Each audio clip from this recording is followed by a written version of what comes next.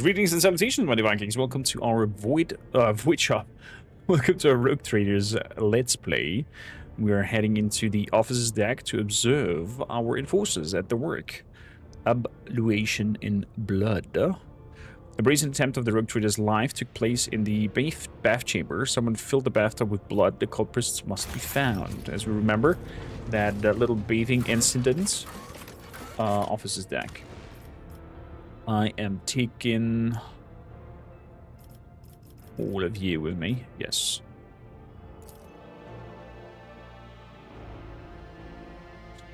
Most likely gonna have some change ups in the group and constellation as we move forward. Ulfar will definitely be an must party member. Not so sure about the rest. Not so sure about the rest. There we go. We now with Saw back. So I go box to the officers. Get it before you. His Lordship the Rogue Trader has seen fit to honor us with his presence in order to monitor the course of the investigation. You are expected to perform your duties immaculately and report your every step to me. Should any of your actions bring shame to the enforcers, you will answer to me personally. Lord Captain, the three officers before you have been tasked with conducting the investigation. The first, Captain Klein, a veteran with a record of quelled uprisings of mutant abominations in the colonies.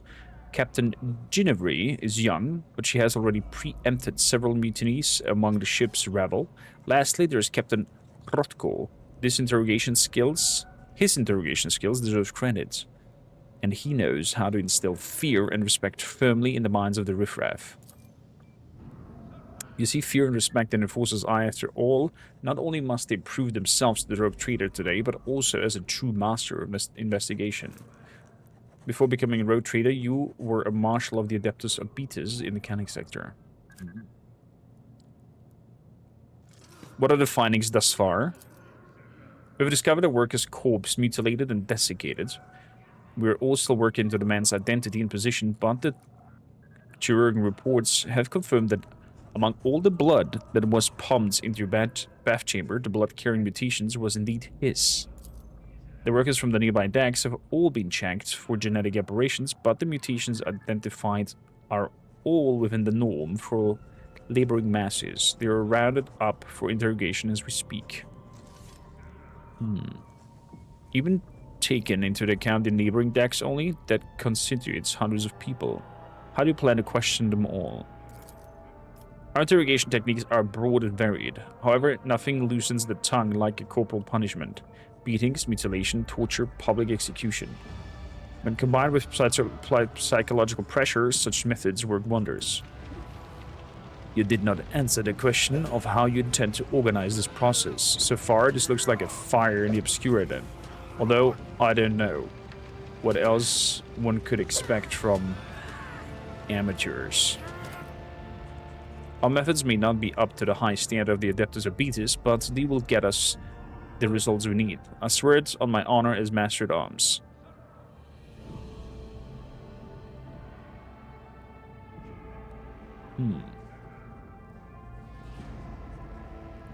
An unfortunate necessity. Let us return to Artemis.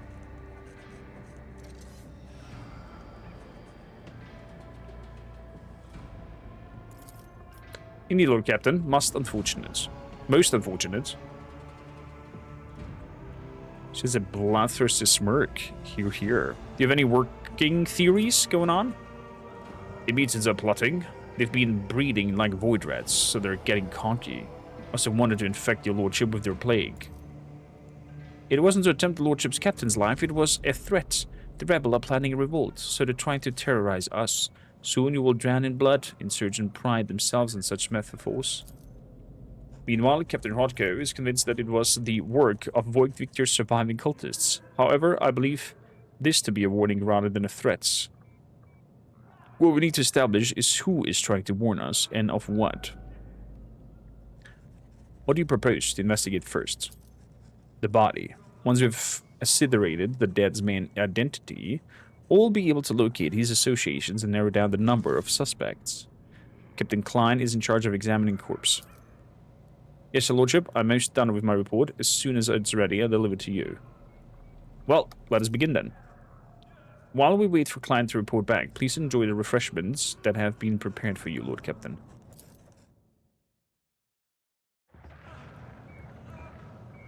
Oh, somebody is outrageous. A pair of enforcers with battered faces is escorting Inferno's master Heinrich. His lips is busted, his knuckles are graced and covered with blood, and there's a chewed up ethos stick between his teeth. One of the enforcers drones nasally. We apprehended him while he was trying to break through the detained rabble. Got into a scuffle. We barely managed to restrain the troublemaker. He demanded an audience with you, Master Sauerback. Heinrich adjusts his clothes and approaches confidently. What do you enforcers think they do in Yukasta? Why are you just assaulting my people, denying them water like they're criminals? We've got teenagers and elderly folks here. They're all just ordinary workers. They've done nothing wrong. No, Heinrich. What do you think you are doing? Attacking my people? Chastising me in front of the Lord Captain? Get out before I have you charged. Your Lordship, I ask you, please, to protect your servants from this abuse.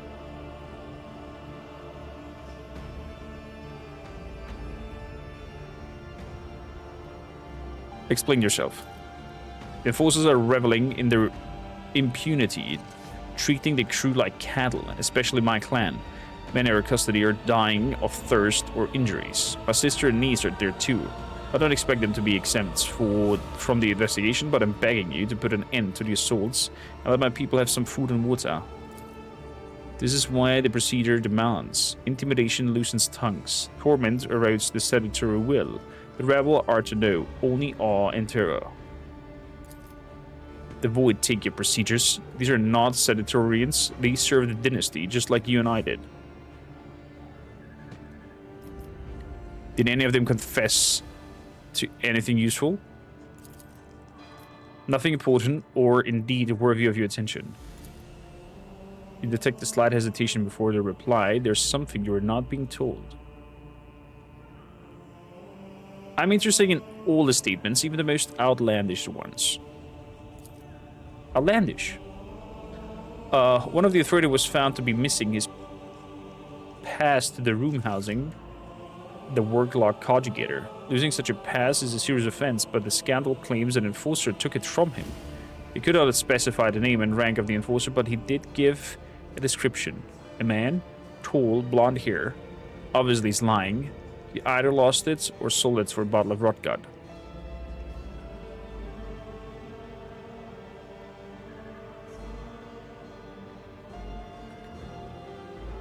Sees the beating immediately. Those people are to be provided rations and water.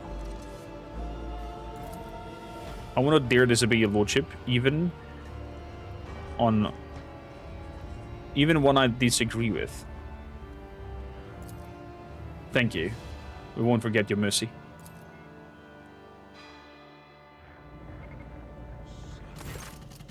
Heinrich gestures at a disheveled young woman and a short-haired girl.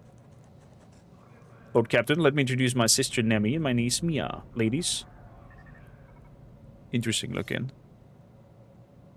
You should thank the Lord Captain for helping. Have returned.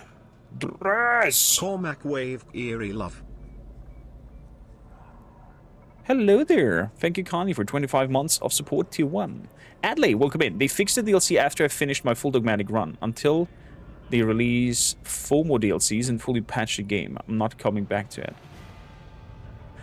What exactly you mean, Adley? You had a buggy run on your side?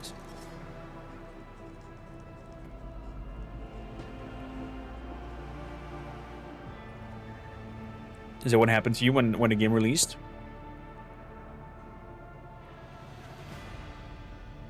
Or do you mean this DLC they fixed it after you finished your run? You reported $23. That is so good. Shame they skipped they missed it in QA. But given the scale of the game, it is most likely hard to, probably impossible, to backtrack all the possibilities of link-ups in the narrative to see what works and what not. So bugs are most likely to be happening when extra content is being added to in massive standing universe as it is. Kinnecon, how you doing? They're doing 2 more. They are potentially doing 2 more. It's not a guarantee. Depends on how well the DLC does. If I am not mistaken. Welcome in, by the way. Adley, you're an MVP. Reporting so many bugs to the developers. That deserves you a place within the shield wall. And enjoying the content entry. Our There we modest go. fellowship expands. Welcome aboard. Praise the sub. Enjoy the emotes, spread the chainsword of the Emperor everywhere. And welcome aboard, fellow Dogmatic. Back to the story. Lord Captain, let me introduce Sister Nemi and my niece Mia. Ladies, this is the Lord Captain. Thank you for helping. Hello, Your Majesty. Thank you for the food and water, and for not letting me let them chop off our hands. That would have left us a little short-handed. Yeah, it's your lordship. And don't make jokes when you're in a terrible... when you say terrible at them. Do you want the Lord Captain to change his mind and send you back? A feisty one, isn't she? She has the spirit of a true sister of battle. But when I look at her family, I'm glad she has someone to take care of her, and that the Emperor did not call her to serve him with the weapons and fire as we do. Kormaker, are you serfs literate? I could lend them a highly informative pamphlet on etiquette. Then again, they would probably just burn it for warmth.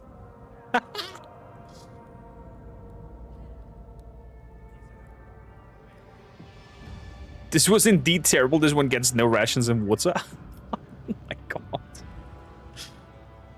How did you end up in the hands of the enforcers?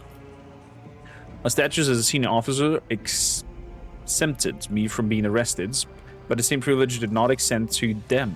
They were taken along with the rest of the clan. They were acting horribly. They were hitting people in the head and ribs, and they didn't care if someone had fought back or not. Nemeside would never allow that. Nemeside. Oh, okay. Now we're speaking. Shush. If they hear his name, they'll get angry again.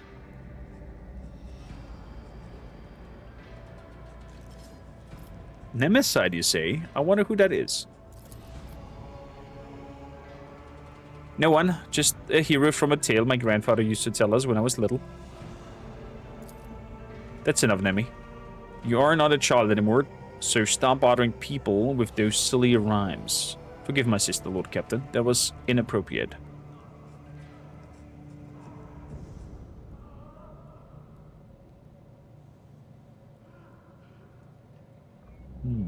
You have a fine family, Heinrich. Thank you, Lord Captain. They're all I live for. And thanks to you, the people most important to me are now safe.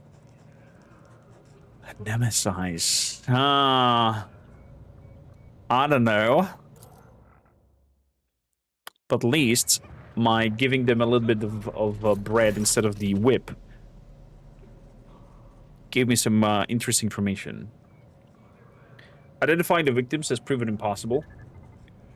His face has been smashed in and his body is badly maimed. There are too many wounds to determine the exact cause of death, but presumably he died after the killer slit his throat. That's how they drained his blood. No external signs of mutation were found.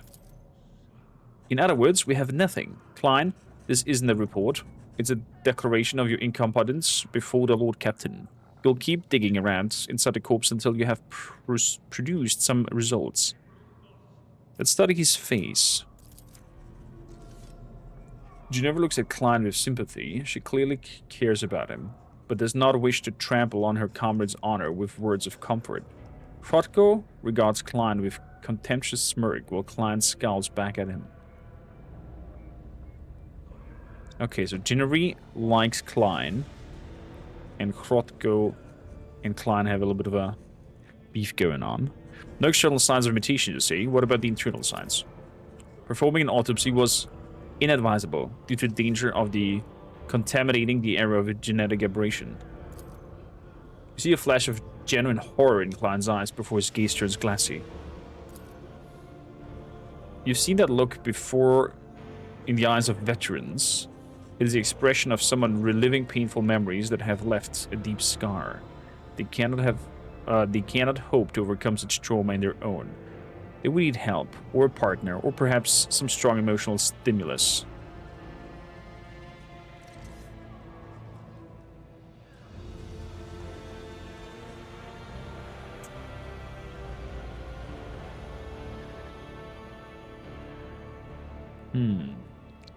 We could send him in with a partner, Klein. Or we can let Grotke take over.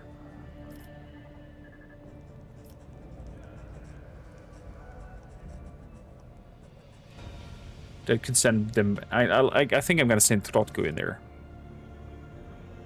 We don't really care for the in-between relationship there. Borg Sweezy, how you doing? Welcome in. From the moment I understood the weakness of my flesh, it disgusted me. I carved the strength of certainly steel. Your kind cling to your flesh so it will not decay and fail you. One day the crude biomass you call a temple will wither and you will beg my kind to save you. But I am already safe, for the machine is immortal. May the cycle be discontinued. Yes, until it rusts.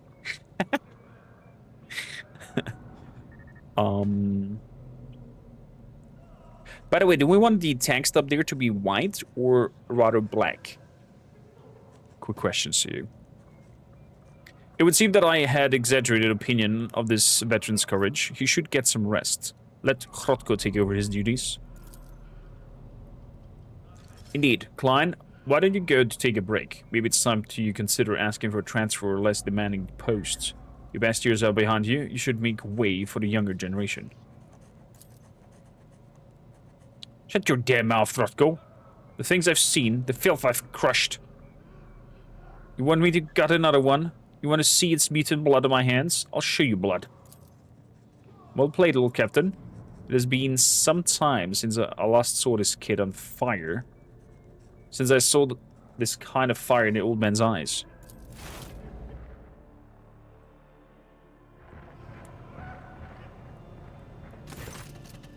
Klein is up to his elbow in blood and his eyes are flaring defiantly. I've examined the filth inside the gnat. Its innards are a genetic nightmare. It's a bag of corruption wrapped in human skin, extra organs, scales, atrophied, ingrown limbs, but that's not what's important. The body was disfigured posthumously. They killed the mutant with surgical precision before opening his throat and draining his blood. It wasn't until after the actual murder that they crushed his head and tried to cover up the wounds. Interesting. Mind work. Thank you for the follow. Welcome aboard. The wounds were so brutal, I almost missed his work tattoo. The victim was a pipe warden, and I found this in his throat. Klein presents a bloodstained raven feather. A certain legend springs to your mind, one of involving Saint Corrine, who was granted a portent of enemies hiding among the faithful. When Corrine prayed for the Emperor for a sign that might reveal the traitors, a raven's feather burst out from her mouth to inscribe the names of the conspirators. Only some versed in symbology of the Imperium could have left such a message. Remember Saint Corrine? Could this be a sign? Van mutants do not make allusions to saints. This was someone versed in the creed.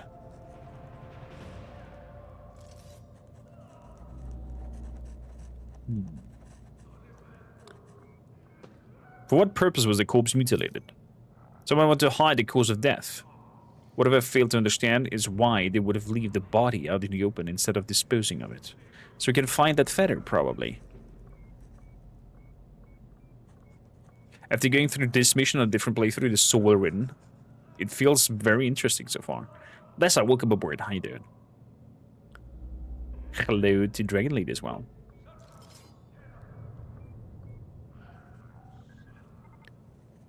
What kind of tattoo? What do pipe wardens have to do with anything?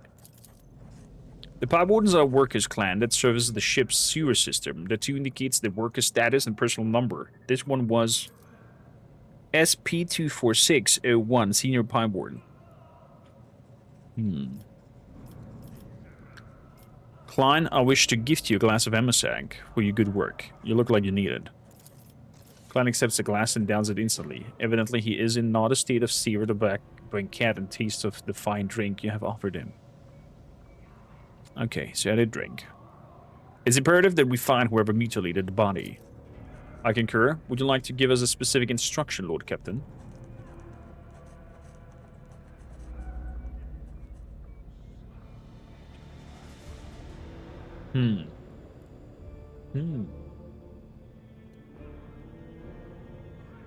Monday so far is doing fantastic, Les. How's it on your side?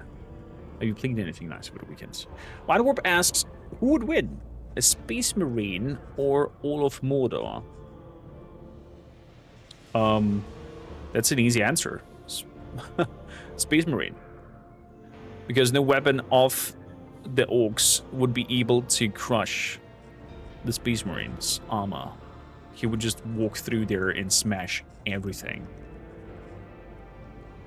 Probably run out of fatigue and I don't know, fall to slumber and fell asleep. While all the other orcs are trying to bang on him and hit him. I don't know, maybe if they manage to throw him into the lava, into the volcano, they might have a chance. Or if he's affected by any of Sauron's magic. Possibly. But I don't think any weapon could penetrate the armor from a feudal world. As is... I wanted to say Midgard. As is... God damn it, what's the land called again? Yeah, I don't think any feudal weapon could go through his armor.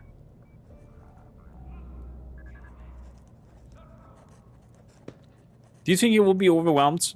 I don't think so. I think they could imprison him and rope him down. But, yeah.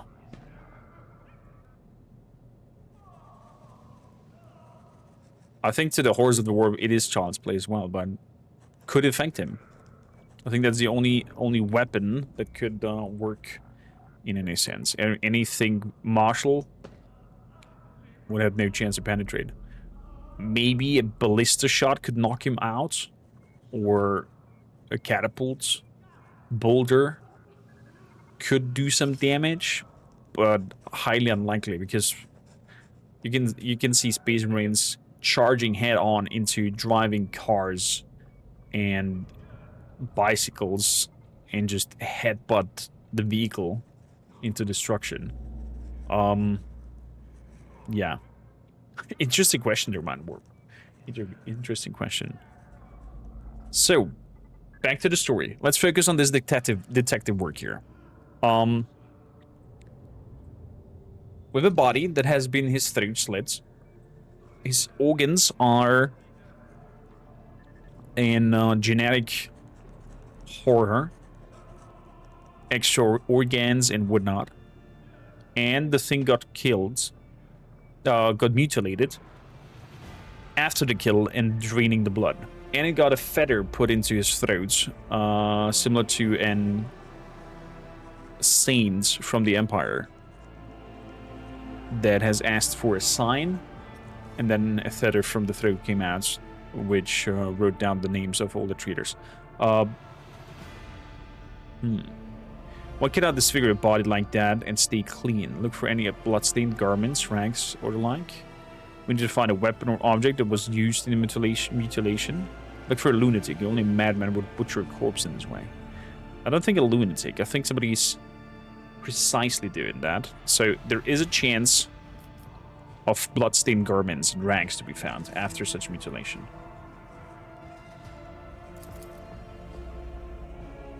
If the perpetrator was in a hurry to cover the tracks, they may not have the time to dispose the soiled clothing. I thank your lordship for the wise counsel. What is our next step? We should run the victim's identification number through the masterwork law conjugator. If its machine spirit favors us, we will be able to narrow down the number of subjects. Ginevri, this is your arena. Okay. I think I did in our speedrun the investigation ourselves and not had them do that. Ginevra approaches you, followed by a dignified woman in crimson robes. Allow me to introduce the esteemed tech priest Androvita Fee. She believes she has the right to obstruct to investigation and refuse to grant the enforcers access to the master conjugator. I request the lay woman's willful activities to be halted. She intends to torment the machine of spirit of the masterwork law conjugator, Iota 3B. The venerable spirits is ill and in no disposition to endure such abuse. What is the problem with the machine spirit? The spirit is old and quick to anger. It therefore calls for a sensitive approach, not a torturous intrusion by a brutish laywoman. Since the start of this watch, the spirit has been unwell, so we have been trying to soothe its woes by applying secret unguents and sensings to the great machine's boards. The dogma of data recuperative quarantine prohibits any disturbance to blessed machines found to be in such a state. What exactly does this data recuperative dogma prescribe? Let no profane hand touch the sacred machine stricken. Let the mechanism be shielded from all worldly troubles by a wail of righteous litany. Let its shrine be thricely honored till the malady is no more. Judging by Ginevra's expression, she would rather have her profane hands touch Andromeda's neck.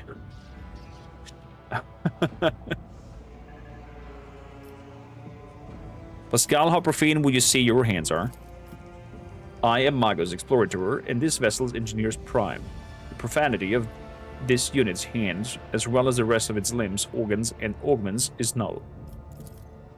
If the honored Magus supervises the laywoman's tactful interactions with the spirit, I will sanction this disturbance. There we go. Pascal took over that. Worst case, as you said, would be fatigue and falling asleep, leading to a capture depending on his weaponry, because technically he could just go in with a plasma melter weapon or have it flamered and annihilate an entire army within a few seconds.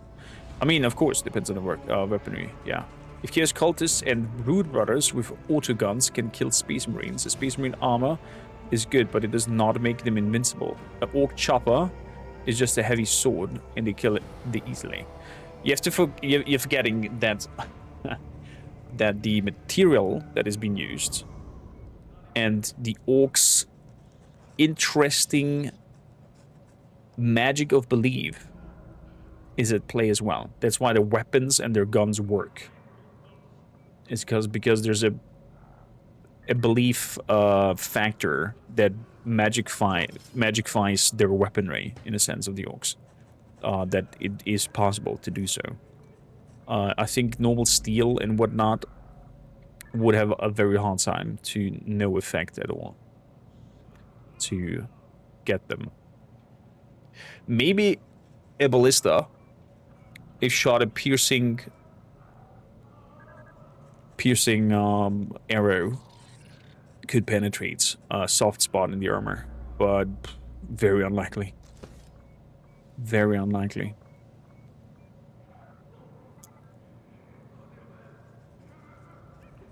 But yeah, then again, autoguns. We're talking about high-velocity projectiles there, Kinokon. And the comparison was medieval Mordor against the Space Marine.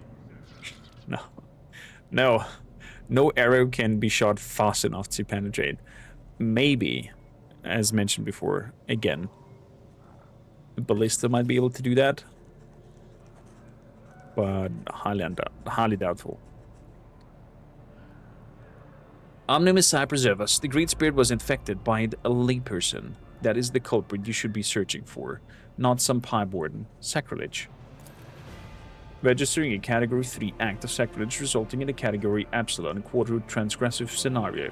Requesting the inclusion of the offender in the registry of the wanted entities for the purpose of expedient disposal. We have discovered that the conjugator malfunctions began after an unauthorized attempt to the access. Someone deliberately angered the machine spirit in order to bury the work logs. Thankfully, the esteemed tech priest was able to appease the spirit and extract the information we needed. The victim's name was Otto, and the day he died, he was servicing Valve 27B, which supplies water to the Rogue Trader's bath chamber. He also had a partner who was yet to appear for duty since the incident occurred. We have a suspect. Okay, so Otto was there with a partner working on the pipes of my bathroom chambers. Blood appeared. I mean, it's kind of too obvious.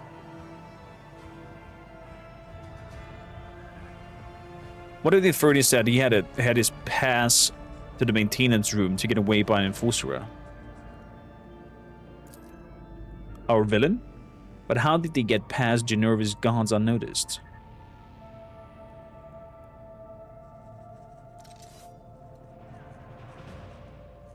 Did the murder get to the conjugator too? Impossible. Since the start of the watch, this area has been used as the center of operations. No rebel could have slipped by unnoticed. But a enforcer could come through here. Especially somebody who has a card of an enforcer. Moreover, a common pipe warden wouldn't know how to commune with a machine spirit. The murderer had help.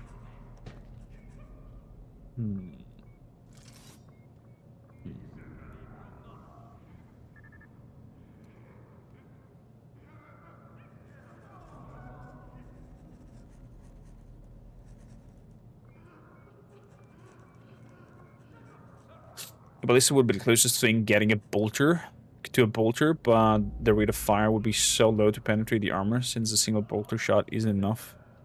Probably, yeah. I mean, there would be a kinetic hit, as in, you know, big mass hitting him and shoving him away. So I think their only chance would be to probably overwhelm him in mass, pulling down with ropes and chains and throwing him into the volcano. I think that would be the only way of disposing one of the Astartes.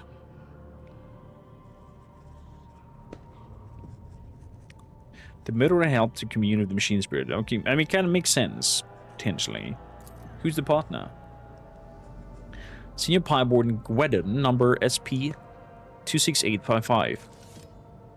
An 8th generation Pipe Warden, no registered infractions, excellent discipline, perfect work record, an exemplary servant of the Imperium.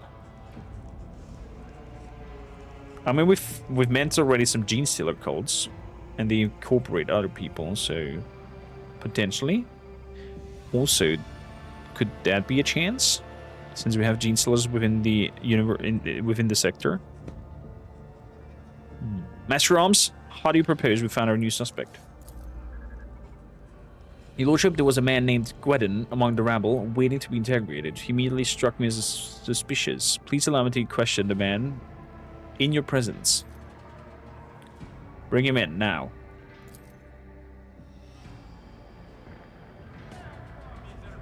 Okay. It would affect the specimen definitely, and if they would manage to land multiple ballistic shots, might even kill him. Yeah, and it's a big might.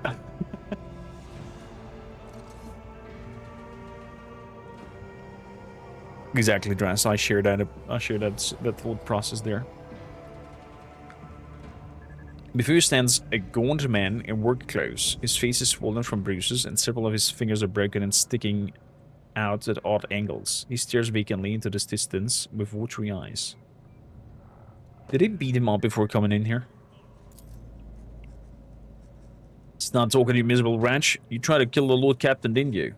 Protko grabs the worker by the lapels. Wetted coats flies open, revealing crude occult symbols painted all over his body. What's this? Heretical brands? Cultist scum. Gwedon yells, baring what remains of his teeth. Yes, it was me. I tried to put a curse on Lord Captain. Killed my partner in a wicked ritual. I robbed Elmers with a demon's consort with him. All to carry out a dark plot and doom Lord Captain for the glory of my almighty Meister. Burst into a fit of hysterical, theoretical cackling. His words. He's trying to paint them over fake garish hues. But his abject terror carries with it too much black and gray. What does he hope to accomplish with this? Okay, so he's lying in order to mask something different, is what Cassia is saying. He's admitted to everything, the vermin. I've insisted time and again that the assassination attempt was carried out by one of the Voidvia's surviving henchmen. And I was right. I guess we weren't so thorough in clearing them out as we thought.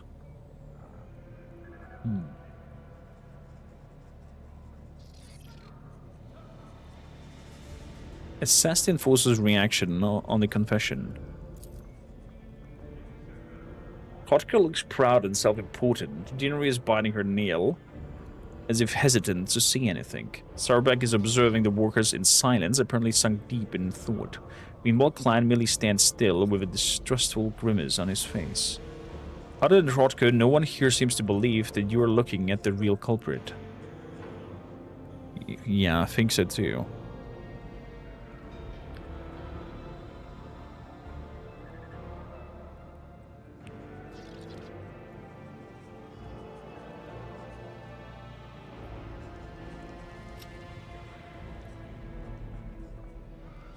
Oh, interesting theory crafting there, Kinokon. Kinokon, the Nids have biomassly altered their biomass in ends and claws in order to apprehend and destroy such given armor and technology they've learned through millennia.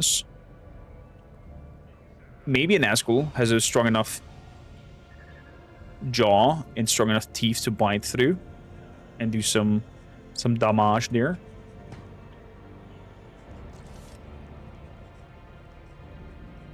Doubtful. Still. Maybe they could pick him up and let him fall from a very high range, so he gets you know, gravitas damage. But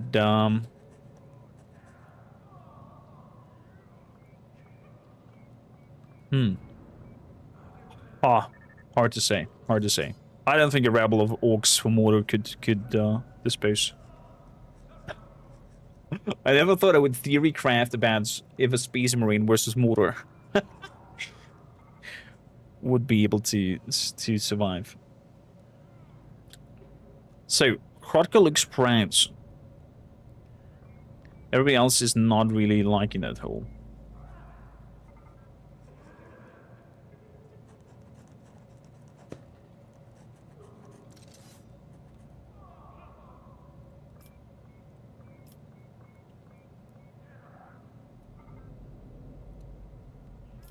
Does the Master at Arms not find it strange that the suspect is so eager to paint himself as the heretic?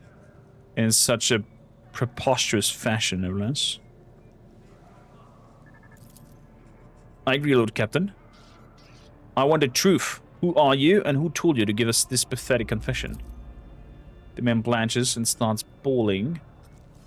He gives up on a sinister theatrical babble in the voice of a common worker. Forgive me, your lordship. I'm not Gwendon. I'm not a heretic. Yard's me name. I'm a laundryman. Please have mercy. It took my family. That enforcer said she'd throw him out of the airlock if I don't confess. She made me draw these unholy marks on myself. What enforcer? Name. Give me her name. Ginevri. Her name was Ginevri. Oh. What? I swear that I have not. Ginevri? The steely edge of Sarbeck's voice causes everyone present to freeze. But you also hear a note of bewilderment. We will deal with her later. I will handle the search of Gwendon myself. Lord Captain, would you have us execute this demon worshipper? Greetings, Atarik. I go now into specifics of your grass. Average bolter rate of fire, 600 RPM, which means even when only using a heavy bolter, he could realistically shoot up to 48 projectiles with more penetration than a siege ballista before he needs to reload. If we take plasma weaponry from the books, the Space Marine would kill multiple hundreds of people at once. Just melting through everything. Yeah, it would be crazy. It would be crazy. You know what? Maybe I find the tool or the tag to represent such a spiel and make a little clip out of it.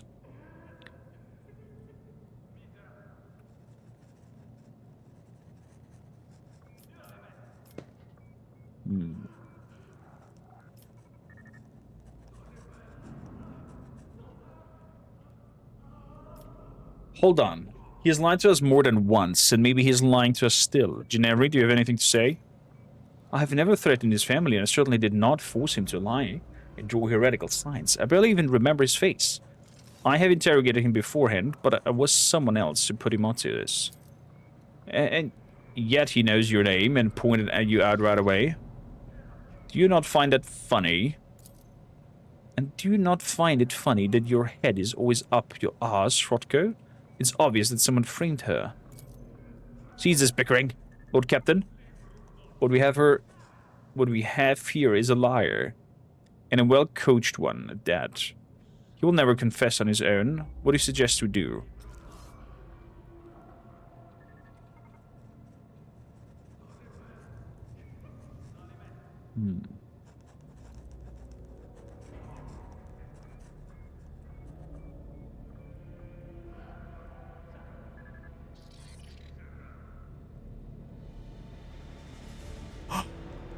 Oh my god. Audio torture?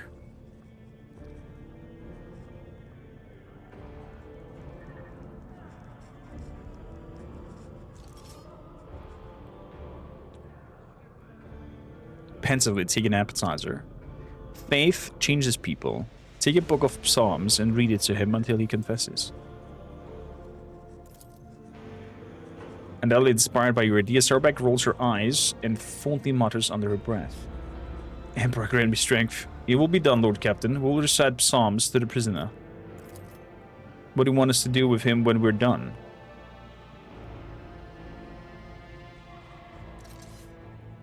Hang the heretic. Even facial symbols and mentionings of the arch enemies are capable of drawing corruption. It will be done. There's no cause for alarm, Lord Captain. This conspirator may have been fake, but now it is only a matter of time before we find the real culprit. With the Pie Warden's names and identification numbers, and we know which clan they are from, we'll keep pressing the riffraff until either the culprit confesses or someone turns him in. I will handle this. The Master's Amp grips the maul on her belt. Please enjoy your meal. In the interim, Lord Captain, the scoundrel will appear before us soon enough.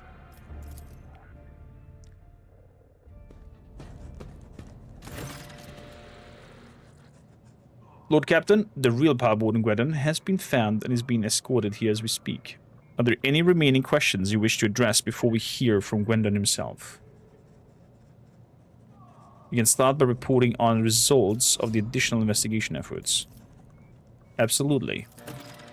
Your insightful suggestion helped the enforcers to locate the evidence. In fact, we found a bloody synth codes in one of the vents, a standard issued included on every enforcer's outfit on the ship. The interrogation of the detainee Yards had to be suspended. He seems to have gone mad. He just keeps mumbling that it was Gennari who set him up to lie, and that he must therefore be set free. I doubt we'll get anything further out of him, but it will be it with cruel kindness or holy prayer. This concludes my report.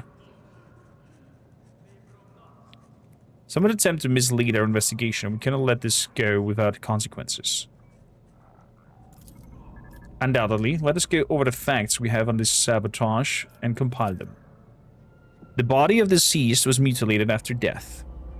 It is likely that the nature of these injuries would have proven very useful in the investigation, and that the perpetrator concealed them for that very reason.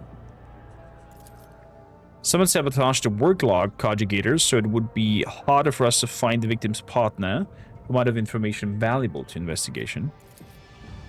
Instead of murdering the man's partner, we were given a fool, one who thoroughly incriminated himself first before admitting that Captain Gennari had put him up to it.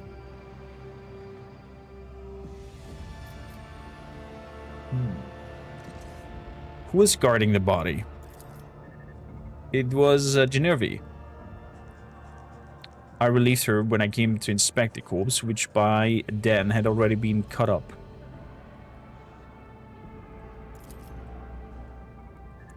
So she could have known of that feather thing as well. And placed the feather into the throat, since the body was already cut up. So you could have manipulated the scenery. Genevieve nervously adjusts her armor under Sarbeck's piercing gaze. The corpse was already looking like that when I came into my purview, but I could not get the name of the officer who discovered it. The deck was such a mess that I decided I would deal with it later. A blood synth code was discovered not far from the corpse. I would ask the enforcer in this room to present their codes. The rustle of synthetic fabrics fills the room. All the enforcers show their codes, except Krotko. He shrugs complacently under the gaze of his comrades. I do not wear it. An enforcer must be able to withstand the cold, and the serfs threat synth codes as a sign of weakness. Is that so? But you were also very eager to present that culprit.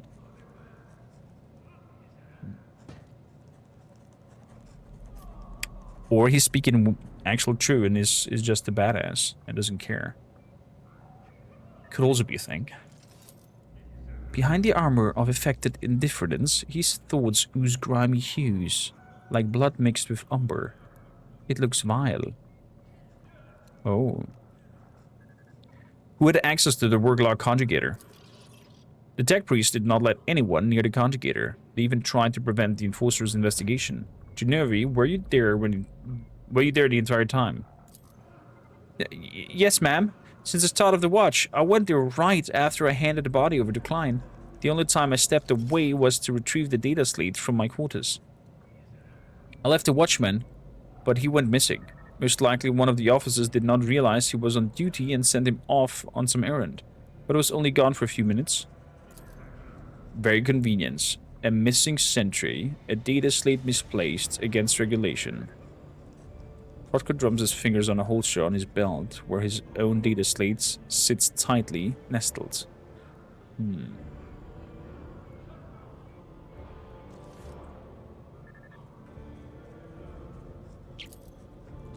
I don't understand how I could have forgotten it. I always check my gear when I go on duty.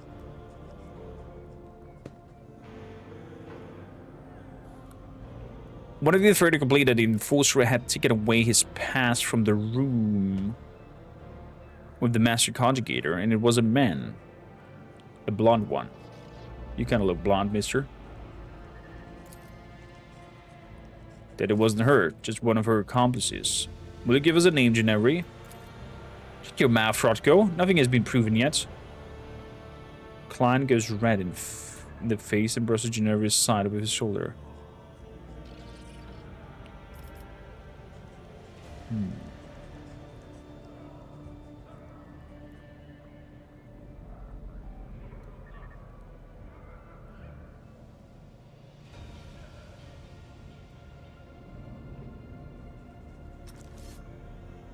Suspect Yard claims that you coerced him into lying about himself, Genevieve. What do you have to see for yourself? I may have conducted this preliminary interrogation like so many others. Krotko requested my assistance because of my experience in dealing with this rabble. But I swear that there is no truth to these accusations against me.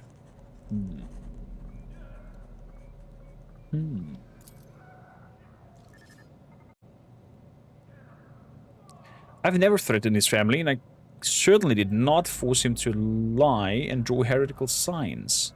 I barely even remember his face. I may have interrogated him beforehand, but it was someone else who put him up to this.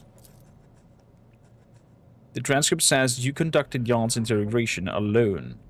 Why is that? Because I can handle a single laundryman.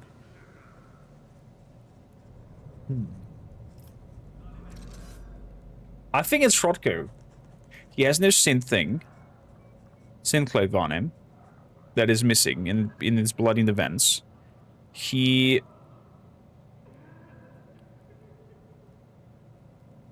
It's kind of easy to point fingers at others. And he was very self-confident when he brought in that suspect.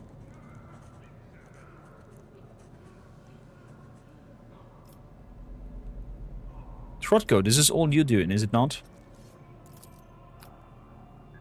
Sarbeck draws her auto pistol and points it at Trotko, who appears entirely unperturbed. I will give you one chance to retain your last shred of honor and confess. You sabotaged the investigation. Why? Is it not obvious? To expose the conspiracy myself and to prove our incompetence to his lordship. To take the place I actually deserve. For years I told for the good of the dynasty, but when the former Master at Arms was killed, I was refused my promotion. Instead, they gave the position to you, a self-serving sourback nit. I guess a noble name means more than talent. Oh, so he put this all up so he could be the... Interesting. So he made this whole story up in order for him to solve it and put himself in a good light. To push away Sourback from her position. When this crime occurred, I realized it was my chance to show what I was worth. While you were busy dallying, I quickly learned the name of the suspect, diverted the course of the investigation, an easy enough task, and began looking for the real Gwendon. Had I found him in time, your position would have already been mine, Yocasta. Simply listen to yourself, and you will understand why they made me Master at Arms. Lord Captain, I request permission to dispose of this refuse personally.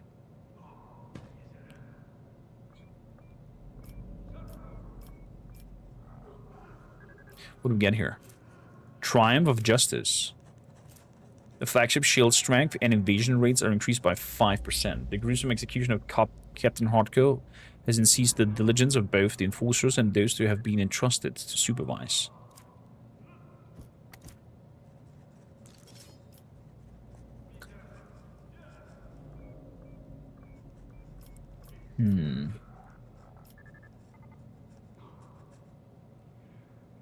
Why were you trying to frame Genervi? A backup plan. You always need someone to blame if you make a mistake. I could have framed Klein, but that young upstart was already galloping through the ranks too fast and was clearly aiming for my station. Besides, she and her thick-witted subordinates were always right when I wanted them to be. Were you really hoping to deceive the Master at Arms and me?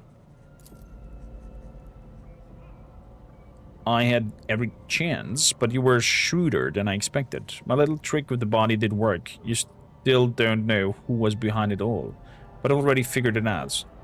I hid Gwendon from you by damaging the conjugator and delivering you fake and idiotic Welling incriminated himself out of fear. I even prepared a contingency plan in case he cracks by making sure he would blame someone else. Yes, there were a couple of slip-ups, but you must admit it was a solid attempt overall. Those who do not seem to fear punishment. With all due respect, your lordship, I am an enforcer. I have looked death in the eye, and I will accept your judgment with dignity.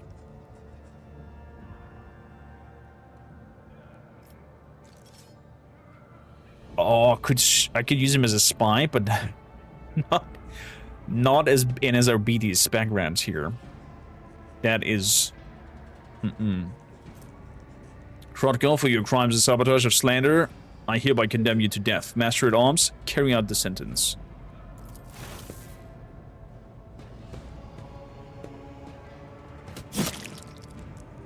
Oh, she beats him to death? That could be done in a cool little close-up cutscene, if you ask me. Of like, palm in the head and then uppercuts and then stomp him on the face or something like that. And have like a close-up on the situation. I hope Dark Heresy will be a lot more of that. Crockett tries to speak, but his words are cut off by a devastating blow to the jaw. He collapses to the ground, but Sarback raises the mole again and delivers another blow, this time straight to his ribs.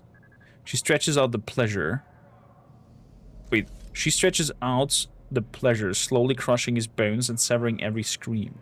When she's done, she finally allows the bloody mess that was once Trotco to die where it lies. Jesus, Sarback. Reverentially? Reverentially? What does that mean? Reverently. Reverentially. Bowed, which paints a rather comical picture given his formidable height and complexion. He lowers his head, tugging his beard. What does reverentially mean? Like, gracefully in a sense? Senior Pirate Warden Gwendon, honored to serve, Lord Captain. I'm ready to confess to everything. Are you the real Pirate Warden? I am, and I'm proud of it. Lord Captain, a Pirate Warden's craft is hard work, but necessary. My number is SP26855. My work partner was also number SP24601. I can't remember exactly the numbers of them, and if this is correct, but I hope the game tells me if he's spelling lies right now. He means with a lot of respect. Thank you, last verdict. How you doing, by the way? Welcome in. How was your weekend?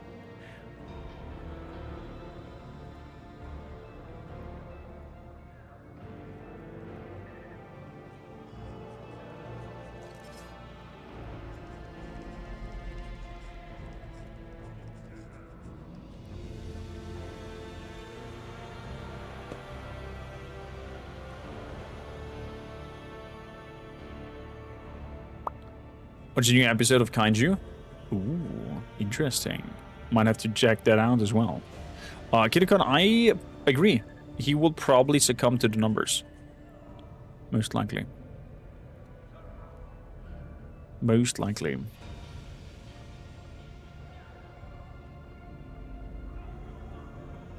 Oversee the water supply system in the upper decks, sector A3, K8, and R2. That includes the Wolf 27B. There can be no mistake, I have verified his identity myself. That has also been confirmed by other workers. Why did you fill my bath with blood? I did as the servant of death commanded. She said the Emperor gave the first spinner his sign. Wait, what? She said the Emperor gave the first spinner a sign that your lordship should be bathed in blood of poor Otto, my partner. And while I was scared, so I obeyed. The first spinner? Are you talking about the Vizier of the Bloodspun Web? Yes, that's him. He leads the death cultists. The lot who worship the emperors by killing. His spinners hunt down heretics, but sometimes they take righteous lives too. Their service is mysterious, fervent, and bloody. If the Vizier ordered it, there must have been a reason. The Undying One must have revealed something to him that we are ignorant of.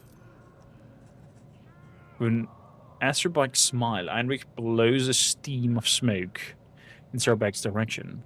What a shocking turn of events, Yogasta. The Inferni are innocent. We could have sent that. Who could have seen that coming? Could it be that you were wrong to brutalize and humiliate my people? Do not accept an apology from me. I was doing my duty. You can play the victim all you want, but I haven't forgotten the circumstances under which your Blazed clan came to be on the ship. Consider every strike upon your backs as a reminder of that event. What's the meaning of that Master of Arms' words about your clan, Heinrich? It's a story of days long past, one that Mistress Sarback greatly enjoys reminiscing about, as if she was there herself.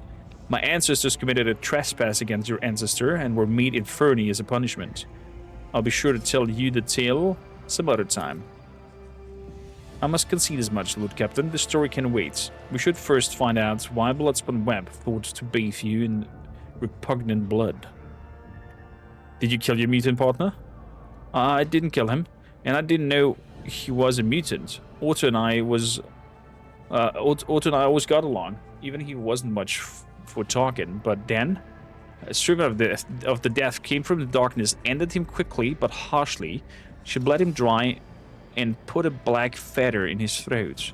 She told me to pump into the pipes, and then she left. I wanted to confess, but I was afraid she'd come for me too if I did. Whom do you mean by this servant of death? A holy slayer in black and crimson and bone. Feared by all they are, quiet and merciless as death itself. They come from the shadows to kill, because the Emperor commands them to do so. You have already met the servant of the Bloodspun Web, Lord Captain. Their grim progression is not one upper decks will soon forget. That is true. That is true. You also started a new run in Rogue Trader, but instead of going dual shoddy, you decided you want to challenge yourself with minimal party members, so I'm doing a melee arbitrator solo. Expect when I have to bring a companion. Interesting. Can you... I think it's possible. I think there might be a little bit of a level gap, and especially Aurora might be a hard bargain to do solo, but I think it's doable. It's really, really hard, but it's also a ton of fun. I would not recommend it to most players, though. Spoiler warning. Oh, I'm not going to read that, then. Thanks for this spoiler warning tag.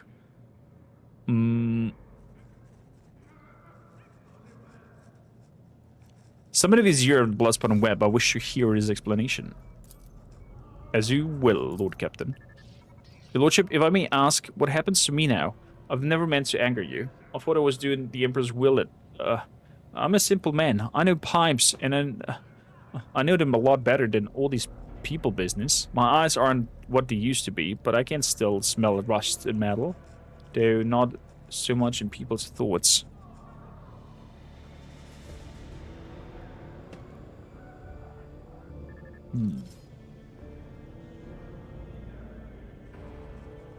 You have acted as a true servant of the Emperor would.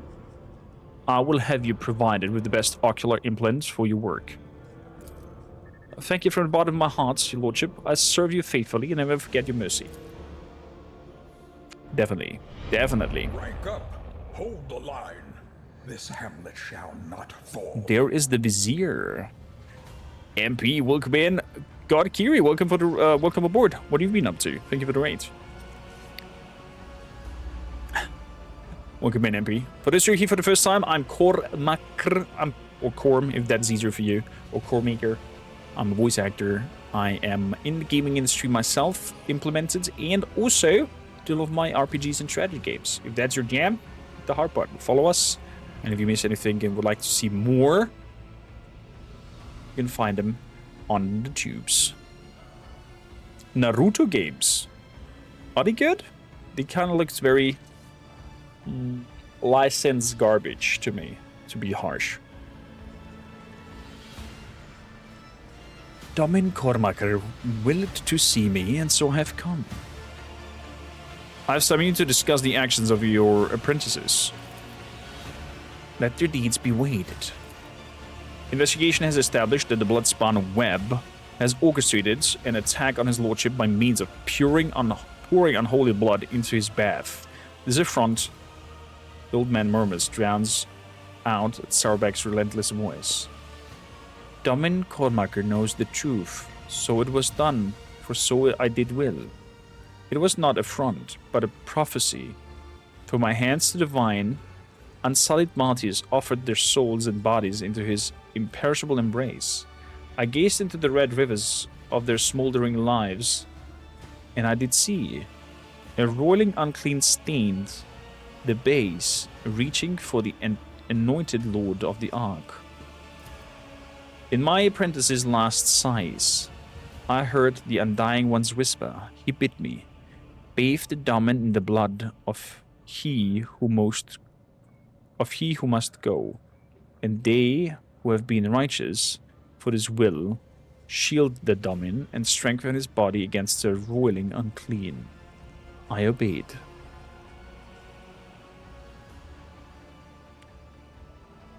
Interesting. Shinobi Striker.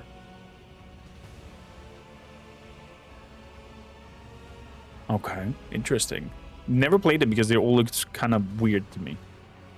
I might dig into them. Interesting catch there, God Kiri. Thanks for sharing.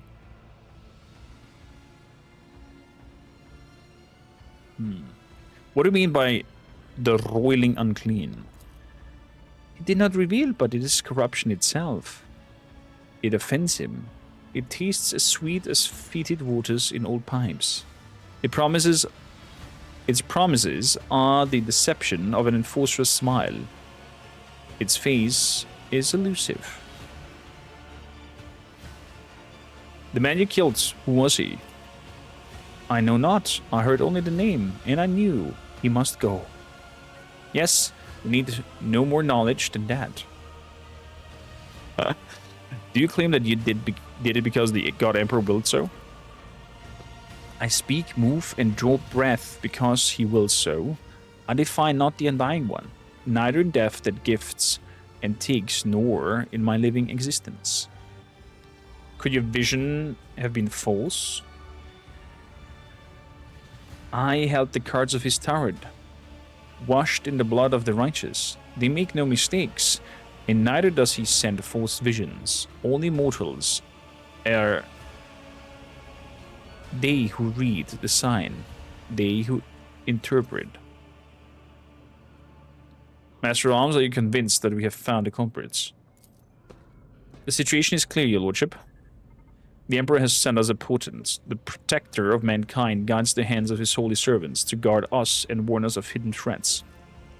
God Emperor, I thank thee for protecting us, even though there are instruments of your protections whose purity and holiness I may never understand. Could this be a coincidence that the victim of the ritual was a genetic aberration? The officers around you keep a respectful silence, but you can tell by their faint smiles that they find the very idea of doubting the Emperor's providence absurd.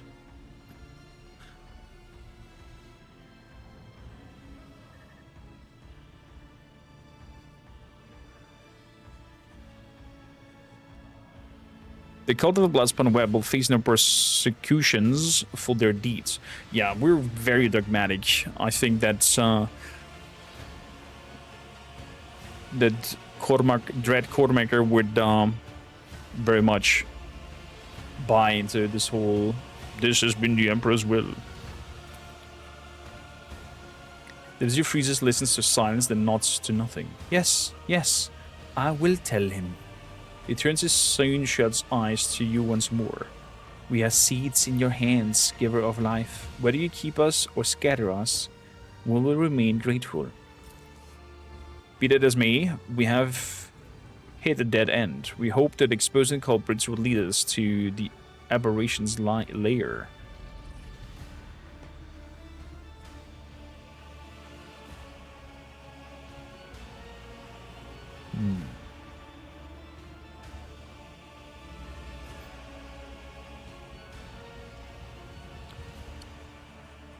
Sorbag, the investigation must continue. But no spinner or brave warrior from the Damen circle can find the roots of the unclean, for it can appear as human and act as human. Only its thoughts betray its vile nature. Only its thoughts are never human. Vice. It is unclean thoughts we need to find. Very well. Let Vice find them. He knows how, no matter how badly he wishes that the rest of us forgot about it. Benny Zachariah is a fearsome hunter. When he hunts, the flagship wails. When he thinks, my teeth creak, and I can feel pain as if I'm young again. But his power is great indeed. He can hunt down our prey.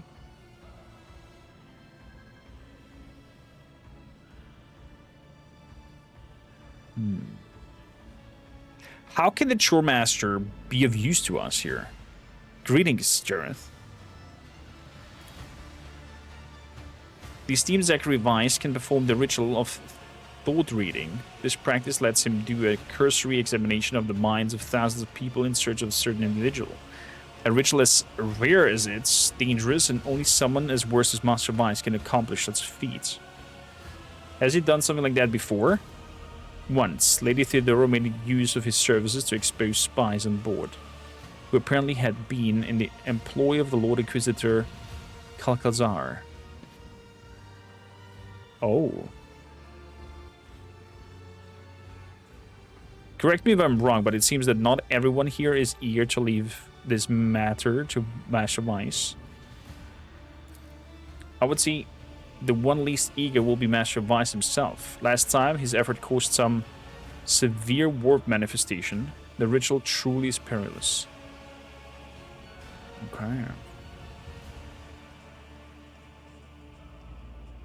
That is all, Master of Arms. Your duty is done. I give you leave to wrap up the investigation on the officer's deck. My duty will be done when the threat is eliminated. I will brief the enforcers while you consult your Master of Vice, Lord Captain. Oh boy. So I'm liking the idea of getting back to the game after healers started playing full damage builds instead of doing what they should, especially for S-rank missions. Fake healers! Ray! Yeah, I agree, Jareth. I agree. I'm still waiting for a good MMO to dig into. Just have not found it yet. I have not found it yet. Ashes of Creation looks intriguing. But we'll see. Toted Shoremaster. Okay, we shall do so. We shall do so.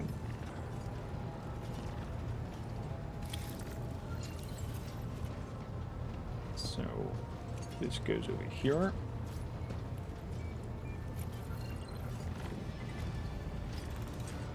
Just bring up my notes really quickly for leveling up.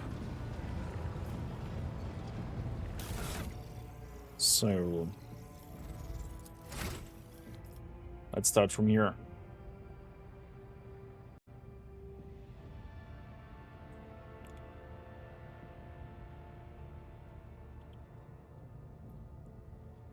Good. The last one was athletics upgrade. And before was taunting defense. So now we want the unyielding guard. Until the start of Vanguard's next turn, each attack made by the Vanguards makes them priority target for the enemy. Yes. Very good. Then we want Resilient Beacon. Critical hits deal 29% less damage to the Vanguard. Very good. Very good. So, then we go for Argenta. Doom was not an MMO, sadly. Plus, it was not really an MMO, you could say. It's missing a lot of factors and depth for me.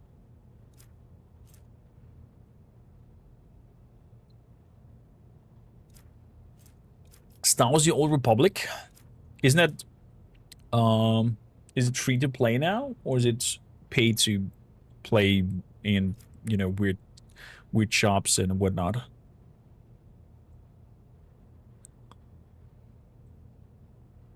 So, Star Wars Galaxies was fantastic. That was a true sandbox experience. So, what do we have? Steady superiority. That means next one we go either for awareness, but we have a lot of awareness on Cassia, so I'd rather go for Lore Imperium with you. Yeah. And then close quarter training. Nope. I think it's called critical. Charismatic. Combat Master.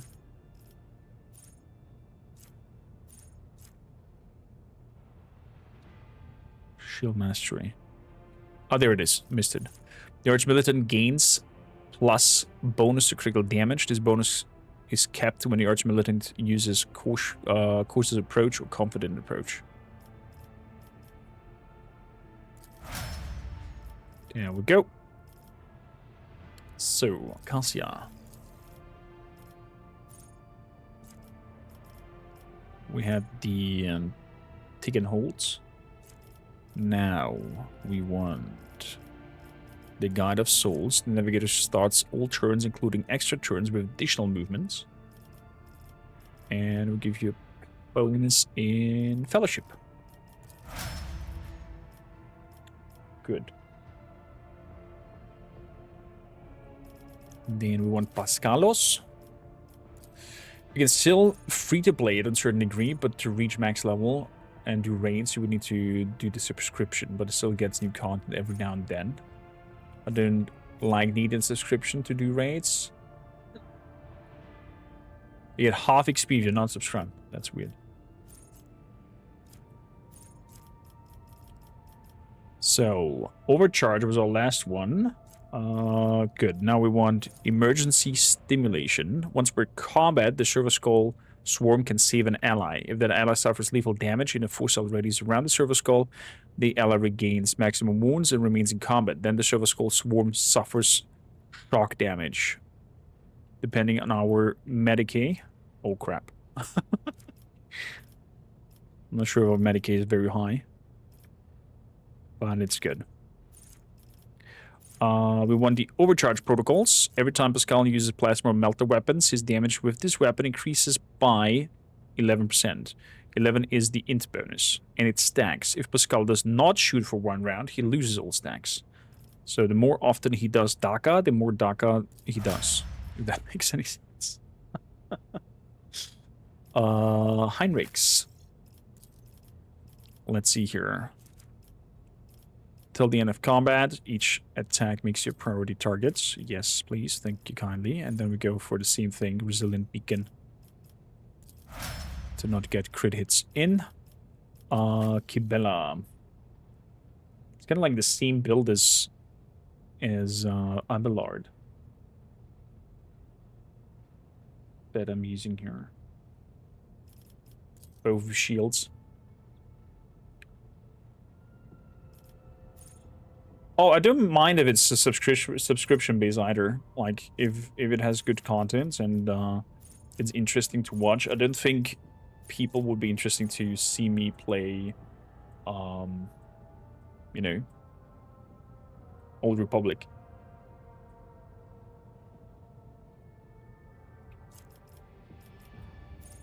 We had Carnival of Misery, last one. Now we want Racking Weakness. RRR. Racking Weakness. The damage dealt by the executioner damage over time is increased by 5% for every 10% penalty to armor suffered by the targets from any source. That means our bleeding attacks will do a lot more DACA on them. A lot of more DACA. And Solomorn.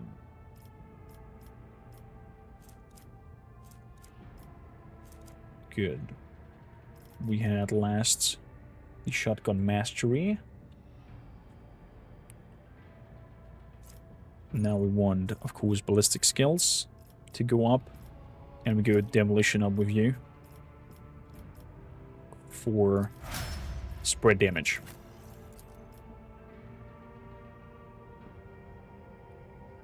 So on us. We had the overcharge. Now we want Law and Order. The opportunities to take made in other turns deal more damage. The target of such an attack must pass a willpower test or be immobilized. Very powerful. And then we want Public Sentencing. Whenever an enemy adjacent to the Arbiter fails a willpower resistance test for the first time, that enemy provokes an attack of opportunity from the Arbiter. If multiple enemies fail this test, the attack of opportunities triggered against them are randomly. Bam! More attack of opportunities. This will be fun. This will be fun. Wow. Okay, that's a big boof. A big boof. We need to go to the chapel to wrap this up and talk to Vice. I'm not really sure if I'm happy of him digging through our brains. Also, let's go smooch and tooch with Kibellah. Domin. I want to talk about us. I'm here, Domin. Smooching. Miss you. Aw. All of my thoughts are of you, Domin. Let's take my leave Maybe. before we do anything else. duty does not let me go into other matters. Chapel.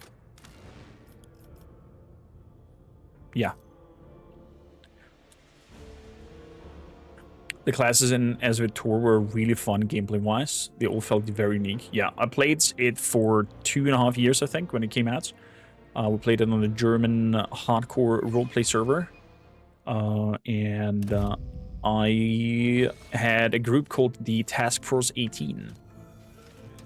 And we were playing an Imperial soldier elite squad, so to say. Was super cool. Super fun times. Out of my head, I can only think of 2 MMOs that people tend to watch. World of Warcraft and Final Fantasy XIV. I understand. So, Vice. Where are you, Keep mister? your wits about you. Tourmaster turns towards you long before you reach him. A chill turns down your spine as if someone were watching you from inside your own being. You summon your will and drive out the unpleasant sensation. The Tourmaster smiles sadly. You shroud your mind well, your lordship. And yet, I can guess why you have come. With all due respect, I'm asking you to reconsider.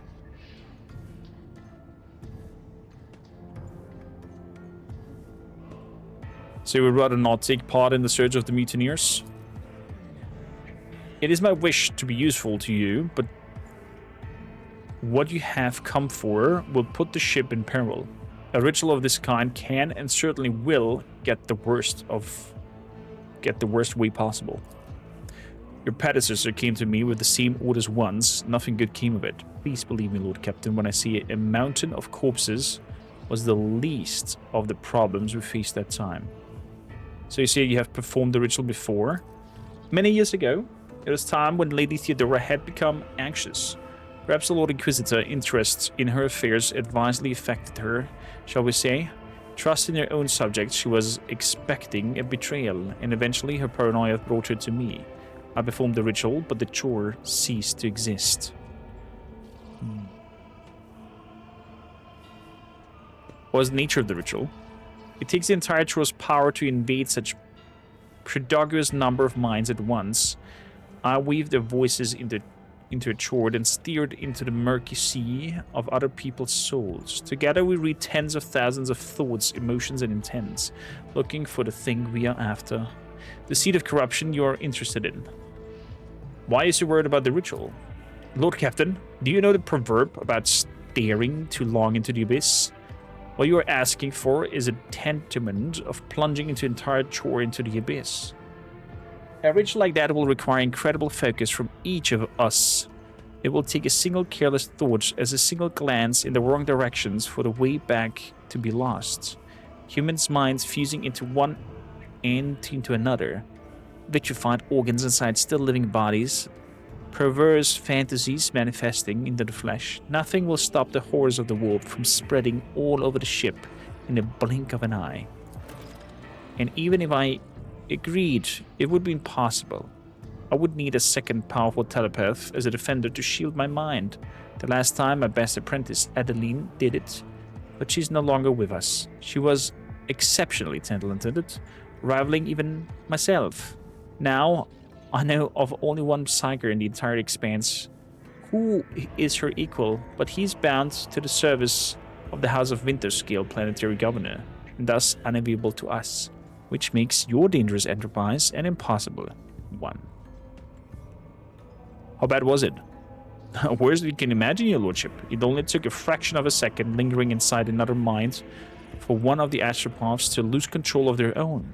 The affliction spread down the chain like fire. No one was spared. The minds of my charges could not withstand detention. Their consciousness were caught in the vortex of an alien thought. The fortune ones died at once. As for the rest, protect the souls of the stricken and take them under your wing. That faithful servant may find peace. Oh, wow. Burdick, have a wonderful sleep. Thanks for popping in. And thanks for leaving a blurg.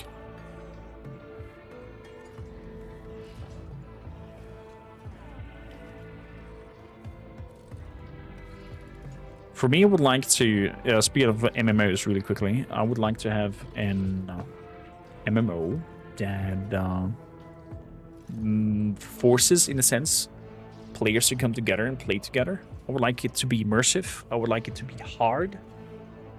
I don't need necessarily fantasy in it. It's cool, but not a necessity. And I would like for people to, similar to like PAX Day tried, where you have your professions that you dig into. So in a sense to, I don't know, to one, embrace a task or a proficiency or profession, like, I don't know, blacksmith, for example. And then you have to work with others together in order to progress in that, and of course to produce wares to help the server thrive.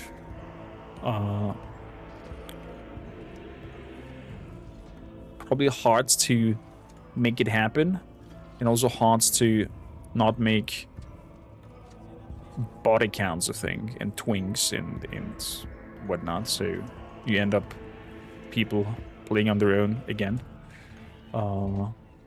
Eve did that in a sense. Eve Online played it for a long time, but yeah, I don't know, I need something new, fresh, with nowadays tech and graphics. How did you survive? I managed to send out a call for help and did my best to contain the phantoms on my own before Lady Theodora arrived. I was the only survivor out of the entire tour. Her ladyship allowed me to spend a month in secluded cell, upon whose floors and walls I drew the most powerful protective hexagrams I knew. I was crushed, I was broken, and worst of all, I was afraid. Afraid of meeting the same fate as Adeline and my other apprentices. An astropath must never be afraid, your lordship. One who yields to fear dies and dooms those around them. How did you replenish the chore then? Lady Theodora bombarded the Adeptus Administratum for months with requests to provide her with a new astropathic chore. In the end, new voices did fill the chapel. They were never told what happened to the previous chore, but they have inklings, and I pray to the God Emperor that they never find out the details of the tragedy. How is this ritual even possible? It is akin to heresy. It is not heresy, but is indeed a dangerous tool that would only yield a mighty hand. The time things were going all too well. The chore was many-voiced like never before. Adeline and my other talented apprentices sounded louder than the rest. Interesting. Jürgen. Welcome aboard. Thank you for follow. The important thing I am interested to know, was the ritual successful that time? Did you find what you were looking for? I did find it. But the price? The price! Lady Theodora got the names she wanted, but was it worth it? The tragedy has remained a secret hidden within the chapel, but we were a hair's breadth away from becoming an epitaph inscribed on the ship's remains.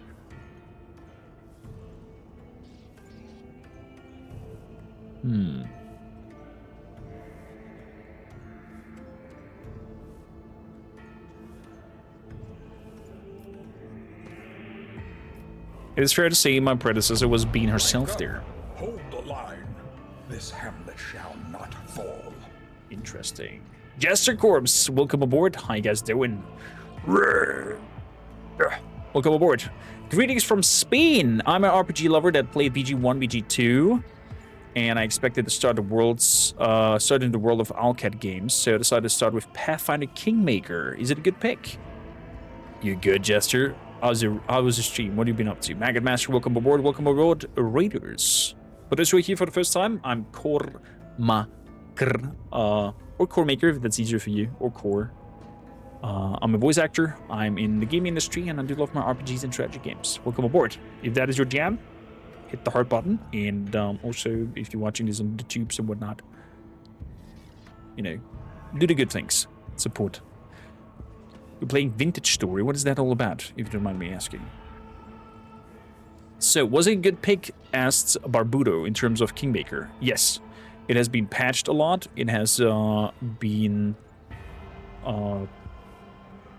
expanded. It has a lot of content. And if you do like Dungeon Dragons like rule sets, since you play BG1 and BG2, you will find yourself very quickly at home there, Barbudo, because it's a very similar complex rule set, and it's a fantastic story, Kingmaker. Keep in mind, every decision matters there, and you are at points under time pressure. So if you throw your attention towards something specific, you might not have enough time left to throw your attention into the other direction as well. It's very cool storytelling. Some people don't like that because they want to do everything and are completionists, but you know, it's a living, thriving world, and as in tabletop RPGs and also as in Baldur's Gate 2, I think it was, there are time essential quest lines where you have to pick and choose of like what you focus on and what you neglect.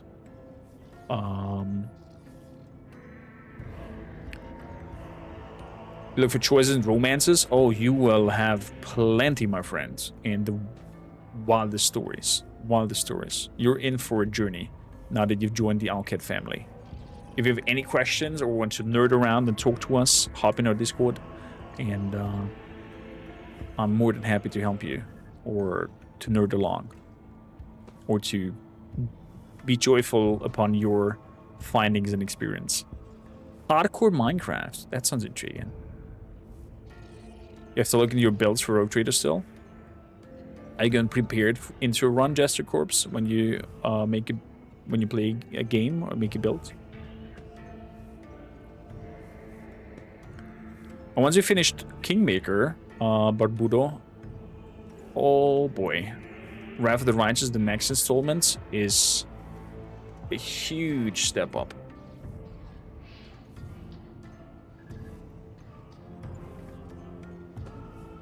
Dragon Lady joins the talk about MMOs. Never played WoW, was also always into EverQuest 2. Still do. And the Old Republic and Elder Scrolls Online. Yeah. I understand. But they're all established worlds, and I would like to be part of something that is new. If that makes sense.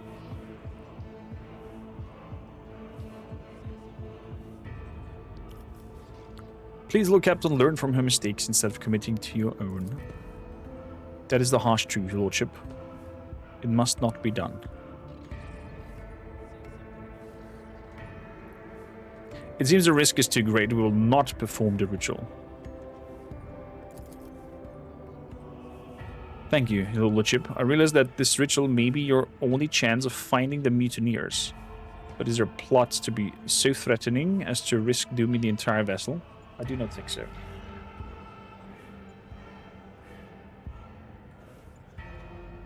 I'm not going to waste any more time or effort trying to find the mutineers. The void with this investigation. I have enough to deal with what it is.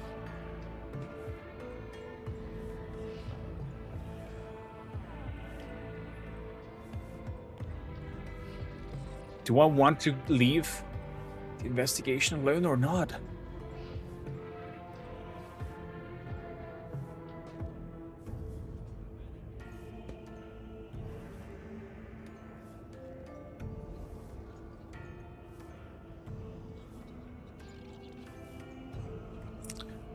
I don't think my arbites would go the path of endangering the vessel or bring heresy upon the board. We have enforcers to do that. We have arbites on our ship to do that. I'm not going to waste any more time and effort trying to find the mutineers. The void with this investigation, I have enough to deal with what it is.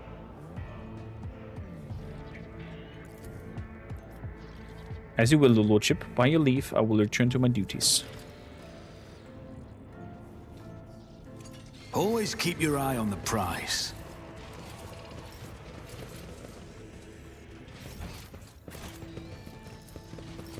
We'll see what kind of aftermath this will have.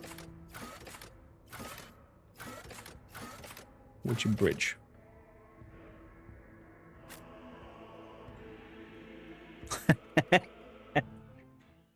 My wife is singing in the background. Hello, Druck. But I think his training would also tend him to investigate himself to be 100% sure it's done right.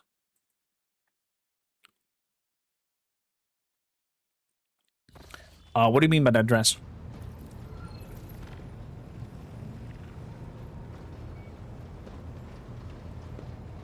Yeah, definitely. We would definitely investigate the right path. So, investigation. Yeah, that's what I said. I don't want to go the astropath's way because that invites too much heresy. We have the power of our. Where the frick is Solomon? Can I talk to him about the investigation? Or Heinrichs? To what do I owe this visit? No. Argenta is over here. Greetings. Never mind. Eyes over here. How's your sister and niece doing? Safe and sound, thanks to you. Nemes has been going on and on about how great and noble you are. You're her idol. Meanwhile, Mia just snorts and says she thought you'd be taller. She's trying very hard to pretend she's not impressed. Life has been tough for those two. I'll take care of them as best as I can. But at that moment, I was powerless. There's only one other time I ever felt so helpless. Thanks to you for standing up for them. I will never forget it. Ever since Elsie died, they're all I left. Who's Elsie?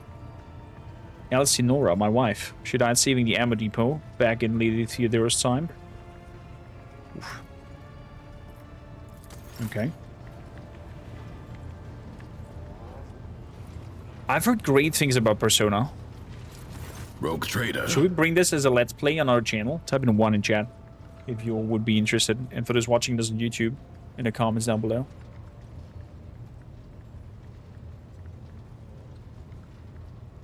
Am I imagining it, or do you seem relaxed?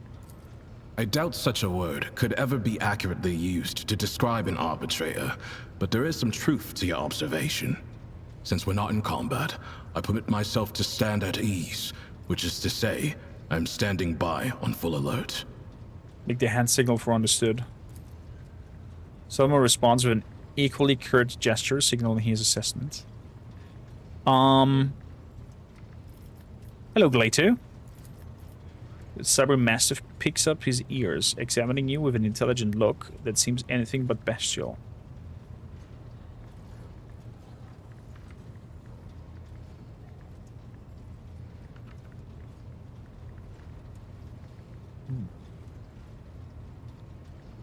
Pets the dog. You're a fine and loyal companion, aren't you, Glato? I must remind you that Glato is a living weapon. If you like the number of fingers you have, do not touch the dog. Can you ask Glato to sit still for a moment? No.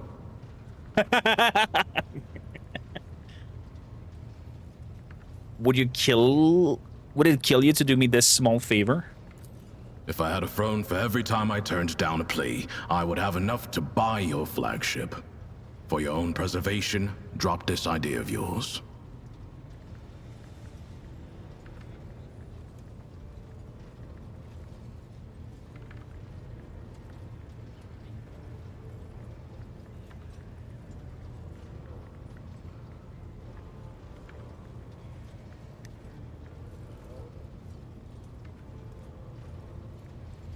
I'm still going to pet him. I am sure a rogue trader can afford the best implants. You carefully bring an open hand closer to the cybermassive's face and wait for his reaction. Wait, the dark eyes are watching you, a crimson spark smoldering within.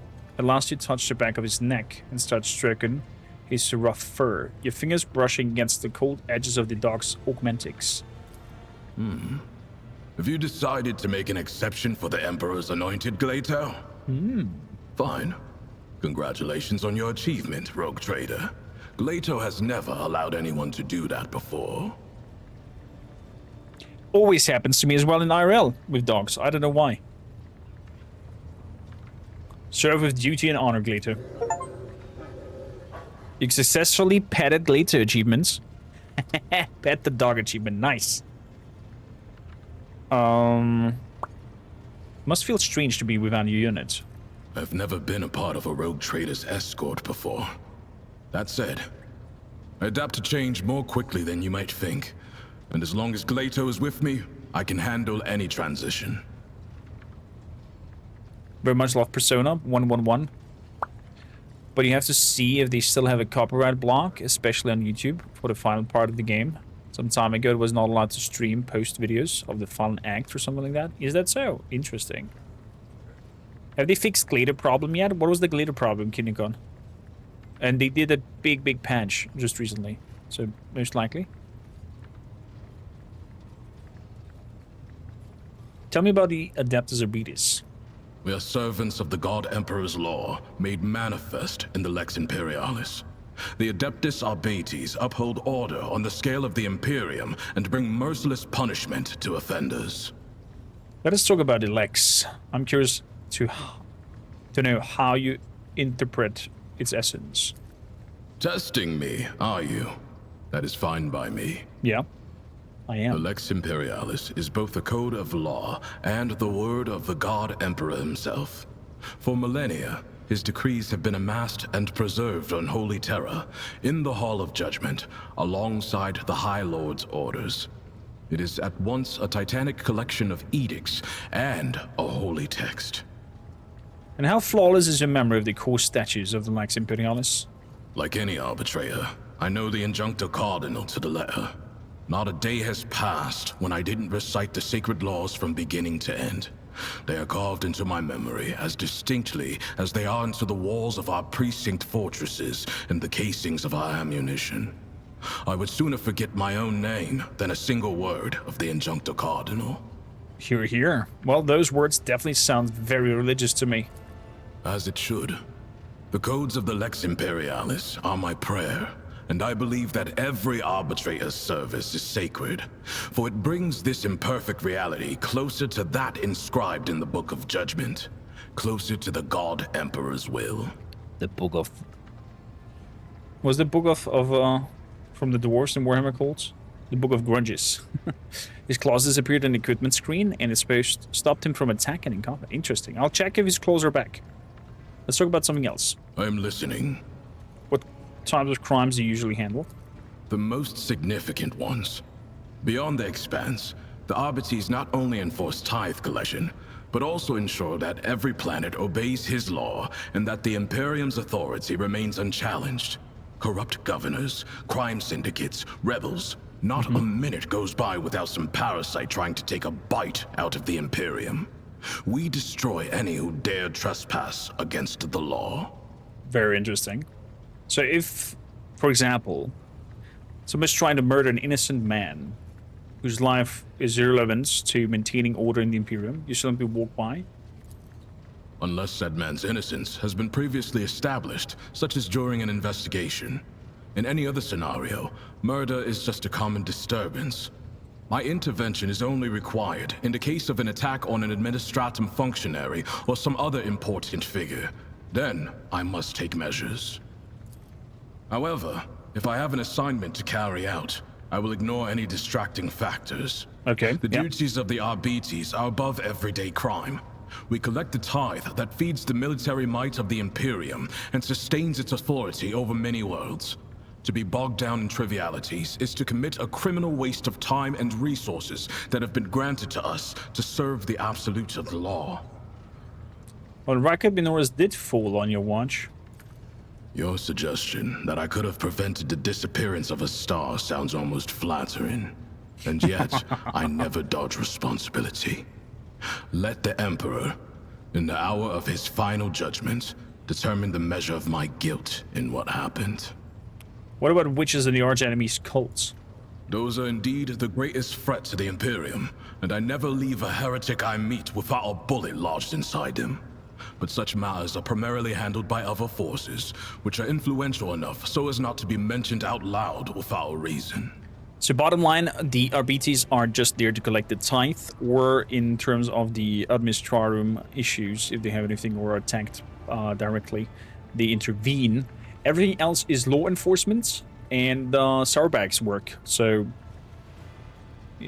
technically we're just there to be the tax collector, in a sense. Everything else we don't care about. I wish to ask you about something else. I am at your disposal. How far the powers of the Adeptus Arbites extend? As you saw for yourself on Rykad Minoris, quite far. The Arbites passed the sentence and carried it out summarily. Only the highest echelons of Terra and servants of the Inquisition and rogue traders here in the Expanse can expect the privilege of a trial. Planetary governors, nobility, clergy, to an arbitrator, they are all equal before the law. What was the mission of the Arbites here in the Expanse? To collect and guard the tithe. That does not mean we ignore other violations of the Lex Imperialis. We simply act within the scope of our limited resources, the first of which being our small numbers. Here in the Expanse, many believe themselves to be too far from the civilized parts of the Imperium to have need of the law. The presence of the Adeptus Arbites helps to remind those people that the Lex Imperialis is in effect wherever there is at least one human being. I see, yeah. That will do. I've other business to attend to. Okay, so we cannot investigate with him further. Would have been interesting if we could have talked to Sauerback or him for in terms of the investigation with the blood spiel. But is what it is. Let's see what kind of after effect that has for us for not digging further into it through a psychic power. So I'm gonna check out this area here before we land on Dargonus and restore the administrative power. So that means we're gonna warp travel over here. We're returning into real space. Jumping over here. Master of Armor reports a disturbance in the Foundry Bay. Certain Nemesites, an avenging figure beloved by the lower deck rabble, shot the commanding during a routine medical supply delivery, and called on the vessels served to fight for better life. The rabble immediately plundered the medical storehouse and proceeded to smash other supply stations, slaughtering officers as they went. Nemeside has escaped, and the situation on the deck increasingly spinned out of control. The Master at Arms asked permission to employ the harshest possible treatment, not simply to restore order, but to avenge the death of command.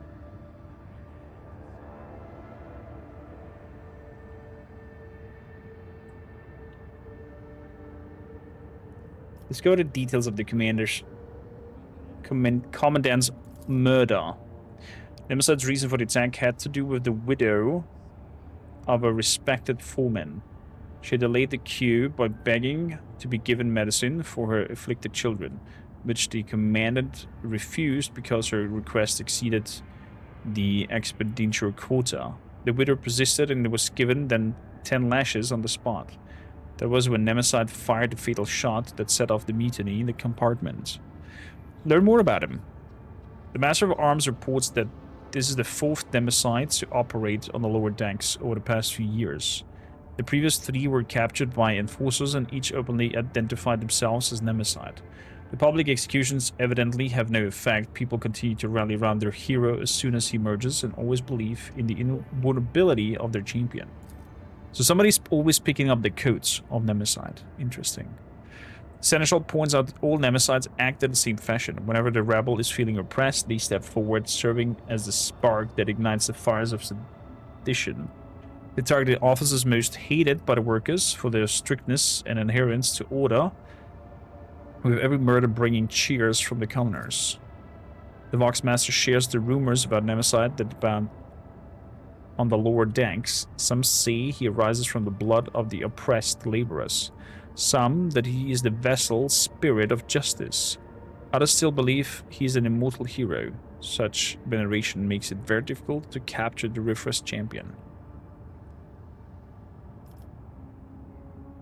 Request information about the Foundry Bay.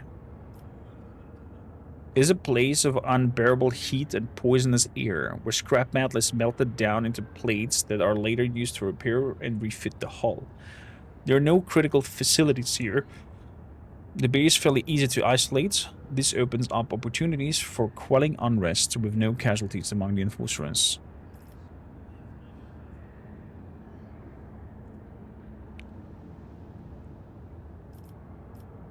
Shut down the last important systems on there.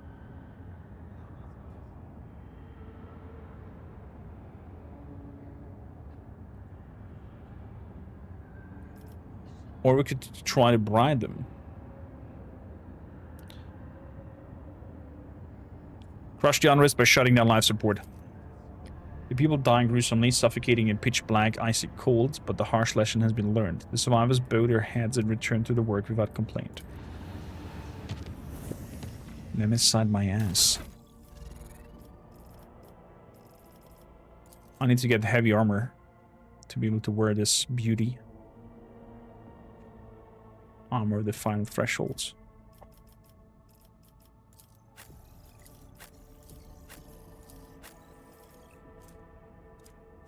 Something better on you. Something better on you. Okay.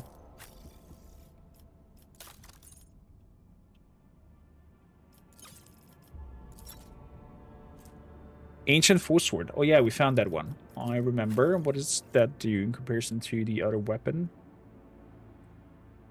So it deals additional damage. And armor penetration, they stack.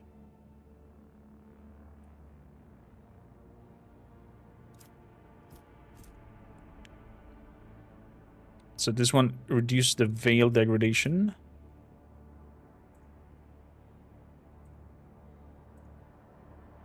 This one takes away. Oh, let's have armor penetration. Zoom.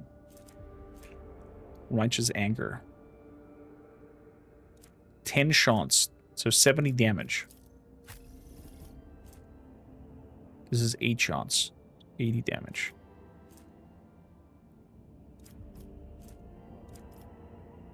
Not bad. Also, the swords are very nasty for close builds. Gladiator has his close back. Want to check that? So Gladiator has his close back. He's attacking as he should be.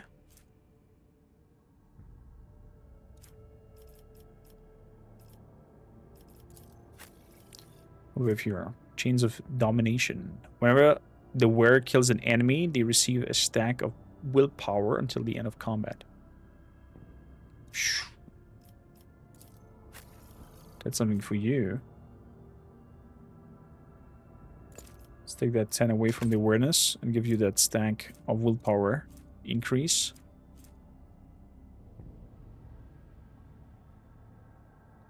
Good strength aware +3 dodge until the end of combat for each side party use. It stacks. Yeah, that's a lot better.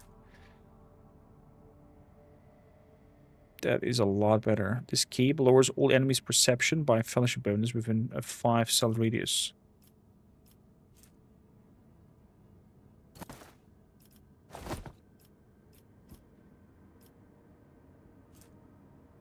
If there is an overseer using their archetype abilities, grants them fellowship bonus and temporary wounds.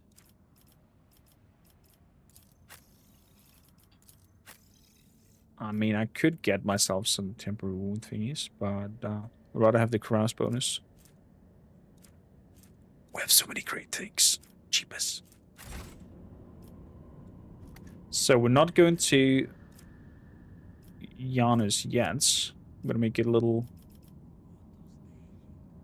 spot over into this direction.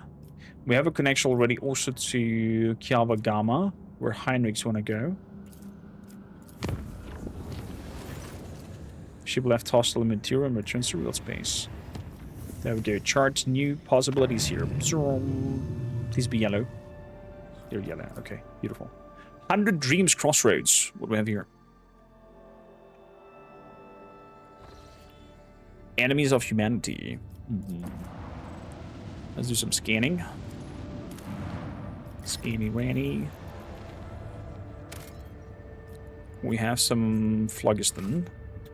I'm not sure I want to grab those yet. Do we have some contracts? Only 4 people. Damn it. I need mechanisms. Anyone knows how we can get mechanisms? I guess we need to get Kibellah Gamma first in order to get the mechanism spots. In the scan. Promethium 6. It's not bad. I'll leave it for now because we have only one digging thing left. Nothing here. Death to the heretics and glory to the emperor. Now we're gonna get our ass whooped.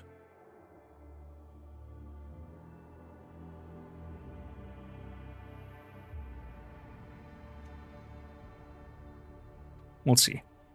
We'll see. Rich, thank you kindly for the follow as well. Missed it earlier.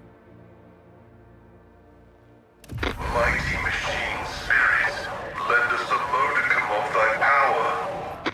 Murder class cruiser.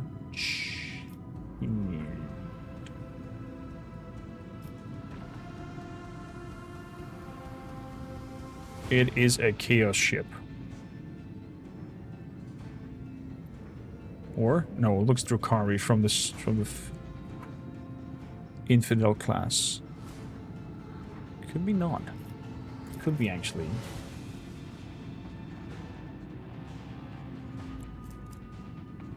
Staring into the abyss, it has plasma batteries, psychokinetic madness.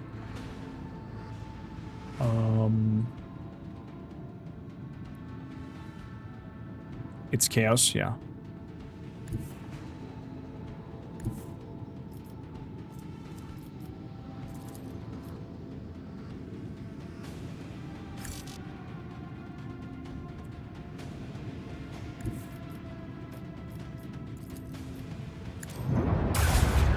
Zoom. Flash batteries, volley! Whoa, that was a crit. That was a massive crit. Those are really good hits. Really, really good hits.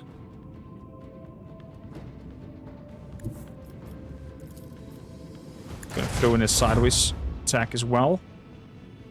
And then we're gonna put out a torpedo. And I'll turn you into a direction.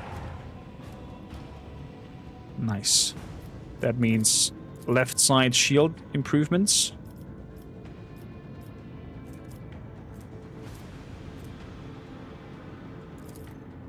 And I'm moving a little bit away from you, if that works.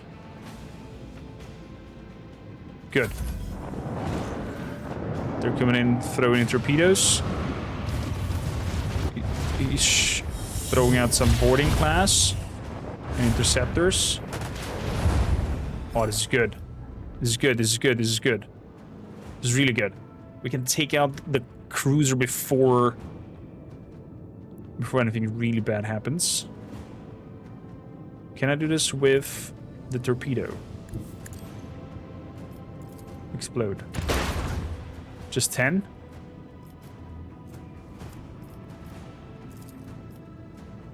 Let's increase our range. The left side shot. Beautiful.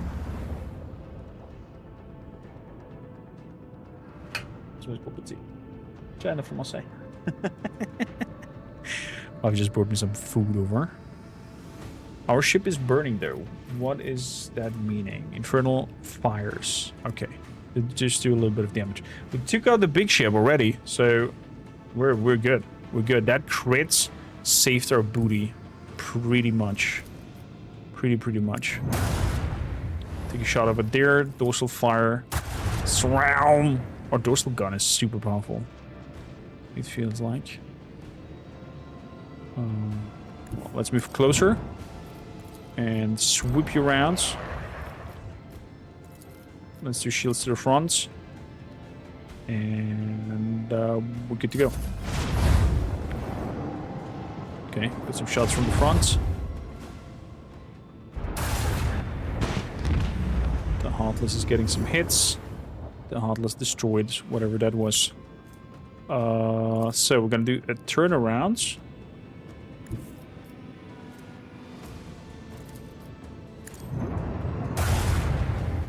Oh, they want the fighters. Infidel Raider class. Don't care about the fighters.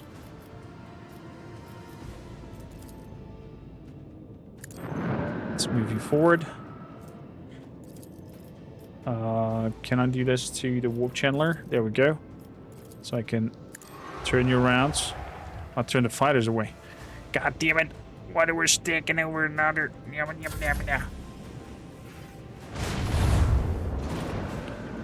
Come on, Heartless. Yeah. There we go. Good job. Good job. So, shooting some mass laser, dorsal laser, surround,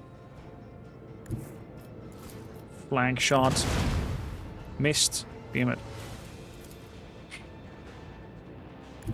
Turn it around. Come over here. Warp change.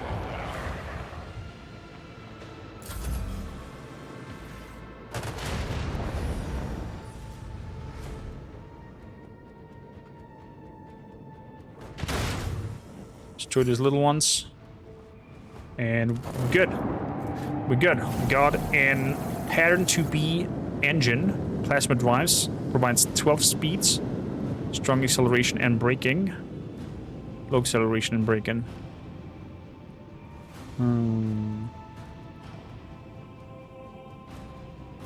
I think I'm gonna go for this one. Straight up upgrade the ship as well. Nice one. Nice fight. Did it. People are happy. Ability scan is pretty neat. The Imperial Storm is also pretty powerful. Let's grab it. And let's have the boarding party.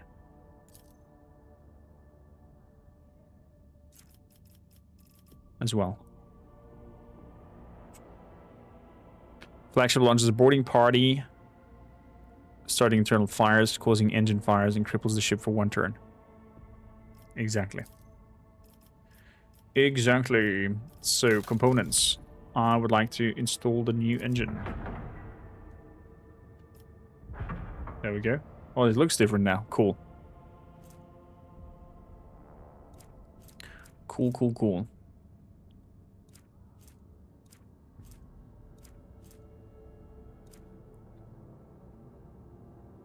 Goodyo.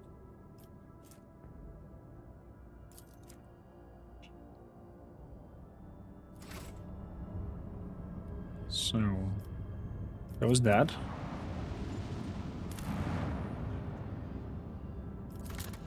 Well, Dark, thanks for checking for Kinecon for the exact details. I'll appreciate it. Good, we got some trophies. I think we could give them in to maybe get even more ship compartments for the ship from the trader. I think that is doable, or could be doable.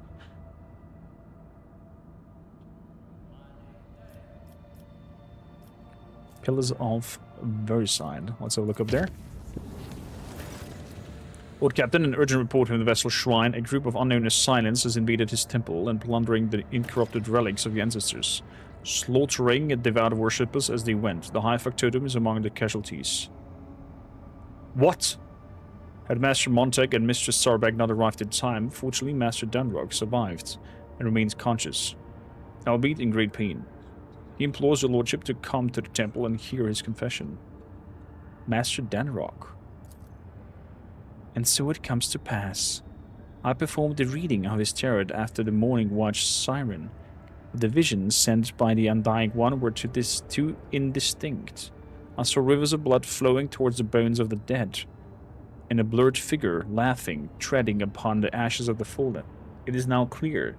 The Undying One desires me to follow the figure's tracks. Thus my hunt begins. Okay.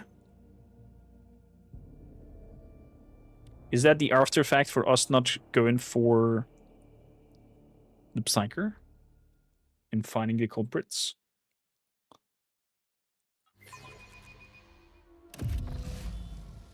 Holy crap. So many dead people over here.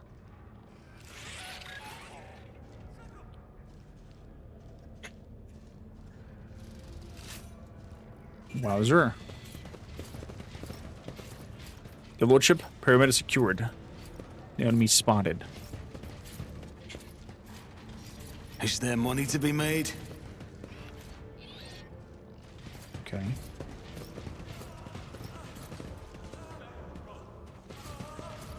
Who's that over here? An ancient-looking chainsword. Ooh. Skeleton inside the sarcophagus is holding a spherical object gleaming with gold.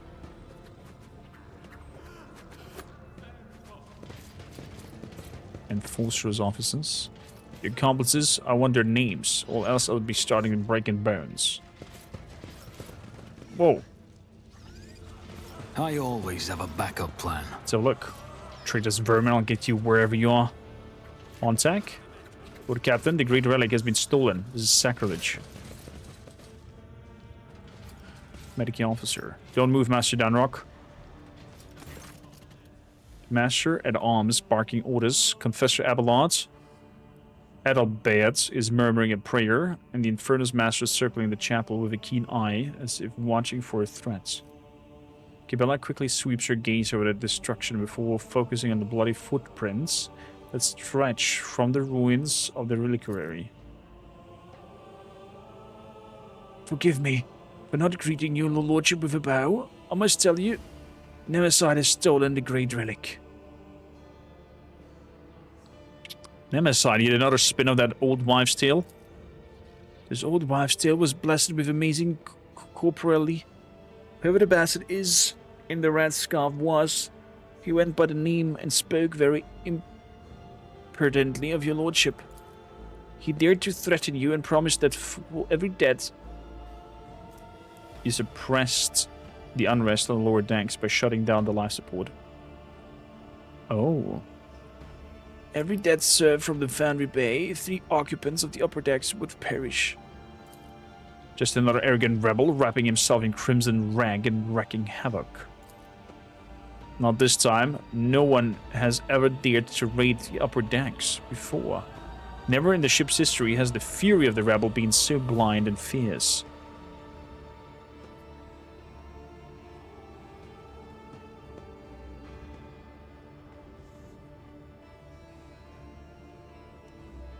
Yokasa, how did the renegades manage to sneak all the way to the upper decks? They had help. We discovered the hidden corpses of several chapel attendants. The traders took their clothes and led Nemesis and his accomplices straight past the patrols. They were good people, pious people. They never slighted a serf in their lives. Why punish them? I swear these innocents will be avenged. May the Emperor be my witness. Yeah, notice what happened here. Servant Red, headscarf burst into chapel and started shooting. The leader made for a relic, the remains of the honorable rogue traders, brought here from the mutant's solid crypt, and when I realized that the secret ashes of your ancestors were about to fall into the filthy hands of a heretic, one intent on desecrating the glorious dynasty, could not be allowed. I blocked his path. The bastard allowed himself to few vile insults against me, which I'm obliged to admit, but I did not give in to the provocation. I was hoping to buy myself some time. Then the so-called Nemesis dared reveling the customs of the ships, berating its officers and enforcers, before insulting the very name of your lordship. I threw my glove in his face and demanded the duel, but the honest villain just shot me. He laughed at me. He depraved the creature. And then he commenced sacrilege by stealing the relic and shattering the sarcophagus. Forgive me, your lordship, I failed to preserve the secret ashes. Inspect the empty altar behind him. The relic has been brutally smashed, and the bed on which the secret ashes of the past traders is now empty.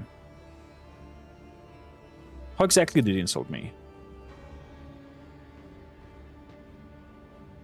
I insist. He called you a ghoul who sits on the throne of bones, feasting on the raw flesh of his servants. Why did you wish to see me so urgently?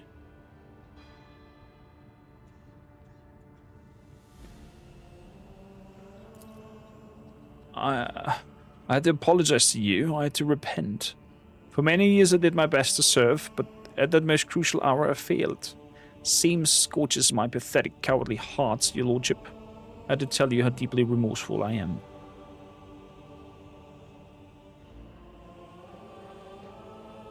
Hold on, Yandris. I will not let you die here.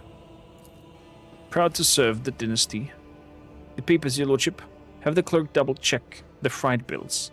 I did not have time to get the seals. My will is in the left-hand drawer.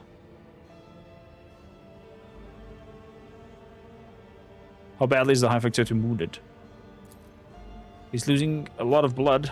I advise to hurry, Master Denrock should be on the table as soon as possible. I'm holding on, your lordship. What matters now is that you recover the relic. Some miracle preserved Master Denrock's life long enough to address you.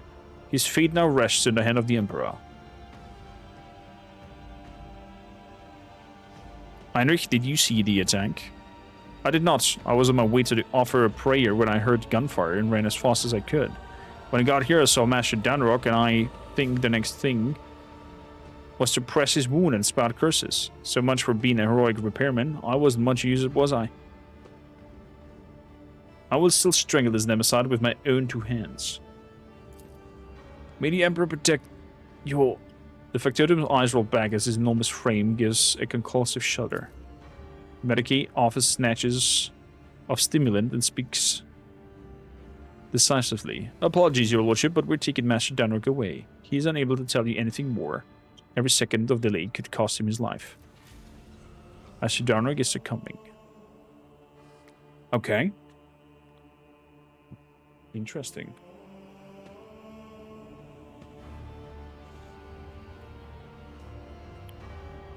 Heinrich watches the limp body of the Factotum get carried away.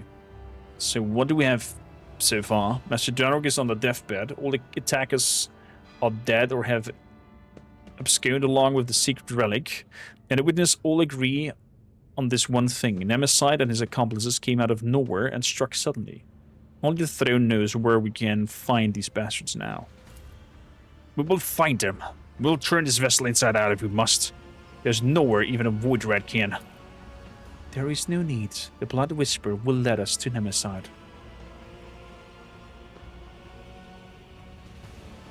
The Blood Whisper? Did you perform another divination? Yes and no.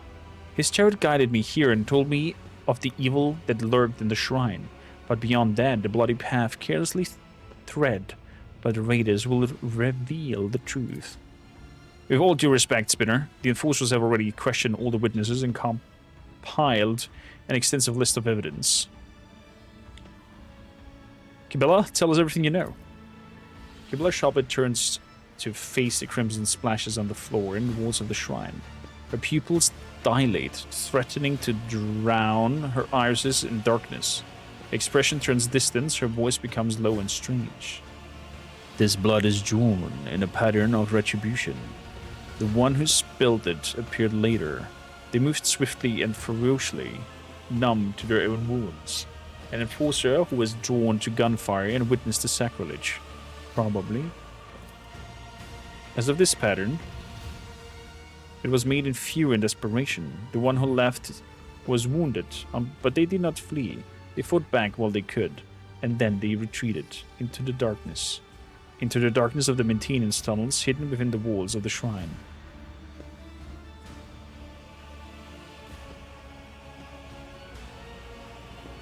If the attackers have escaped through the maintenance tunnels, we can send the enforcers after them. The technical quarters extend hundreds of meters in different directions. Nemesis and his men must be familiar with the tunnels and possess either a map or a guide.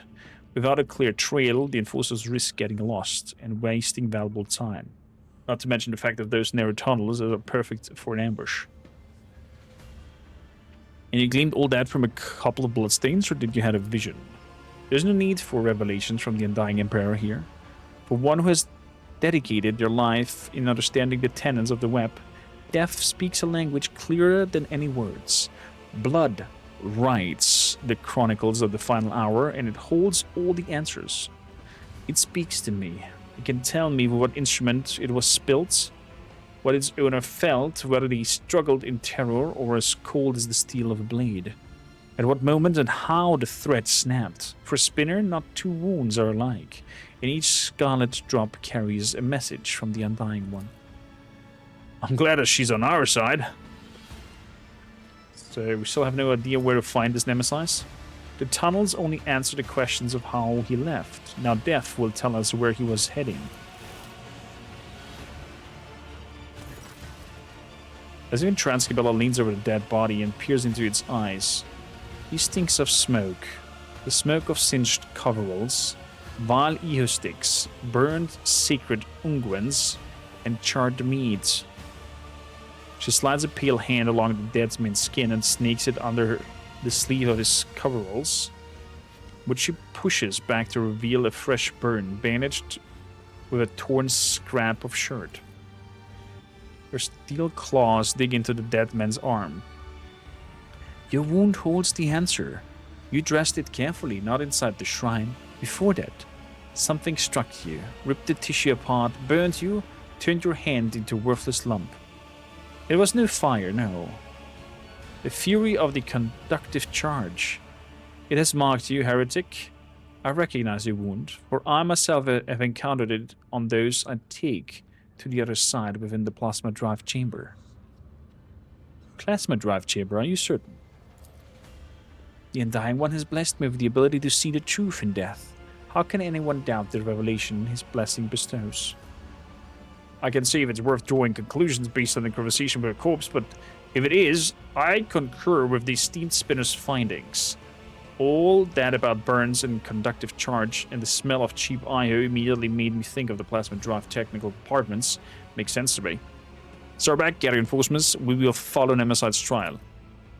No, Domin. You must stay. You are the one that Nemesis has challenged. And those who hunt you now... Those we hunt now know you by sight. We will frighten away the prey, and we will lose the trail until the next tragedy occurs. So what do you suggest? I will go alone. I will track down the Force Champion and all who serve him, and I will prepare the grounds for your own hunt.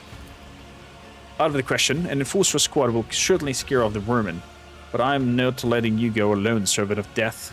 You and I will go to the chambers together, and together we'll bring down all who have dared to insult the Lord Captain. I'm going too. I have a couple of good friends in the plasma drive chamber, the nosy kind, who know everything about everyone. Convincing them shouldn't be too difficult, especially if I pull a few favors. I'll be 3 of us then. What a company. So be it. But not like this. Much like your faces. Your guises are too conspicuous. Kibellah's right. It would be prudent to use a disguise. The enforcers will procure regular work clothes for us. We'll carry only inconspicuous weapons that we can hide easily on our tool bags. It will help us blend in with the crowd. Before I depart on the hunt, I ask Domin to bless me. I pledged never to leave your side, yet the hunt demands that I do just that. Grant me this permission by performing a ceremony of twinning. When your people have taken their leave, under the gaze of the Undying One will begin the rites. What is this ceremony? The rite of blessing for the secret hunt. With it, the Domin casts their shadow over the path of carnage. Under your benediction, I will strike harder and tread more softly. Very well. With your permission, Lord Captain, the Inferno's Master and I will take our leave now and set out to prepare the descent into the chambers. We dare not to intrude, your lordship. Okay. Sit down now, Domin, and listen. Let the ceremony of twinning begin. Using a finely honed blade, Kibellah carves an intricate symbol into the floor. She then produces a small bundle wrapped in incense-laden parchment and sets it aligned. You are my Domin. I am your blade. I am honed by your blessing. My arms are strong, while your will is strong. And as long as the Undying One hears your prayers, my feet will go unhurt. Her blade kisses her palm, and dark blood begins to trickle and spread over the bottom of the ritual cup that has just now appeared in your hands. With our blood, with our will, we shall spin a scarlet web, the symbol of the hunt. May it herald our praised demise. Kibellah puts the dagger into your hand, and you suddenly feel how heavy your eyelids have become. Your heartbeat slows inside your chest. Her words lingered and rush through your mind in a deluge. The heavy scent of incense envelops you and makes your head spin.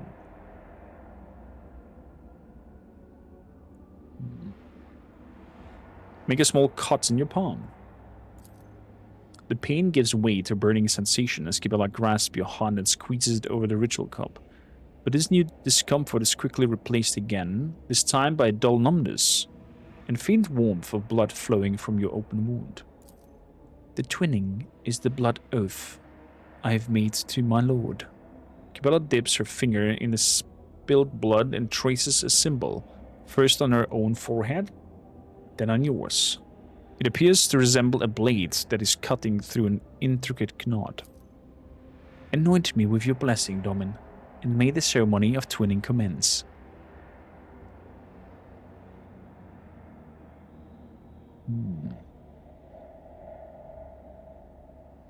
Interesting.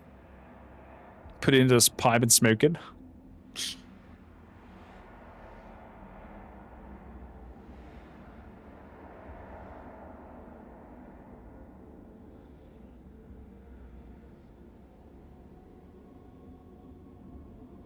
May your fury and resolve be unshakable. One who follows the thread of the web fights not out of rage, but with a mind as cold as stone. Nevertheless, rage can become a potent weapon in the hands of the Punisher. I understand, and I accept your blessing. Either Panda, how you doing?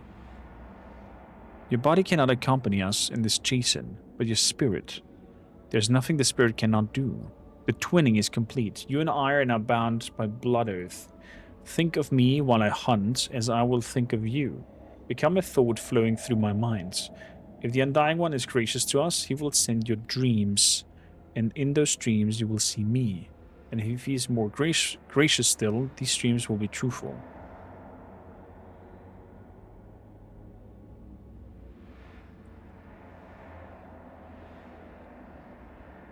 I trust you, Kibellah. Let us begin. Watch now, Domin. What does thy seeing eye behold in the converging patterns of the blood? She draws your attention to the symbols she has inscribed. You see shifting images of blood, a spider crafting a fine web, blurred shadows that could resemble either swarm or void rats or an enraged hound, crossed blades, a card of the Emperor's Tarot. But as soon as your gaze lingers on any of them, reality bleeds through the fluid shapes. Soon your spirit will be able to follow me. I will bid the servants to carry your body to your chambers, where you will not be disturbed. Wait in silence and safety. For me, the hunt has begun. Kibellah's footsteps fade away, melting into the same impenetrable darkness which your consciousness is extinguished. So we are completely drifting off because of whatever drug she gave us. Holy moly. Holy moly. There's also something I would like to watch with you guys. And apparently around August we will we will target that. Also munchies.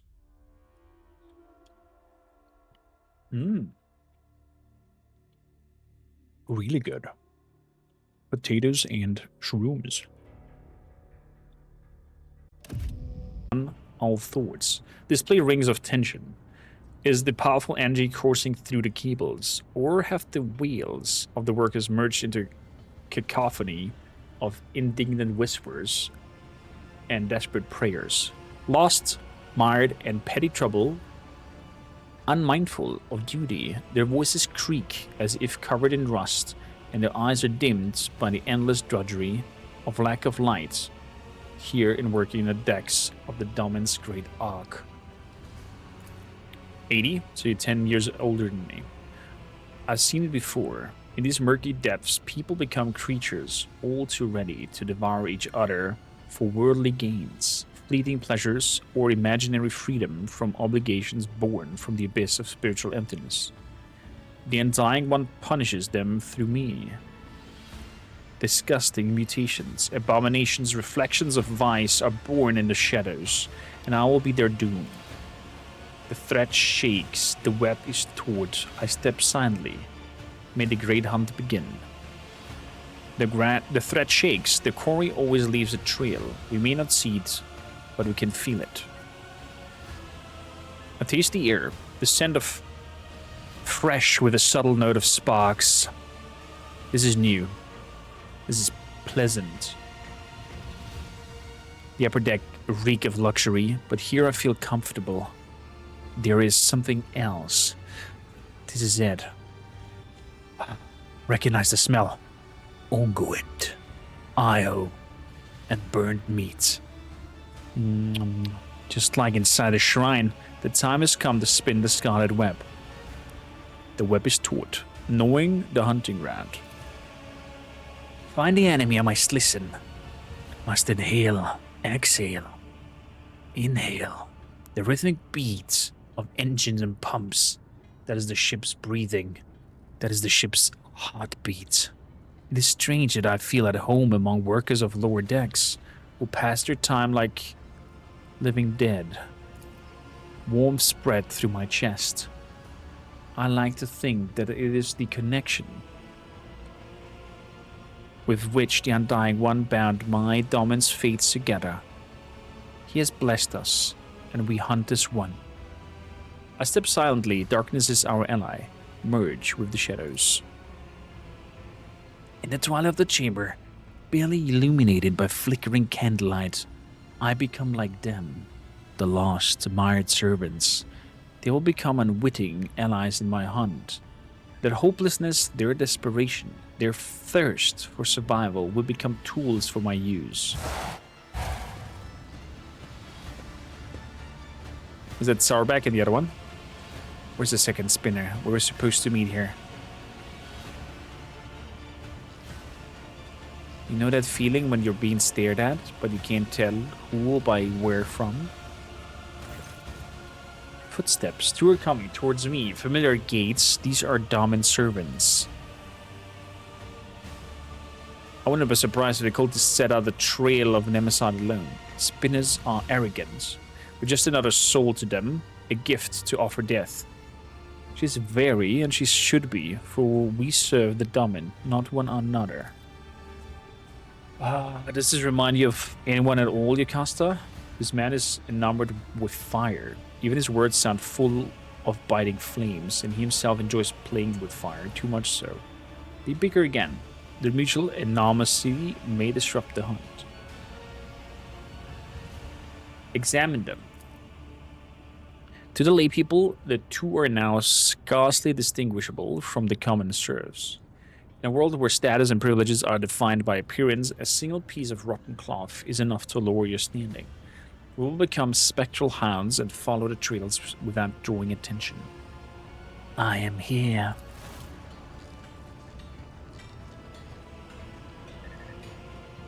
That's a long way to say I am here. There she is. Welcome to the Plasma Drive Chambers, esteemed Holy Assassin. You can exchange pleasantries later. Lieutenant Godirda is on duty in this compartment. I have ordered her to gather information on all the workers who were red scars and who have recently left the bay. The enforcers know nothing about life in the compartments. I guarantee it. I have a better source of information, a good friend of mine who knows a lot about delicate matters. It would be easy to get him to talk. He's terrified of pain. And death. Only the faithless fear death. I will not trust him. Let him trust me, so that his trust may become a snare for my hunt. I cut him off with a gesture. The methods of hunting are not mine, but I take the grain of truth from the words and weave it into my plan. We need to provoke them into making a move.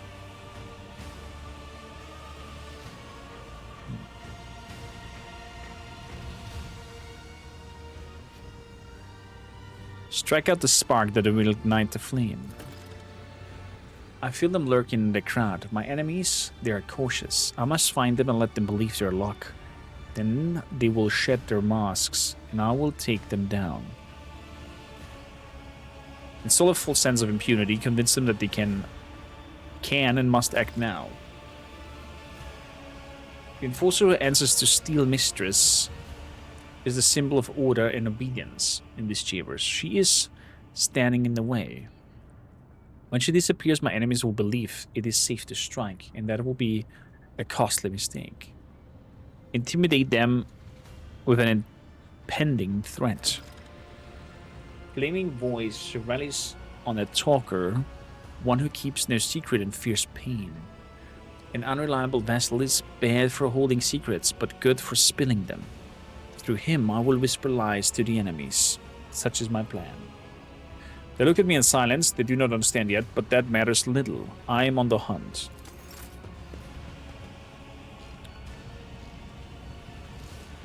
Reactor Attendant Overseer. Death Cultists. Can I switch my clothings?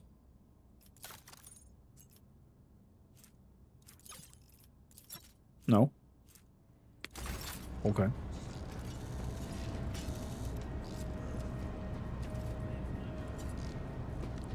Tank Nomad. We got their goodies. What was one of them goodies? Aha. More goodies.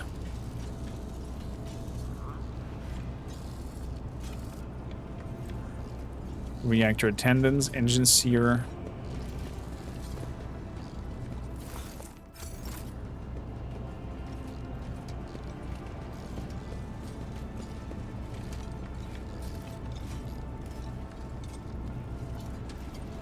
So let's go up here along the roads. Another step, another thread.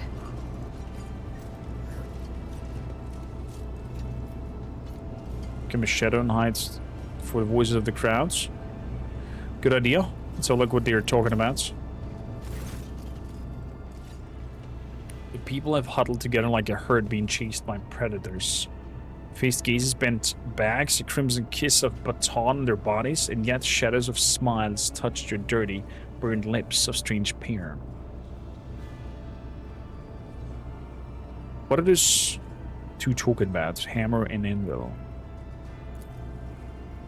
And then lever smack you right in the kissers. Ha! Give you a ticket tooth.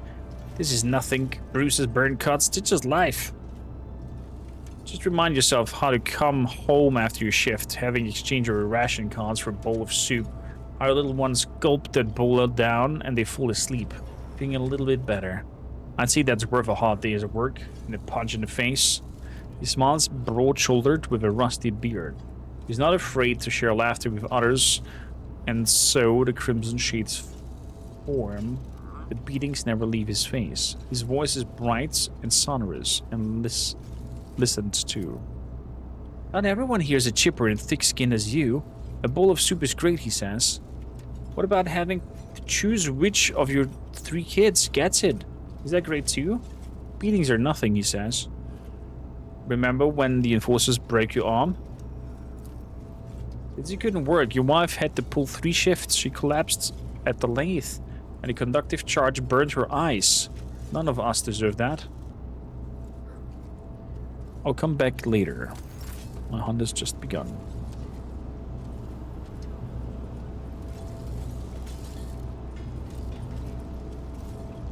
What about here?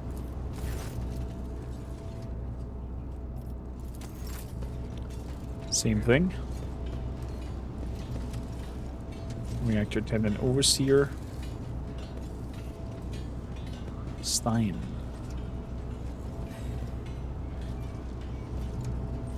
There's somebody with a specific name.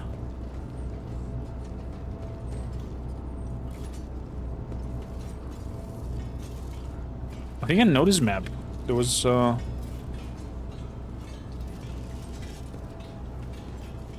never mind. Stein. Long time no see, Spindle. Tell me, what does the silence taste like? Everybody knows silence doesn't taste like anything. If you're not earned rations, you better start dealing in words. He speaks casually, but his voice is slimy and slippery. He's unclean, he knows it. He is unrepentant. That's funny look, Heinrich. You have a funny looking company. Are you here to sell or buy? And before you answer, remember the first rule, every word has a price. Are we bargaining for information with this lowlife now? Is it a duty of every serf to aid the rogue traders and his associates freely and willingly? Oh boy, here it comes. Was that with you? In a Fostra? In a spinner? Do you want me dead? If anyone sees me talking to you, they'll snap my neck. So off you go.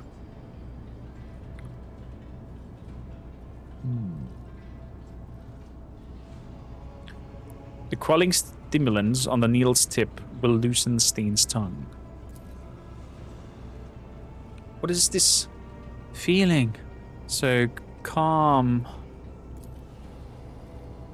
Fine, ask whatever you want, but then leave. My reputation cost me a lot, Surf Blood, and I don't earn it. I have trampled into dust because you people happen to stop by.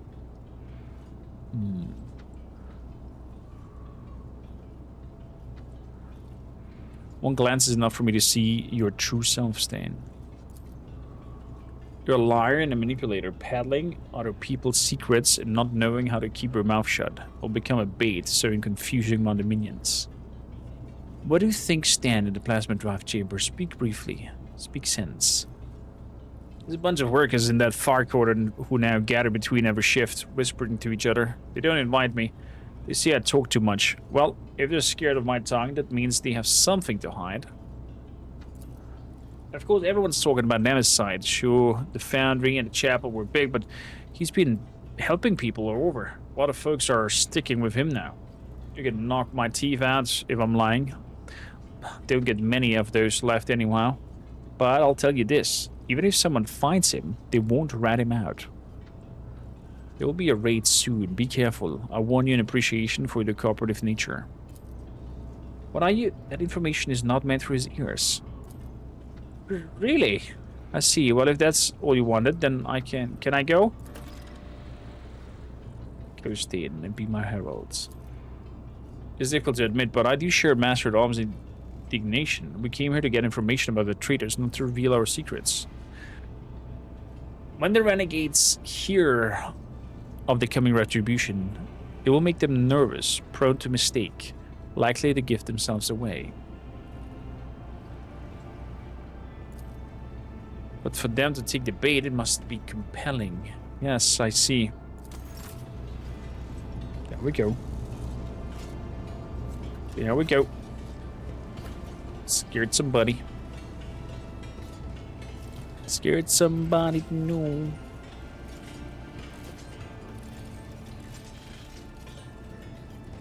Servitors. Engine seer. Reactor attendants. Back the man over here. Turn on servitor.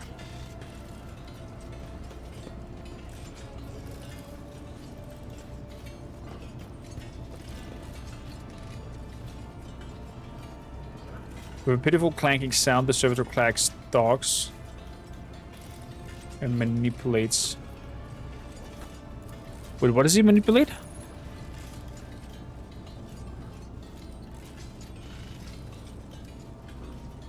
Begins to perform the necessary manipulation on the conjugator.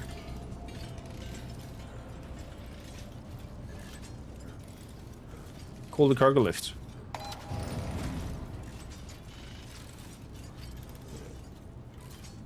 Oh. Is that a puzzle over here? With the with those fellas? It looks like it. To an servitor.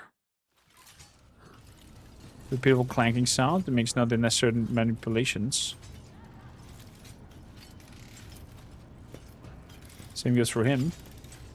And if I now call the cargo lifts.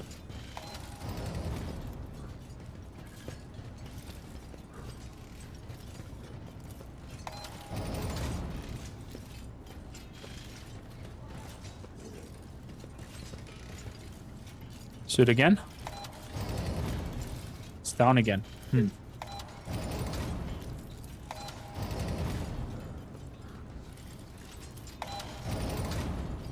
I am confused. What if it telling me around?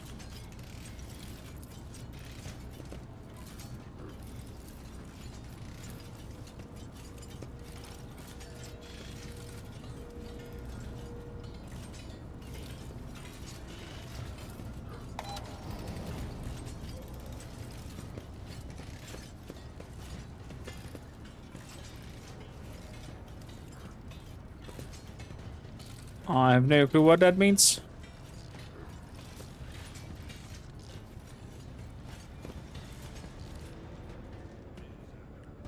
Like the servants.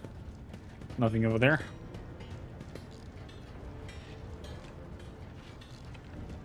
There is whip.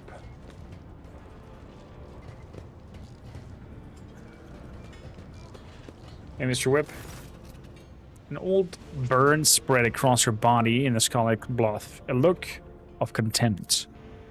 While you're looking at beggars, you finish your shift, you go to barracks. You start your shift, you check in with the foreman and get work before Matilda comes to pat you on the back. And Matilda, I presume, is that wonderful, not at all intimidating baton of yours. This is the Walking Dead reference here. With Negan and the bats. I guess your disguise is working, but I would rather not spend the next few watches in the med bay because of a misunderstanding. Infernus, Master. Master at Arms. Apologies for not recognizing you, but ma'am. Good yet now. We're conducting an inquest. Answer the spinner's question. I hope your report will be useful. Whip what the scars can reveal to me. Day after day, she watches the serfs labor away, exhausting their last vestiges of strength. Now, there is no compassion in their eyes. They are simply a resource she is commanded to use and then discard. She hates them because she blames them for her pain, her wounds.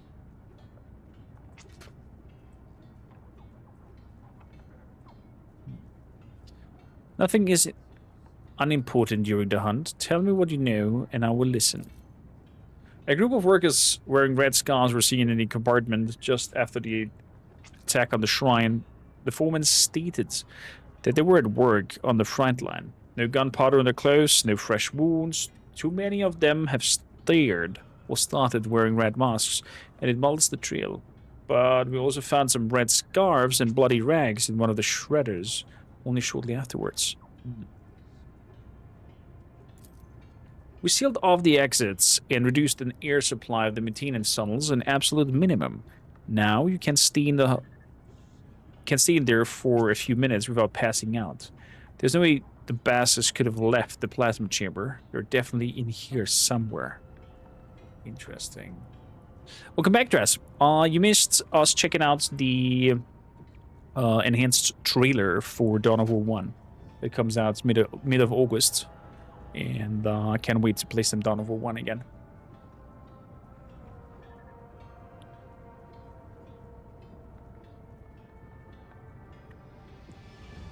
Let enforcers converse, we'll keep an eye on those around us.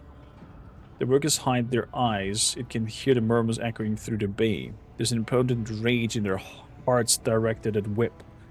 For she is the embodiment of very order they despise.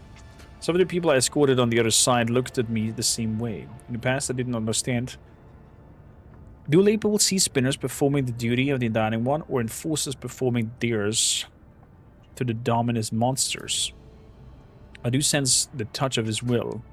The Undying Emperor wishes to bestow a revelation upon me in this trying hour.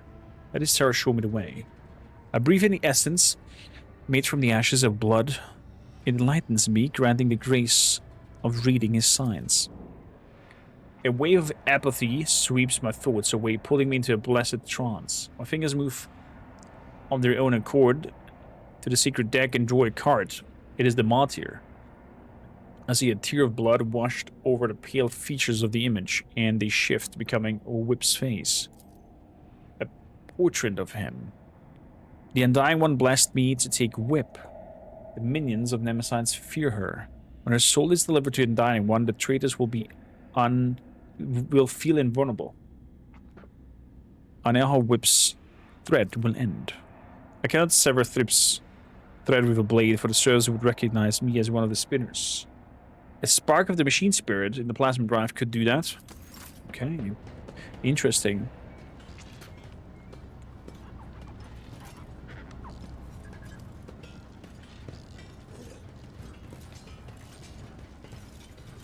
A reservoir of technical fluid. If it leaks the power con. Oh, that's a good idea.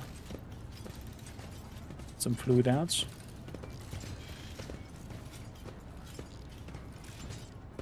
Carrying out the will of the Undying One.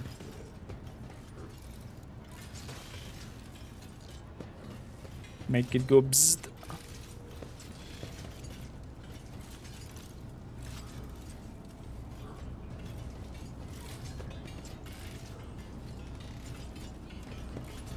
So there's something with these servitors over here.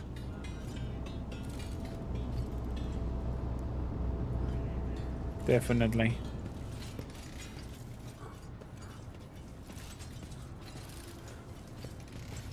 So, does he see that there's a puddle burning?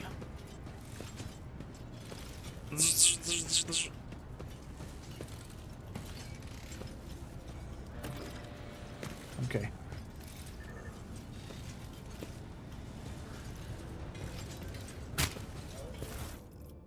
Kindly. So, there must be something with this cargo thing.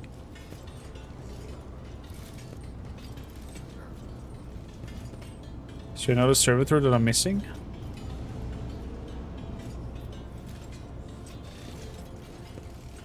Or am I not good enough in awareness to see?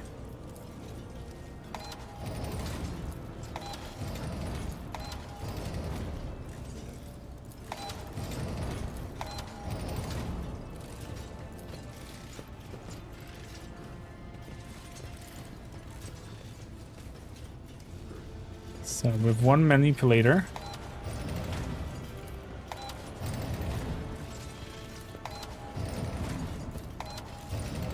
Okay, now nothing happens.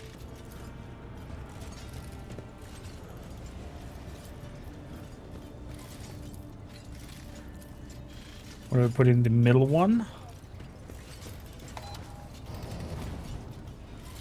Okay. Middle one brings it up to here.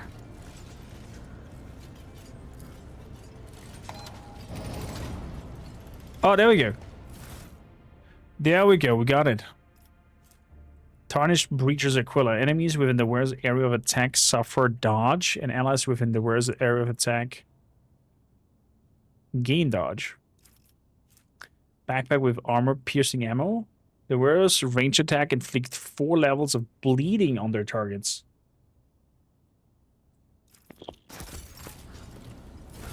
Holy crap. Okay, that's massive. That's massive. Okay, we've figured out the servitors riddle over here.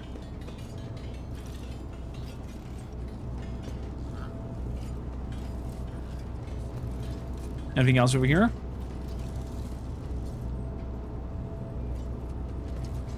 No. Okay. So we get rid of the enforcer. We can now become a shadow of the crowds, because I don't think there's anything else that we could have done.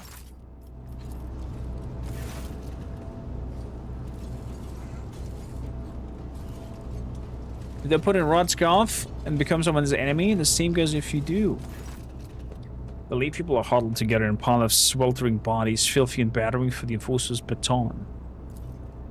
The plan appears to have worked, Spinner. The air itself is charged with something, and is not the conductive charge. The serfs, they are steering.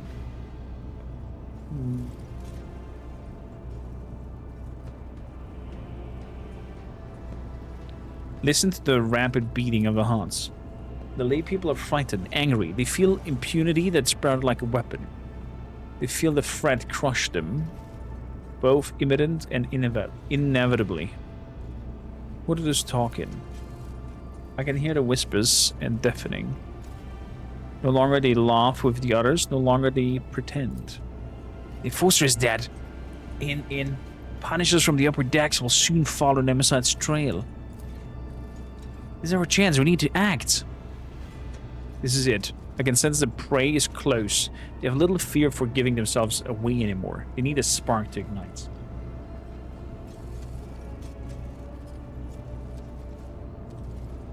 Wait for the right moment and then light the spark. They tell us this is how it meant to be. And just because they were born in the upper decks and we down below in the darkness, it's really the God Emperor's will that they grow fats and fruits of labors, revel in luxury while we die without the bullshit medicine.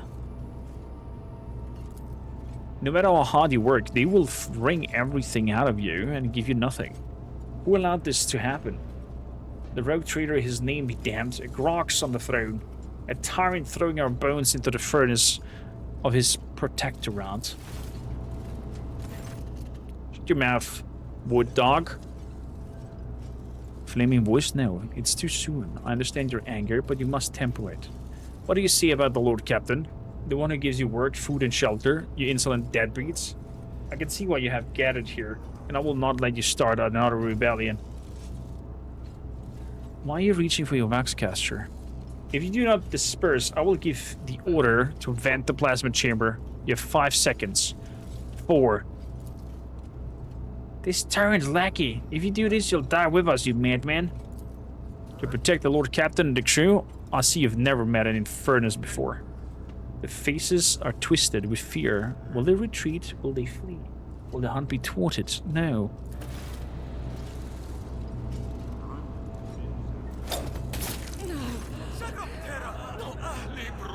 Small throne blade flies out of your palm and draws a scarlet line across Anvil's neck.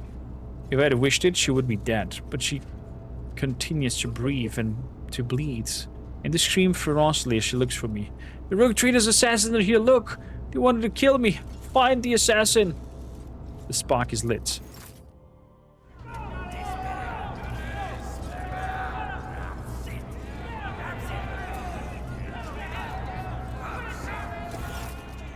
The lay people press in from all sides, pushing and shoving. Their faces are ablaze with terror and rage.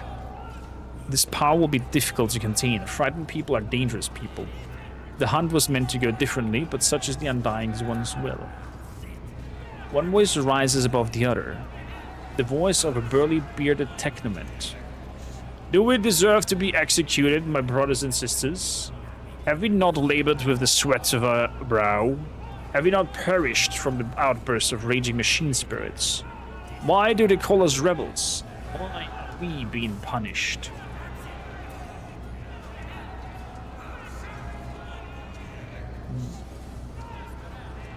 Think about Domin. I turn my thoughts to him, for it is his people that are standing before me. What would he do? The one whose thread I anoint with my blood.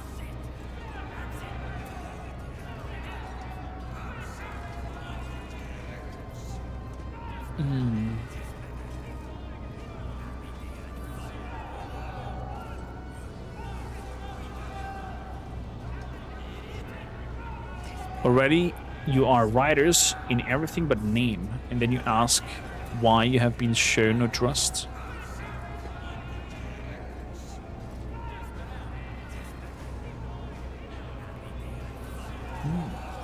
Already, you are riders in everything but name, and then you ask why you have been shown no trust.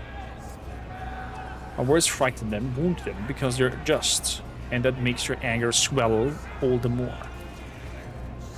Why are you surprised? Have the officers ever treated us otherwise? A new voice, sandpaper rough, tears through the rumbling of the crowds. Its owner is ragged and filthy, and a feverish gleam burns his eyes. His words inflame the people's minds. That's because you're afraid of them, but they're not afraid of you. They have the almighty baton. All you have to do is... all you have is the source of the power that feeds the whole ship. Why shouldn't they take you for granted? It serves you right, you cowards. His ugly shriek spills the venom upon the sweating faces as they slowly draw closer and closer. Senses a smell hanging over the crowd. I take a deep breath, and it's something stupefying, noxious. This is no ordinary odor, but something subtle and foul. It carries the same stench as rot. Skinny and scrawny, Rot leers at me with his gaping mouth. He's nobody who's nothing. His body was wasted away from disease. His hands are 5 fingers short. His fate is sealed. Turn my thoughts to the dumb. I address the one who commands these people, who possesses the authority to execute and pardon. I'm gonna hear his thoughts.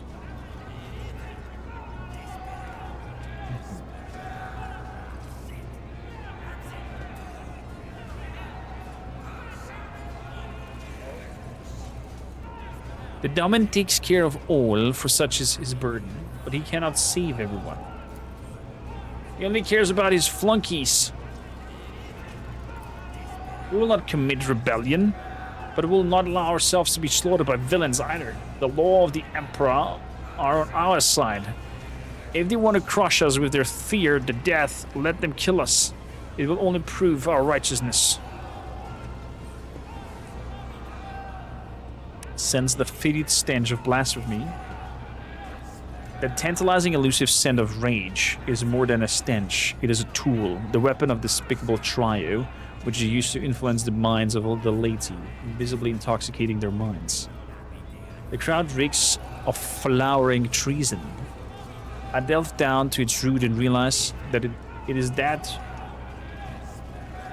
what it is that rejects his will, so his secret privilege is being attacked. He alone chooses who may journey to him, but these 3 instigators, they are determined to make this decision for themselves, dragging the souls of all around into the fires of violence with them. They are impudent upstarts to have put themselves above him and above me, the second spinner of the blood-spun web, his chosen servant. The realization of such audacity burns my very soul.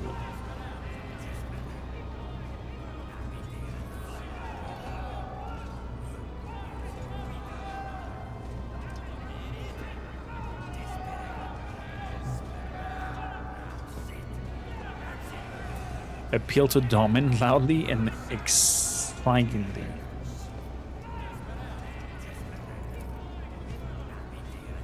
But the noise around me drowns my thoughts.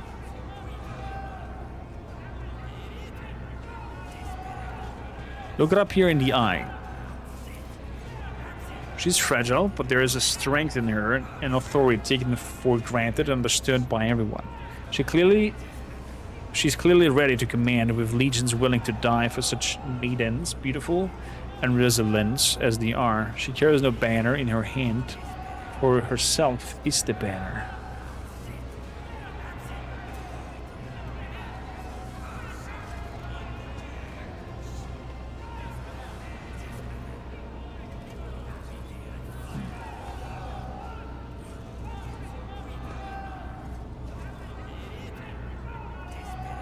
Use my throwing knife to take an idle swipe at Rapio's face. Seal your lips, heretic!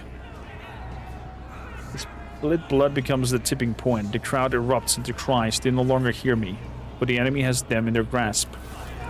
Shame. They surround me, threatening, pointing fingers, cursing. They dare not to strike, not yet.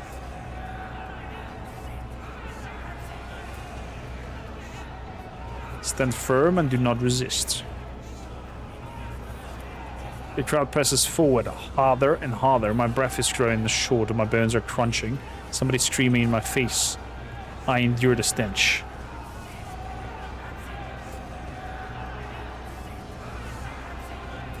Stop. You're committing treason. They hear me no more. Lose myself in a dance of blood. I can bear it no longer. The blades in my hands sing. The blood streaks across astonishing faces. I'm done speaking and exhorting. I merely dance on the thread that I've spun. I bestow death and blessed wounds. I catch a glimpse of the rapier's cloven face and furnace open belly. Rod's severed hand falls at my feet, and its owner flees howling. I dance and breathe so freely.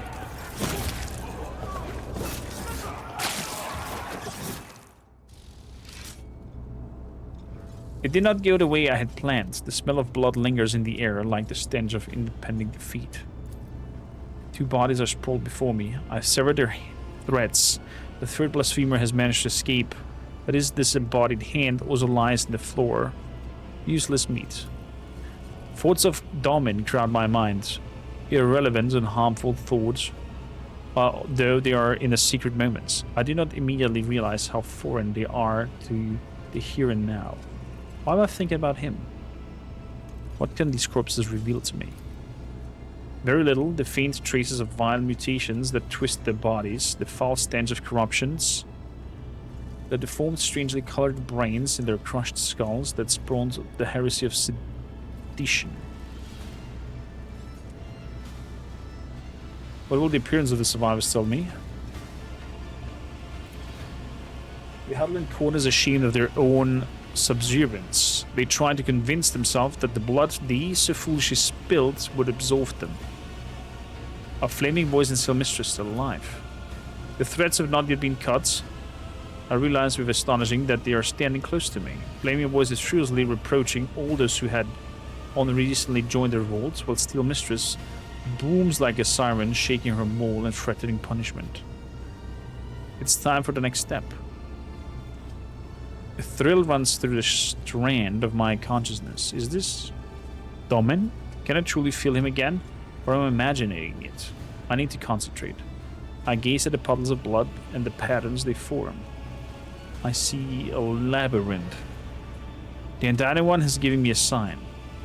My hand finds a sealed case in which his tarot cards reside. This time for divination. In the blood of the dead, it revealed to me the name of their only master.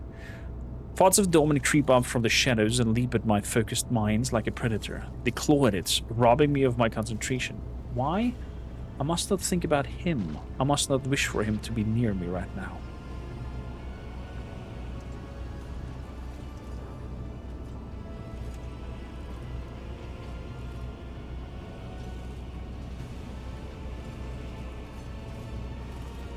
Prayer will restore my focus.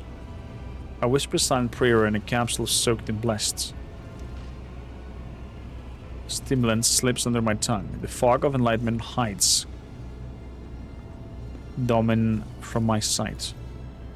A stream of blood gushes across the floor and his tarot cards lie in the carmine splatter. Everyone in silence stares at me. I'm reading the omen. I'm toward the beginning of the spread. The Hounds. I gaze at the card and a depiction of Astra Militarum armored vehicle that bears the formidable name. The pursuit of truth, sacrifice, and victory. This is me, and I'm on the right track. Draw the hearts. The Harlequin. Inverted. Lies, manipulation, a shadow play blocking my path. But it also a lie exposed. A deception that must be revealed. A deception. The preacher. A man who carries an idea or proclaims it. But who is it? Nemesites? One of his supporters? Someone already slain or someone still alive? The divination is unclear, and so I draw a fourth card. It is dangerous to ask more of the Undying One, but I must know. The Aquila. His holy image watches me from within the cards, and my heart grows frigid with the knowledge of what is represented. The Undying One has manifested his omen in the traitor's blood. The hunt has begun, and will be completed by the unveiling of a great deception. Our enemy is elusive because he has a powerful ally, one who espouses faith in the Emperor of this vessel. The ship's confessor is in league with the Nemesites. It will be the next prey. I should be thinking about the hunts, and yet my thoughts now lie only within the moments I will stand before Damin. Once more I tell him what I have seen. Will he be proud of me? Will he be pleased? This is wrong. Oh, she has a crush on us as well. That is so cute.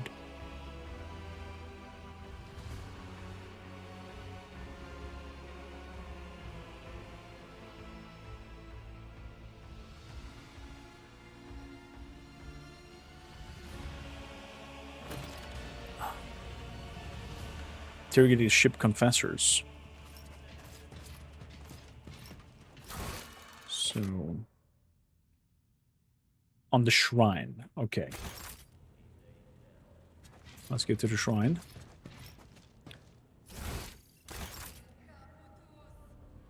Wait, I'm on my bridge right now, right? Yes. Okay.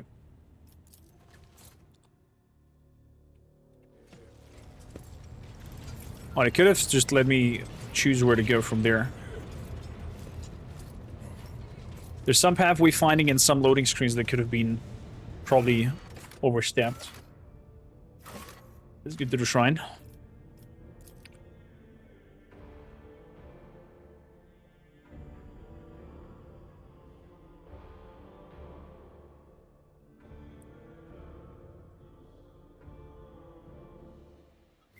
And save some time.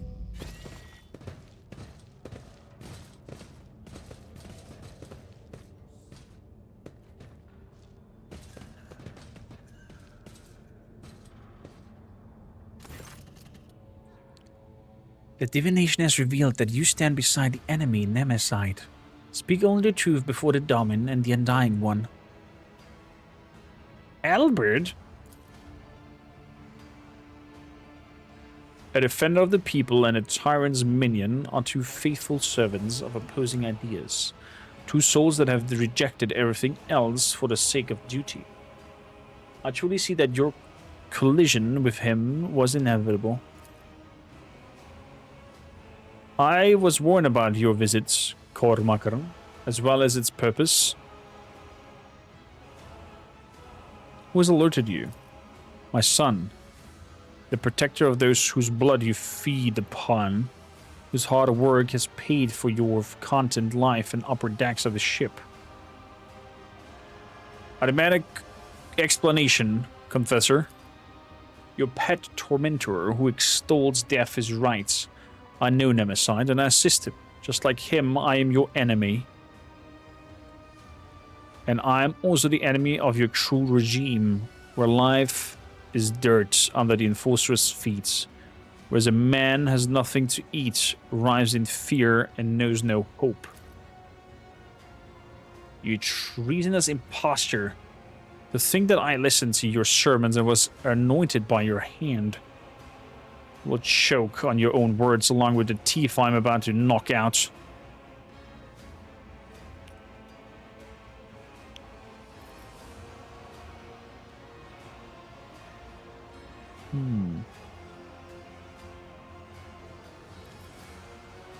And you were so good about moaning about the servants he killed. I grieved for them, but they were unreliable. They could have compromised us. They had to die.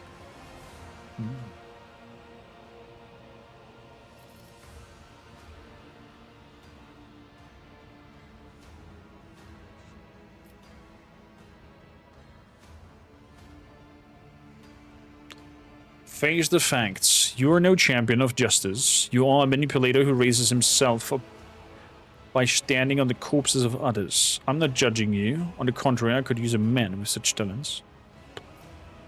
No, no, no.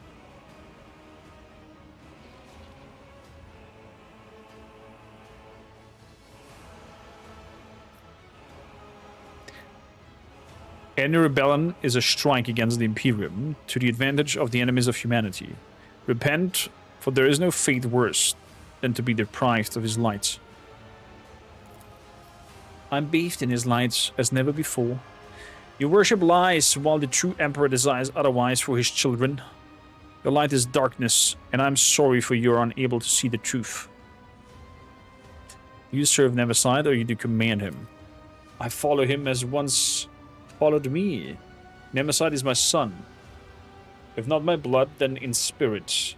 I took him in as a willful child and have fostered the best of him. A passion for justice. The indomitable flame of a fighter. An unyielding determination. I've been prepared for many years. You have raised a living instrument that serves a purpose without question. Such is the purpose, to be hope, to break the shackles, to end centuries of torment that have passed aboard the ship, a great sacrifice for a great cause. You should be familiar with these ways, except that instead of so freedom, you were raised to be an executioner's sword. What else were you lying about? My last confession? Why not? I'm not Adelbart. That was the name of the initiated from a clan of confessors who have passed away from disease many years ago. I was born in squalor on the lower decks. And at the behest of them, he falters as he wanted to add something else. At the behest of the... What could that be? At the behest of M. And it was the Emperor's command that I took Adelbart's place through deception, pretending to be him. The dead man had inherited much influence and many thrones from his clan, which hastened my successful rise through the ranks. But it was not for wealth power that I did it. I accepted the burden of hard work to empower the common people, to pave the way of liberation from oppression and injustice. And my part is almost done. Who could he mean with M? Who could he mean with M? At the behest of the Ma.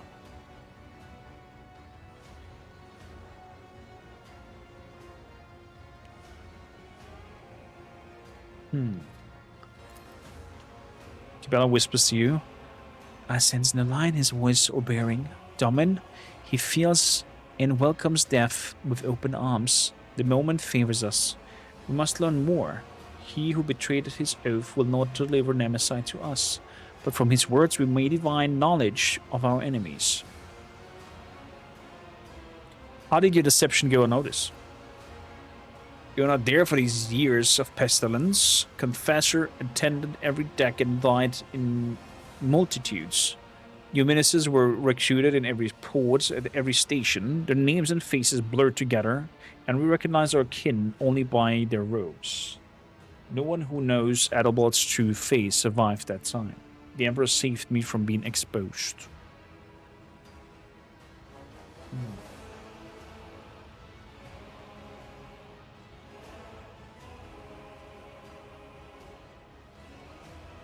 Your liberation is rooted in betrayal and bloodshed. This is war, Kormakr.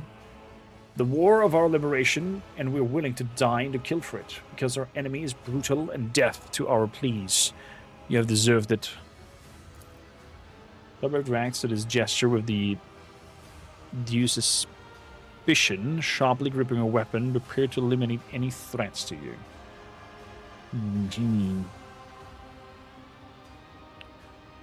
Are you hoping he will save you now? No, we decided otherwise. I'm not worth him risking his life, so do not accept to capture him through me. My son has not attachments, for they would only make you weak. He will gladly sacrifice himself for his dream of liberty and equality. And I must do the same.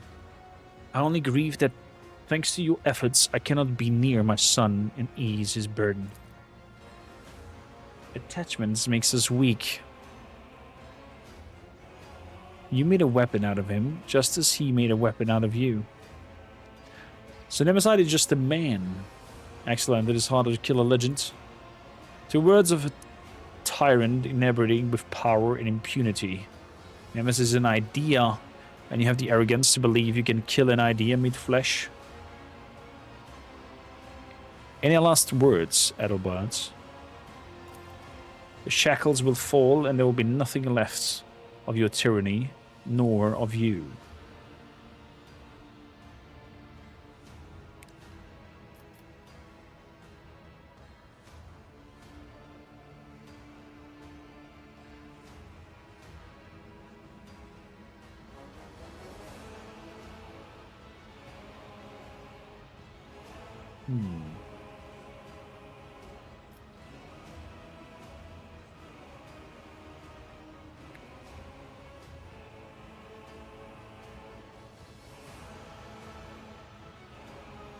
Kibellah, it was you who found him, therefore it is up to you to pass judgment. Kibellah takes a step forward and makes a straight, sharp, sweeping gesture. Death has whispered your name, betrayer of vows. The judgments of the Undying One awaits you. You seem to have mistaken my humility in the face of death for submission. It is not for you to decide my fate. I will make my choice myself. I will surrender my life in the fight for our future. I will die, but I will take you with me. He clicks his fingers, and initiates who have been standing humbly around turn to your direction. The white robes open and reveal a variety of weapons. For Nemerside, brothers and sisters, for freedom! Lord Captain, it's an ambush. You've been waiting for us. Here's a grenade. Protect the Lord Captain. Sarback is dead. She doesn't seem too bloody. You've been ambushed. The battle begins. Okay, so I cannot reposition myself. Fair enough. Good. Confessor, Abelard. We have some sharpshooters. We have some insurgents. Rebel fighter. Gunner. Fighter. Initiate Zeke. Fighter. Okay. We have a lot of people around here.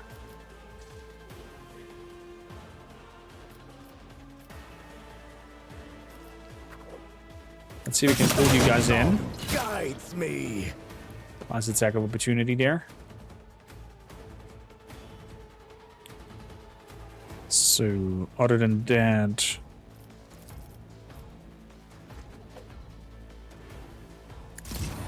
put a killing zone up there. Get 3 to walk up there. 2 points. So I can give...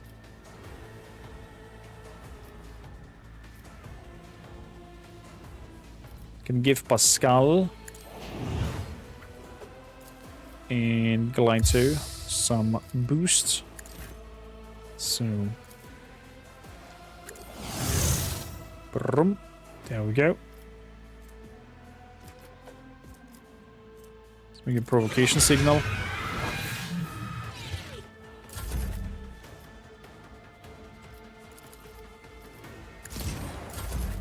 Good. Kibellah.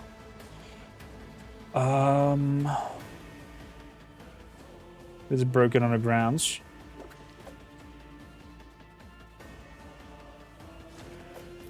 Is there anybody who's standing next to each other? Not really.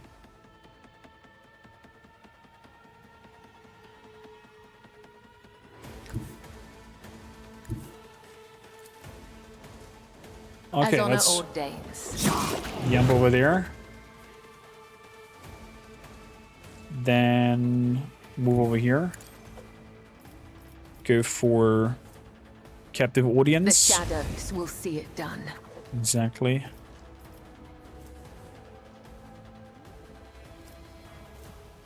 Raining blood. Definitely. And also reckless abandon.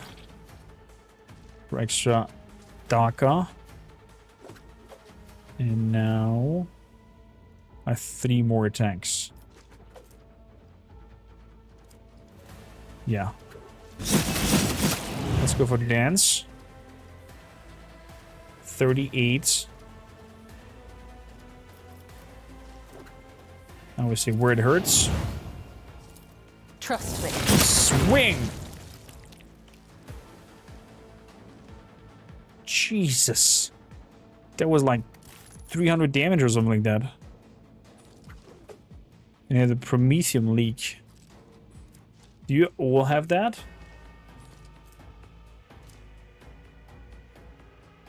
Are you all reeled with explosives? How about you? No, just fire grenades. Okay. Yeah, you're as dead as possible.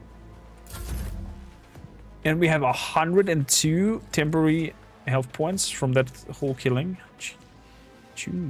Okay. So moving over here. We're going for rapid fire and Faith concentrated without fire. deeds is worthless. And to get a shot. I'll do it. Good. That one is dead. Then we're going for you. Steady superiority. I'm gonna do a reckless As the rush. Emperor commands, I act. So I can stand more or less right next to you.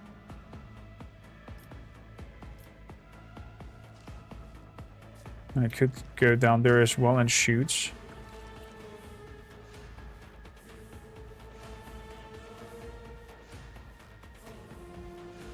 Well, let's go over here and shoot you to bits.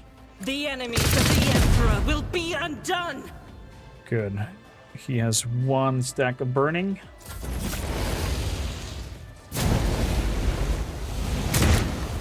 Went in there full-on burning action. So, kormakrtv. Let's boost the doggo. Any advance he's doing, he's doing extra damage. There we go, 44.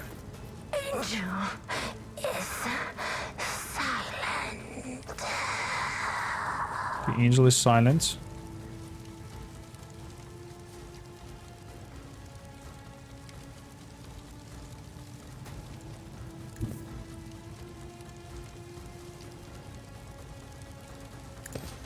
So let's move over here, send the doggo into the other insurgent over there. 69 damage. Very good.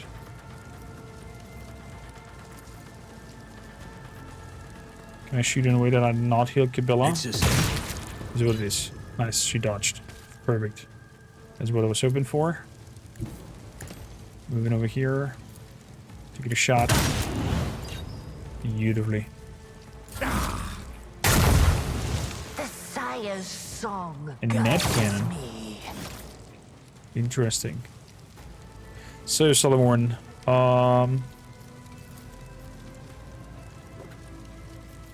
so the same shield. Glato, we're Advanced tracking. this task. Get him. It's a nice bites. Not enough damage though. But decent enough bites. Hit him with the shields. Triggers an attack of opportunity. Very good. So we've now to run.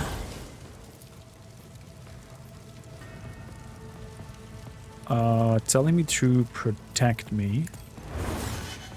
So I can walk up here. And he follows me. And I can tell him to go bite the gunner. Causing some bleed on them. For arriving. Very good. And now make him go on his own. He's trying to run. Not happening. Just to chew through the armor.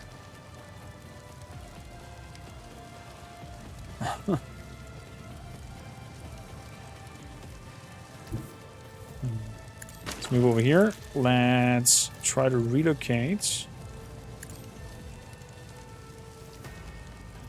our lovely BB. Till the end of combat, oversee abilities, ignore cover. There we go.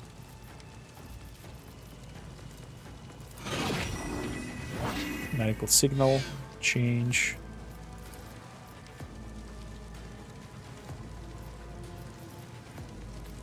So I track him, doesn't work, okay. Do the machine spirit over him, doesn't work either. I could make tactical knowledge to get 3 stacks of that. And then we're gonna make an group shot over there. Let's put some more analysis charges on the front guy. Boom. There we go. There we go.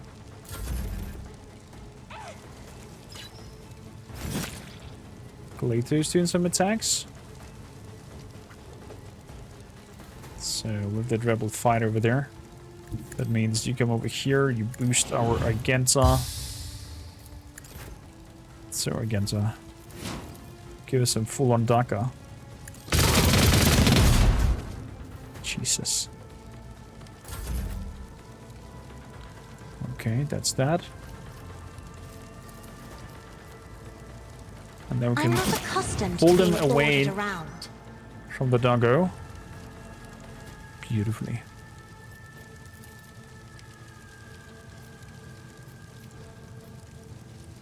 And then I can tell them the fear skill. Me? If you insist, Lord Captain. For another attack of opportunity. Very good.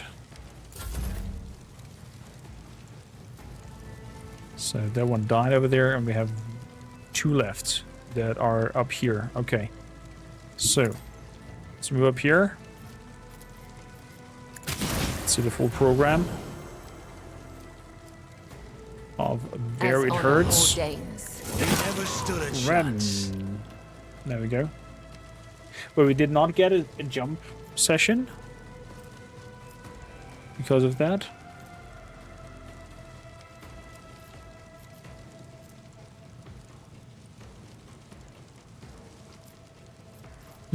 That's a shame. Either that is a bug, but I should have get a jumpy thing. So. Eradicated. There we go. We got them all.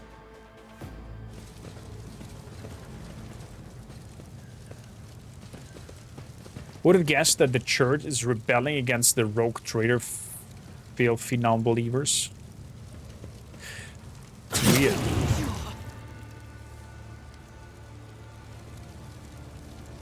The battle is over and silence the siege against the upper chapel. Flakes of ash roll quietly in the air before coming to rest. The blood trickles slowly across the floor. We know now much more about the enemy. About just how deep the poison of conspiracy runs within the veins of our ship. But a bloodspun web has wrapped itself around its base too tightly. The Nemesite can no longer hope to escape. Lord Captain, we have a prisoner. Permission to finish off the cur. Down with the tyrant.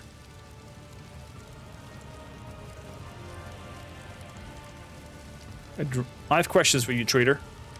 I'm glad you like the answers. Why are you serving Nemesis? He promised us freedom. Where's his handout? Even a confessor didn't know where it is. He was afraid to spies. Are there any other senior officers helping you? Officers? There's no one else among them who is pure. They only care about power and gorging themselves on the scraps you throw them. How many of you mutineers are hiding in my ship? I want to know their names. I want to know where you meet. Everything. The confessor said every compartment has people who fight for our cause. He promised to take me into the circle of our most devoted believers. I've learned all I need. The initiate only looks at you sullenly. They were waiting for us. It was a trap. Yes, Lord Captain. Adalbert has been warned. Yet he chose not to flee. Instead, he stayed behind to set a trap. Did he really believe his madness would succeed? He did not want to survive. His only hope was to kill. Nemesis managed to turn his adoptive father into a blade pointed squarely at the Domin. Just as Adalbert himself had once turned Nemesis into a weapon, neither of them feared death.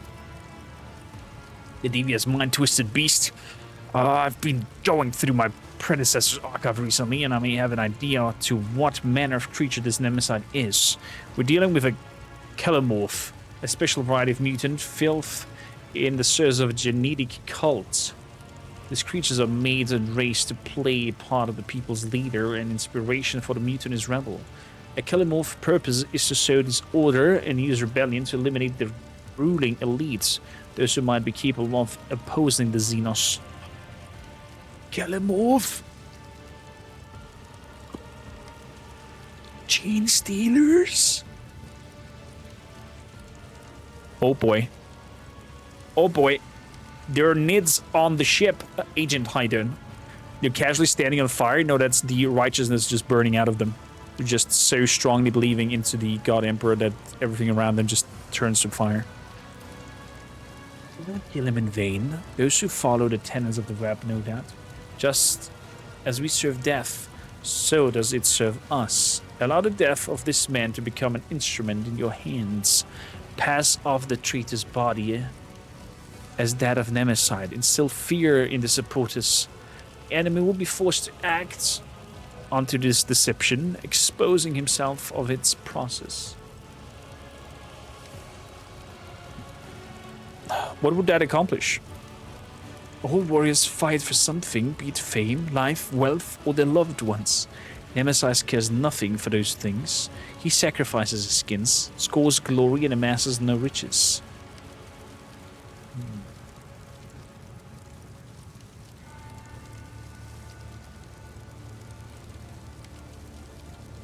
We will do as Kibellah proposes.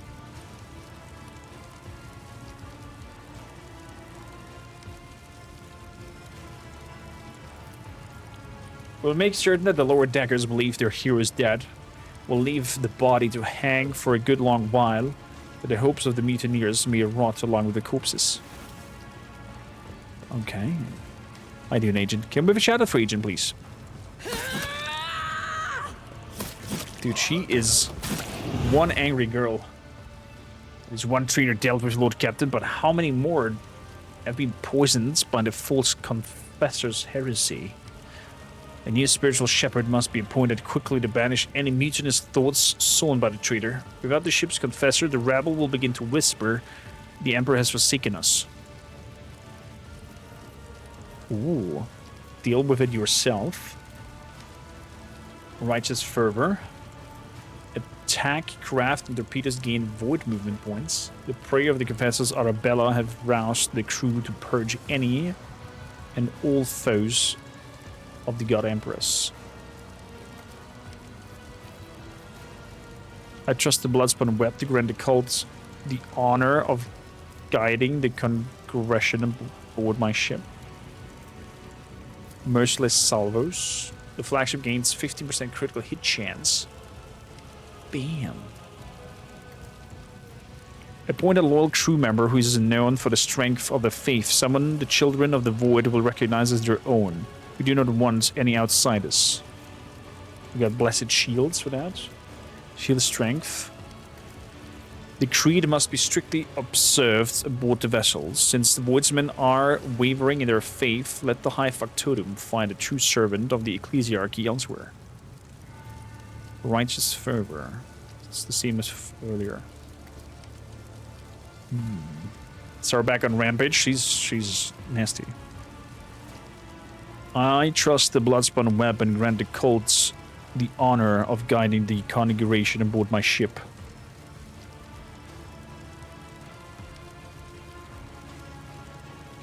The ship will turn into an interesting vessel. Your honor us with this boon, Domin. I will relay your words to the Vizier so that he may choose someone worthy. I will send agents to every deck. The next time Nemesite rears his head, which I'm certain will happen sooner, will be one step ahead of him, and not the other way around. Okay, can we please step out of the fire in the meantime? Sarback staggers away, and your gaze turns to the motionless Kibellah, staring at her own reflection within the pool of blood. Something wrong? I'm thinking about Nemesite, my adversary. The more I learn about him, the more I see a vague reflection of myself. A twisted reflection, perhaps, but all too familiar. Like me, he was forced to thread the path of servitude from an early age, stripping off anything that might stand in the way of duty.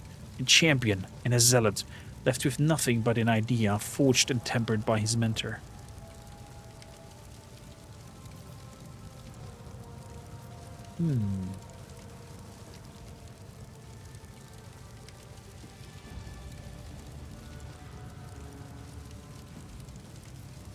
You are different. He's a murderer, but you understand the true value of human death. That is true. Like a puppeteer who pulls the threads of other people's destinies, tangling and severing them. When I cut these threads, it is only as the Undying One commands. With timely precision, I must stop Nemesites, so that I might save your subjects from premature death. Domin, our conversation is yet not over. Please stay with me for a few moments. There's something I want to ask. Oh. Kibellah makes a ritual gesture, but you notice her finger tremble. Domin, you need to know about what happened. You and no one else. During the divination that revealed Adalbard's betrayal to me, my trance was interrupted. Instead of converging on a single point, my thoughts were thrown off the impended path and I lost my thread. What distracted me were thoughts of you.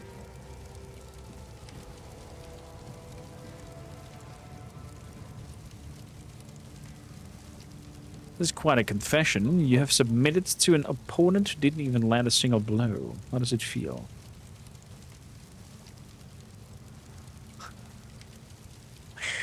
You're thinking about me?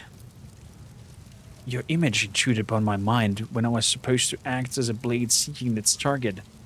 When all of my being was focused on fulfilling my duty, my trance was broken, and I committed an offense against the Undying One. I was able to restore my trance and banish all the thoughts that didn't belong, but that this happened is still worrying. You are dear to me. For so often, more so than I first realized. But my duty is to serve the Undying One. What if your presence in my mind, in my labyrinth, goes against the tenets?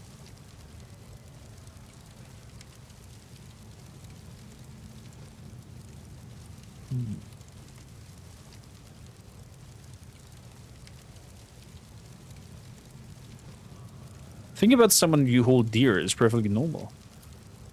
You don't understand. It may be normal for lay people, but not within the Bloodspun web. Not for me. If I lose control of what makes me a faultless weapon, then what be left of me? Domin, our feet are connected. We walk the same labyrinth. Tell me, what would you do if your mind worries were to dull your resolve and mar your spirit?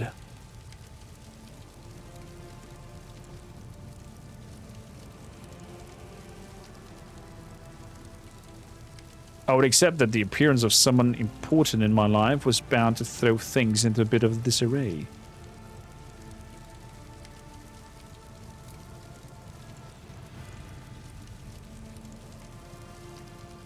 Your life is enough disarray as it is. Still, your ability to exist in the Pandemonium without losing sight of your goal deserves some praise. Kibellah gives you a look of a painful doubt and tenderness. Enough. Let us get back. Before she turns to leave, her fingers wrap around your hand and squeeze it passionately. Oh, so cute. All praise the goth chick. How goes your run, Agent, by the way? What do we get over here? Bad chainsword, rebel sniper rifle, heavy leather armor, fiery retribution. Oh my goodness. And enemy finder. If the target of the worst range attack fails toughness resistance test with a 10 penalty, that attack inflicts exhaustion on the target. What? What? God, we're getting more overpowered by the minute. So, from newest to oldest, we got earlier this backpack here. The worst range attack inflicts 4 levels of bleeding on the target. Backpack with armor piercing. I'm gonna take that. Yeah. Oh, shame. Would be cool if that lantern on the side would be active. Going well, getting out of Act 3 today, so probably have a couple of days left. Nice. Enemies within the various area of attack suffer dodge. And allies within the various attack gain +6 dodge for 1 round. It's just 1 round. Then I don't care. Then I don't care. If the target of the various range attack fails a toughness resistance test, it inflicts exhaustion. The next successful attack against this character will score critical hits. Oh. Could be something for you.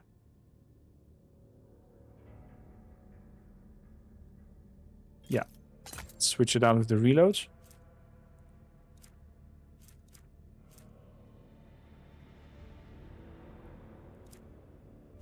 Perfect. Perfect.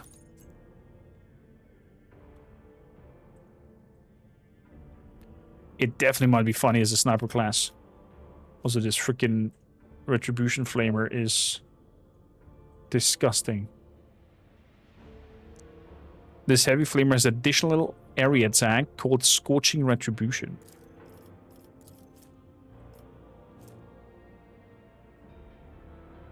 Sets the target area on fire. Psst.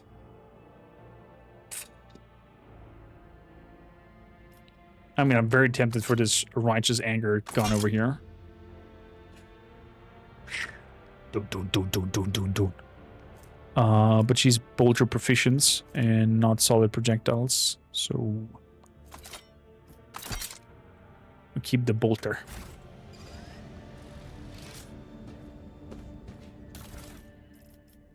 We'll keep the bolter. So, what do we have here? Gonna have a prayer. Pray! You recite a prayer to the one you remember best.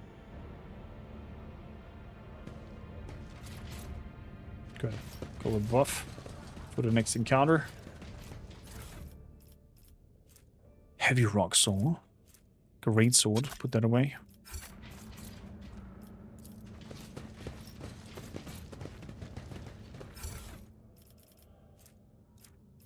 Better so we can throw back. Then we have some Webbers again. And of course the incendiary grenades we're gonna collect. Bridge.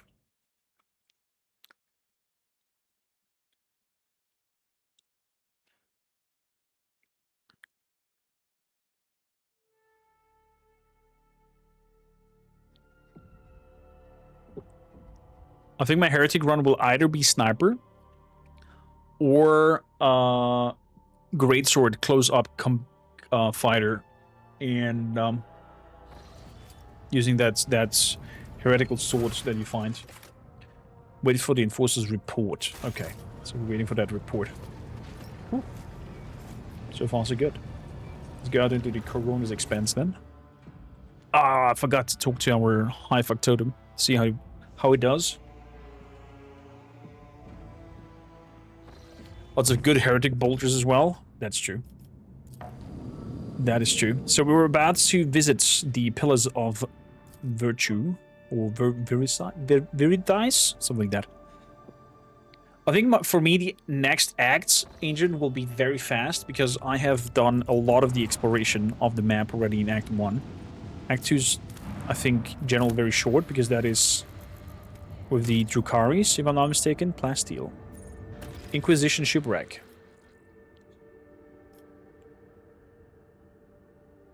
Should I bring Heinrichs along? Let's bring Heinrichs along instead of Solomon for this one. Golden, thank you for lurk.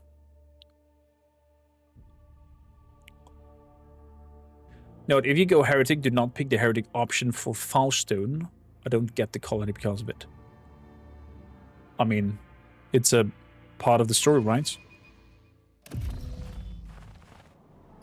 Lord Captain. So, Is there anything that I can improve on you? You have already a very good thing. You have a nice Imperial insulator shield. Look at that paladin. Shield swing is good. The toxic needle is not necessarily needed. So I could put something else in there. Let's go by type. Death shots, yeah.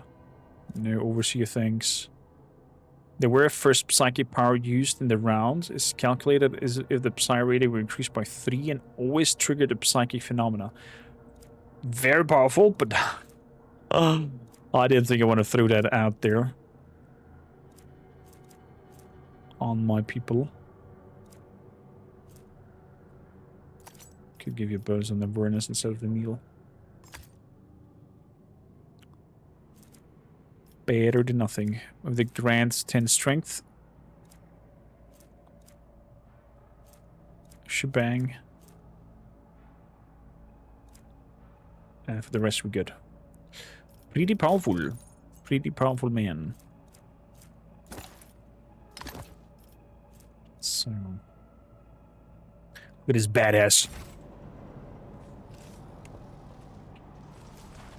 So. Dropped Inquisitorship. Ooh, shotgun over here. Are you good? Ah, shame. No bueno. Medicaid. These soldiers were killed by shots in the back. It seems they were executed by their own comrade. Rise to the top or get left in the dust. Sentry key card. That's good. Might come in handy. I could imagine Heinrichs might have some things to say about this wonderful place. Has done a lot of stuff though, including being able to do heretic things to the colony. It's a strange choice. I'm not a fan of design. I mean, if you choose to probably sacrifice Faldstone, then at least you should get some equivalent benefit out of it, I guess. Or at least a boost in your heretic level to give you some gameplay incentive. Let us not dawdle. Do you hear that? He's screaming. Passengers will keep their mouth shut. There's no screaming. No, I hear too. Everyone screams so loud. Me too. It's so loud. Please stop this storm by torturing us. These are unsanctioned psychers on the black barge. Something's not right. Once, combat position. Tell the bridge with suspicious activity.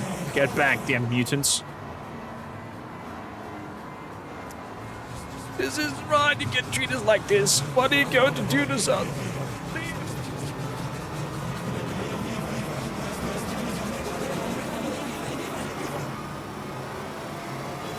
Embrace the gift of decay. The gift of decay? Papa Nurgle? Oh yeah, this is a black barge. I beg your pardon? Oh crap. Crude scribbles. We're not good in warp lore. Should I give her the warp lore book? Therefore she gets a little bit of more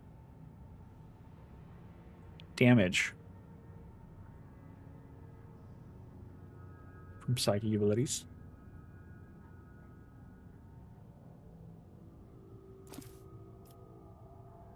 Yeah, let's take it away instead of persuasion. Being super high. I'm gonna go with that. You look at that! You! All this filth and disgust. Keep your wits about you. Asthmatic grasping can be still heard in the comment from the box. Broken box. Oh. You get a power hammer that's not even that good. Ah, that's a shame. That's a real shame. Embrace the gift of decay.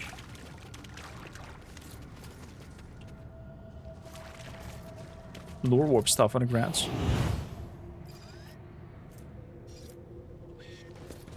Cannot decipher them. And Casa seems to having a harder and harder time.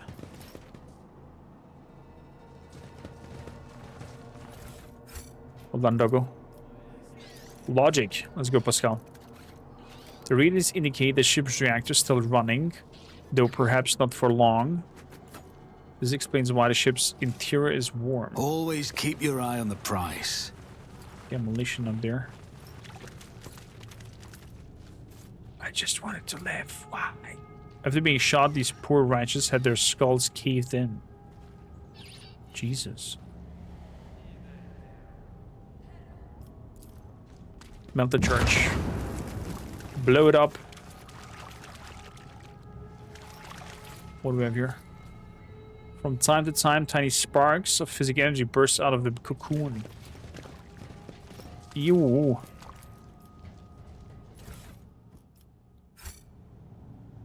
Ew. Can we just shoot that thing over there? My options open. Shoot it. God damn it. Doggo! Why did you went in front of it? Poor Thor. Gets a shotgun shot in his ass. Identifying you for Warden Copper 322 reporting for patrol duty at the main confinement cell. Atmospheric sensors indicate the presence of unknown impurities. High risk of contamination. What? But, Saints of the Emperor, what's happening to me?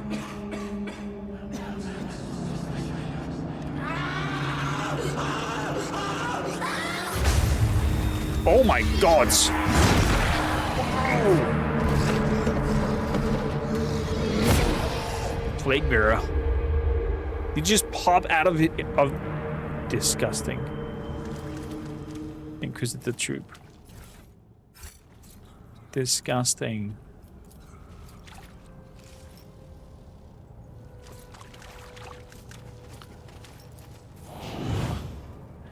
Oh, the warp is doing terrible. Lore is doing terrible in terms of the warp.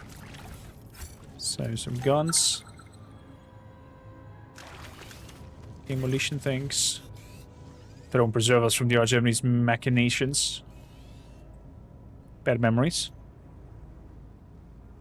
No, more than usual. Is it the same ship that once transported you? I have insufficient knowledge of the structural feature of the black ships. However, I do recognize some of the fragments of the devices littered beneath the Arch-Enemy's spawn. Remnants of psi shields, speakers for stunning prisoners, sedatives, diffusers. What do you think happened to the ship? Anything could have happened to it. Even the black ships are not immune to the vagaries of the warp. The Kibellah field, a prison riot, a minor glitch in the secret mechanism. Any of these causes could have been fatal. We should go.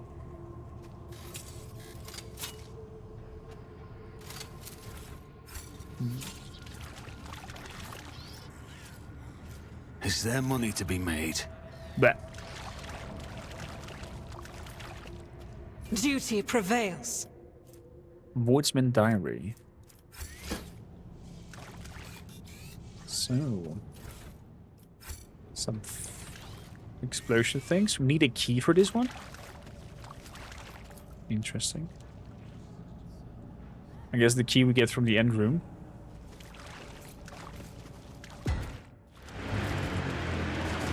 Oh. So we've lost contact with hold section 238 and 239. The riot is spreading. Emperor have mercy on us. For all these blasphemous mutants takes control of my ship.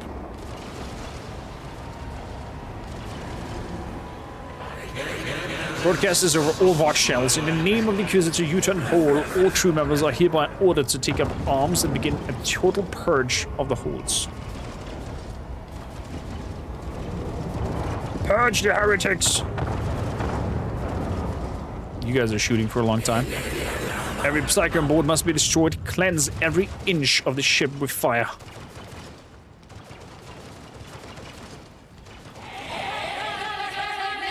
The Emperor protects. Oh. Oh. Oh boy. Okay. Okay. Heinrichs. Switch places with Pascal. There's a lot of behind us. Could you?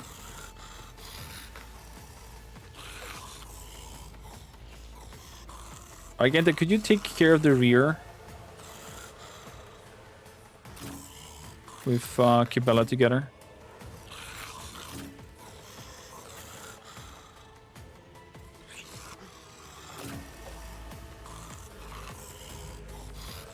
Okay, start a battle.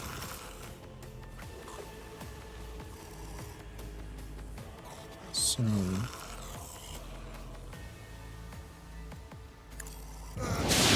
let's aim down with the lidless steer. I will put the service skull on fire. I'm sorry. Oh crap, there is a... oh crap, there is huge turrets. Okay, we are a little bit under pressure then. Under pressure. We bring all in here. And give... who do I want to give some power? Let's give Pascal some power. So he could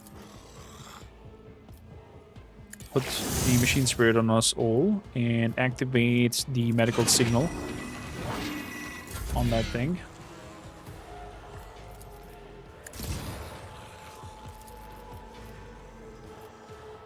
The front line up top. So we have some Poxwalker, but they're all stunned. There we go, they're all moving in. So...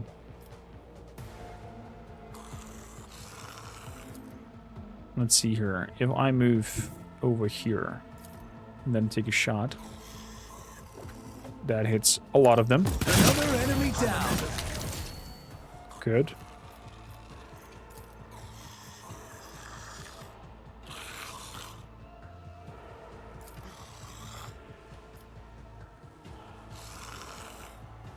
Could I send my dog to bite? Not me. Another targets. Perfect. Then I'm going up here to take a shot at you three. But before that, let's go overcharge with the Mastiff. Let's go for concentrated fire to increase our damage. Good. Then we're moving forward. And I'm doing a run and gun to move even further. And Grizzly adjacents. Fulminating shot. Dodge and parry for 1 turn. Bleeding and armor penetration. That's what we want. Armor penetration on you guys. And come and protect. Good boy.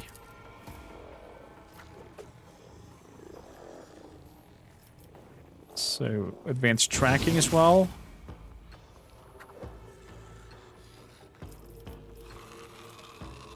And we're going to apprehend the turret.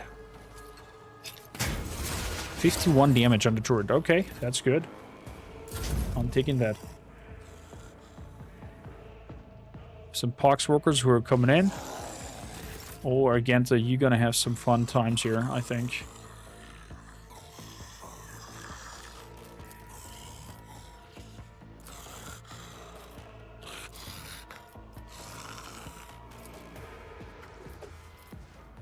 You're gonna have some fun times this year.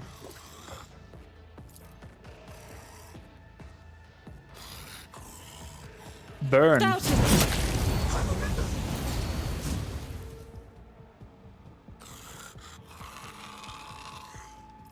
So then we want the Reckless Rush.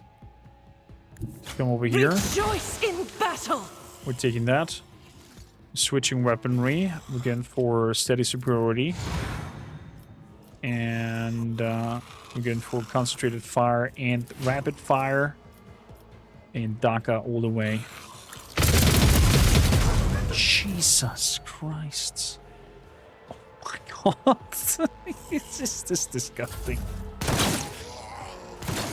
Is this disgusting? The Hagolaskan apparently did not hit anything. So that's good. There are two fellas down there, but we don't care about them. We're gonna move all the way up here. And do death waltz. I am your blade and on this turret.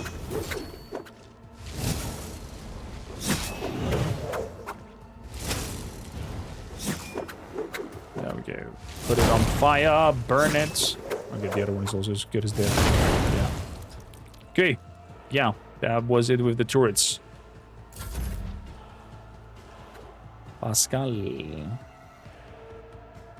With 2 poxwalkers, I think it's the last targets.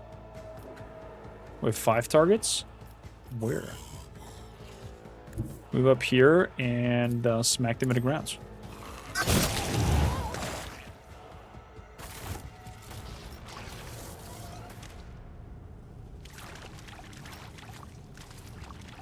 There were more targets shown, though. I always have a backup plan. I am confused. The corpse flesh is crystallized and turned into translucent sarcophagus. Ew, and double ew. Okay, I'll leave that warp thing on the ground. Although we could try. My house would be proud of me. Where there is death, you will find his gardens. Where there is decay, you will find his power.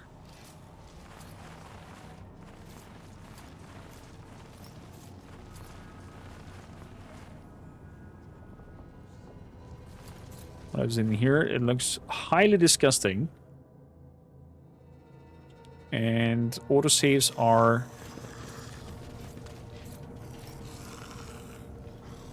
always an indicator for bad things to happen. Poxwalker. Rise to the top, or get left in the dust. So, let us move you here. Let us move out against frontal as possible.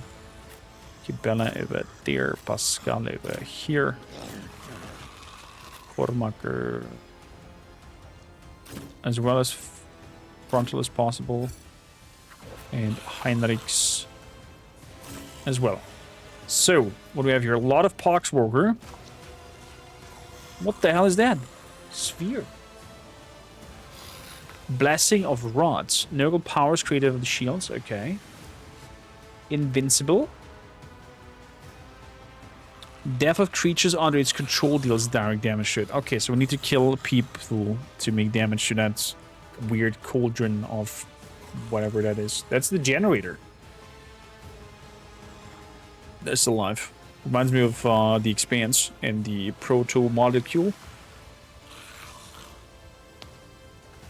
It's almost as if being a heretic is bad, Agent. Maybe you should take the hint and let the light of the God Emperor redeem you. Exactly, Jareth. Exactly. All the chains are for that. Well said. Well said. So, start a battle. Good. Let me pull some of you together. If we can make that happen. Maggots. You maggots? That sounded nearly like Ulfar. Voice acting there. If you don't mind me spreading here some heresy. Bodies decay for Nurgle.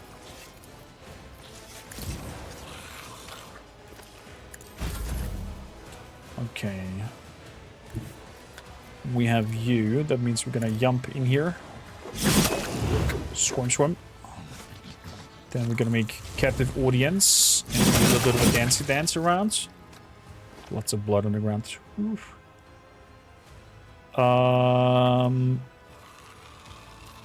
Let's then just make raining blood. And slice it to bits. And that's it.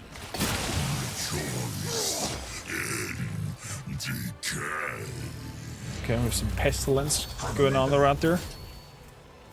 Let's see here. So first up, advanced tracking. And then apprehend. 66. Second bite. 56. Can I do another one? I can't. Okay. Then I'm coming over here to the pox bearer. Give him a shot in the face. Then we go for firearm mastery. Shoot him a second time. A third time. Could have ended him though. Go and protect Kibellah, boy.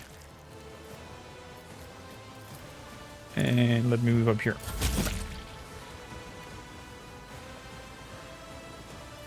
So first up, 3 movements to that. Second, moving up to the Poxwalker. Guided by faith.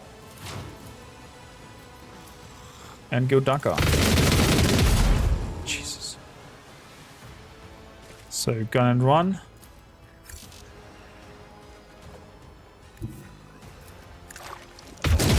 Pox guard down there.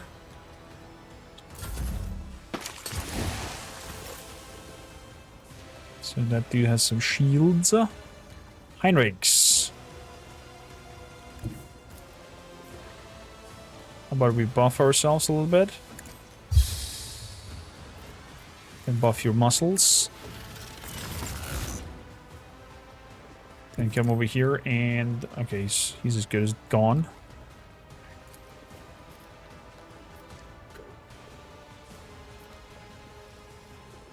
Gonna move over here and charge. I could charge Kibellah. Makes no sense. Just take the plague bearer out. And move out of that stinking thing. Simple as.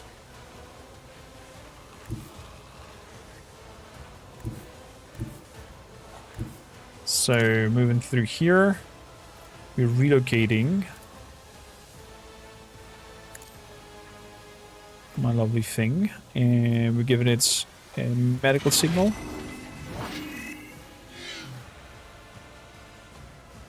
So, can I shoot at stuff? I can shoot at you. Let's put 10 points up to you. Put some exposed weakness on you. And now... give you a shot. Jesus! Okay, I did not expect that kind of damage. Oh boy.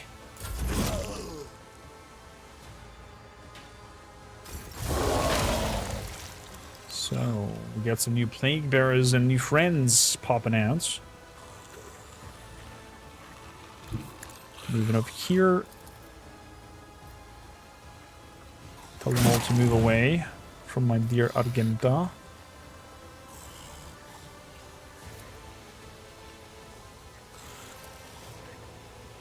Oh, you give it to Kormakr. Yes, let's do it. And I tell Doggo to come bite his prisoner.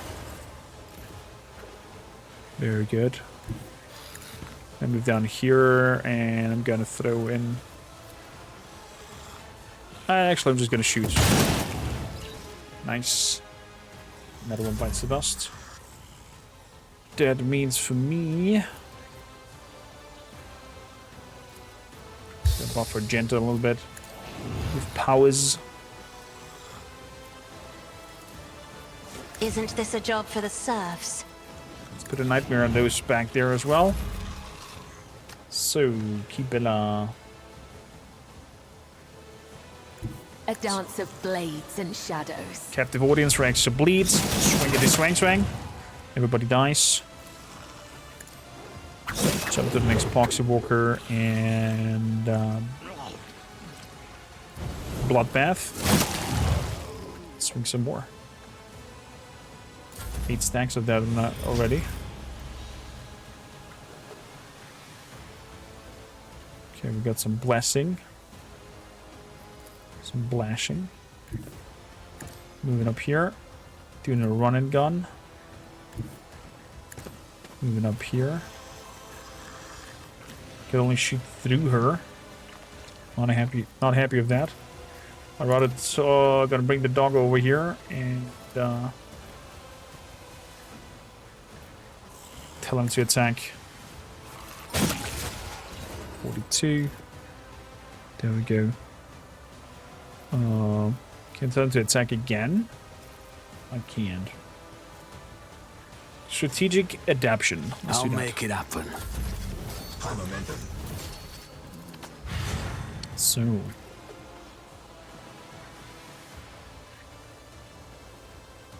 So I stand down here. Can I shoot on the plague bearer? I can.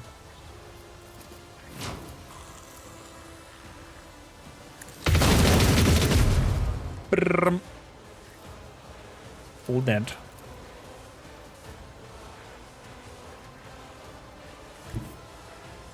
Run over here. Run over here. There we go.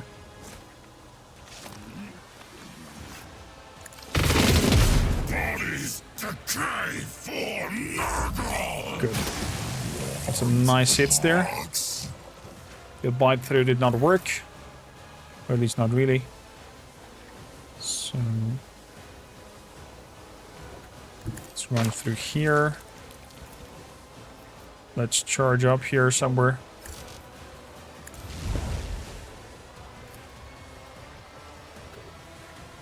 Let's give Kibellah some powers as well. Get into the stance. Pascal. Let's move up here. Relocate signal. Zwomp.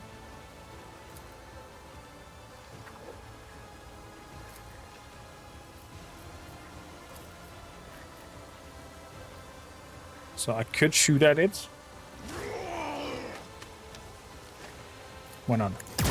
Let's shoot at it so I get my bonus stuff going at least. The Omnissiah knows all, comprehends all. Good, we got some new friends. Oh, plague bearer straight next to us. Here we go. Be careful not to cross my gaze. Let's move over here and now Witness the fury gaze. of House Orcelio. I am a navigator, not a servitor. Provocation signal. Give us some points on him. Kibellah. What do we have here? We're just epoxy walker over here. Let's move over here. Again, captive audience and slice them to bits. Oh, it did not die. Interesting. Well then, bloodbath. Count. The other side awaits. Spread as much blood as possible. The blessing rot.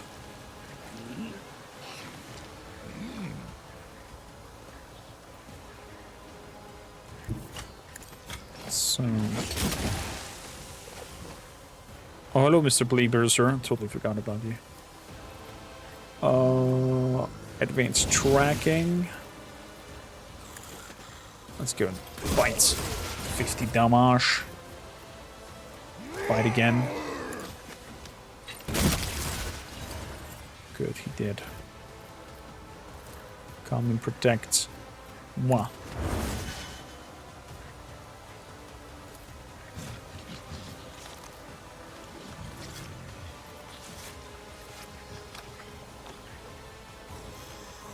Okay.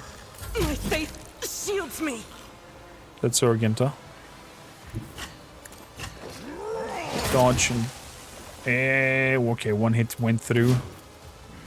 That is okay. As the... I am so sorry, doggo. I did not want to completely obliterate you.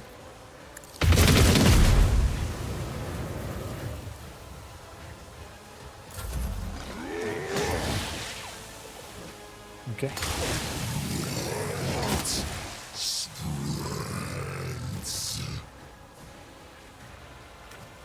It spreads, it says. So let us enfeeble you. Then let's make a strike. 170. Jesus.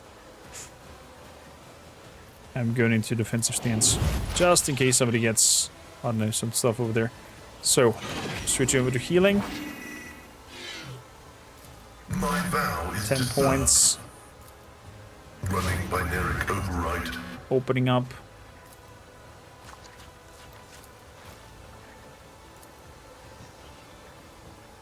Go next to him and smack him.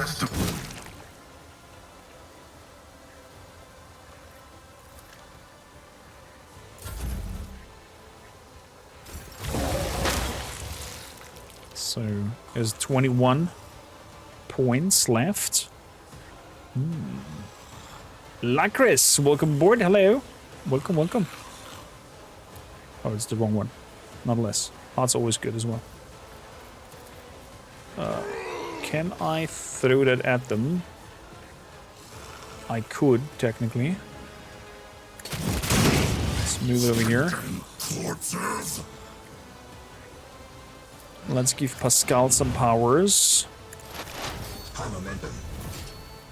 So he can then make an overcharge.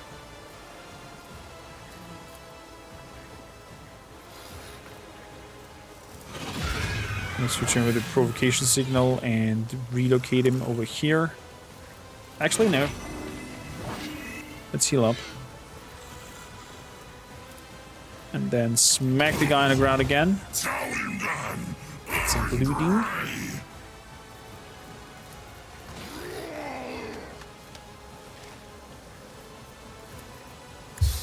Give Kibellah also some boosts, because why not? So we have here a few targets. Let's jump into the middle. Ooh, now dance. Everybody dance. Perfect. Now jump over to the next target. 16. 6 life for bleed. He's gonna be as good as dead. How do you have 8 in your parties? 2 of some sort of summons. The 2 I have are my companions. There's a new class in there, the Overseer, and I'm playing as an arbites, the new origin that you can choose when creating a character. He can, for example, have a Cyber Mastiff. There's all the other classes have potential to other companions, like Pascal, for example, has Servo Skulls that are flying around and doing things. Then, as Navigator, you can have, for example, a Raven, who's doing all kinds of attacks for you.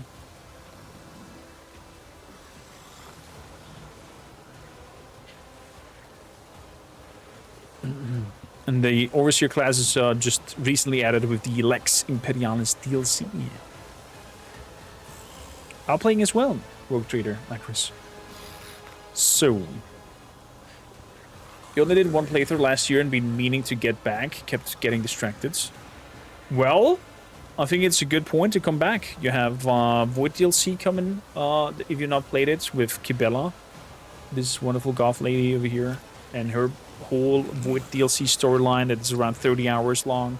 You have the Lex Imperialis with Solomorn, an Arbites guy with his Cyber Mastiff, and his storyline that's around 15 extra hours. A lot of more content. It's insane. And it looks like there's a good success with the DLC, so we might get even more additions to the game. So, let's see here. Let me reactivate the doggo. Nearly fully healed. Nice. And tell him to bite. Damn. I'll see to it personally. That prisoner down there. Fantastic. There we go. Powerful bites.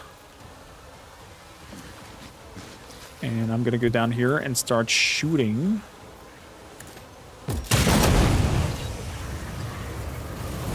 Down there. And with that, we've destroyed the cauldron. Nice.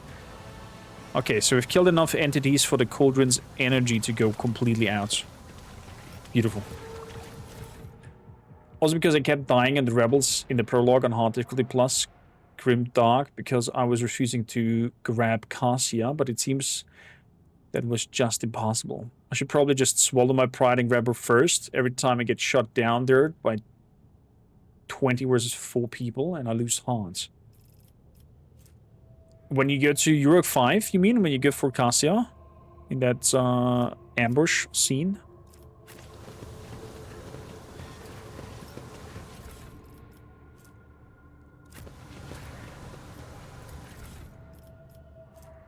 Unholy Shard. This amulet reduces all toxic damage suffered by 50% if they were as heretical.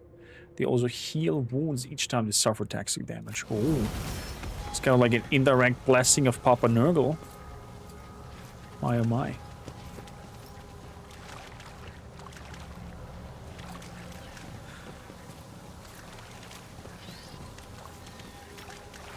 And I think I got the key in now as well. So if I go back, I should be able to open the spiel there. The treasure chest. The planner with Pascal. Rocket Minoris. Heavy armor proficiency, Tempest Carpus, and Inferno Pistol. Ooh. Oh man. A dual pistol build would be also amazing. For Genta even, wow. Oh yeah, this is high potential.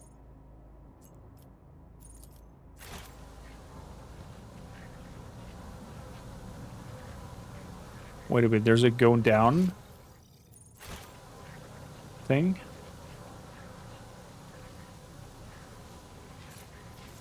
Oh yeah, there's a go down button over here. Interesting.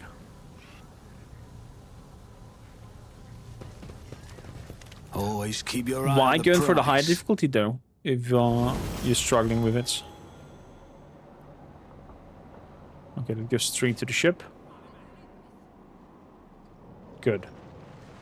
Let's see. Level up. Can I finally grab me self some oh,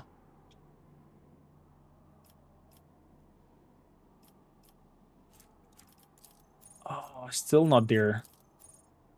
There's an ability. Only in 3 levels I can go for heavy armor. High difficulties is better. Yeah. I love high difficulties myself. Law and Order was the last ability we grabbed. This tier we're gonna go for agility, so maybe we have a higher initiative order. And then we go for coercion because it works together with all the arbites class bonuses. So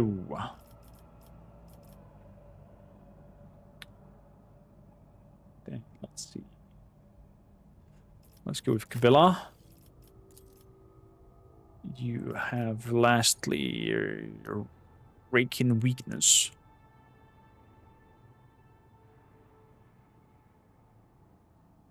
Now we want strength. So you hit a little bit harder in melee.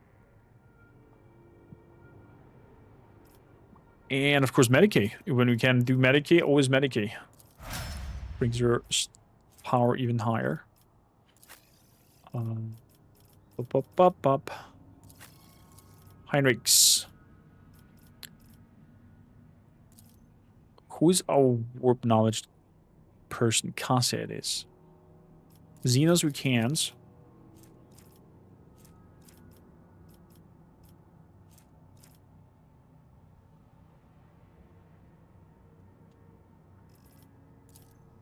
Carouse is mixed with your toughness.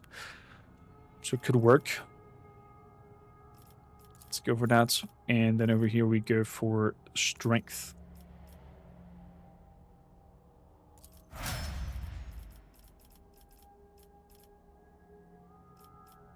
Good. Cassia.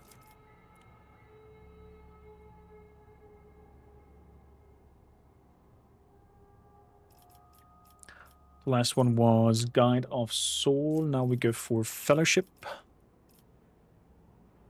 And Work we can't. Therefore Persuasion. Or Xenos. No, Pascal has enough Xenos knowledge. What about Commerce? Commerce is also pretty high. Yeah, let's go for Persuasion.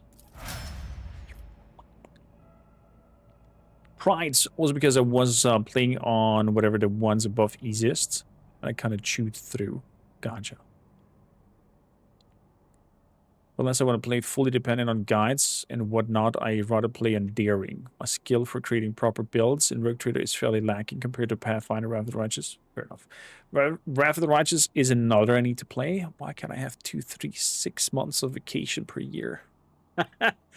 I totally understand. I'm happy and I have the privilege, thanks to you guys for watching, to make this as a full-time, nearly full-time occupation.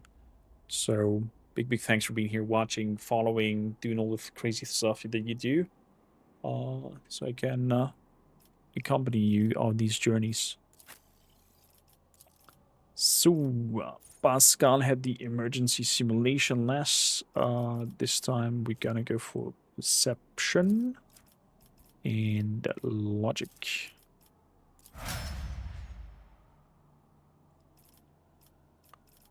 Good. Argenta.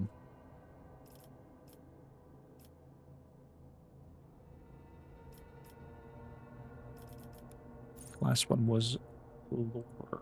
Critical versatility, exactly. Let's go for Perception. And now we're going for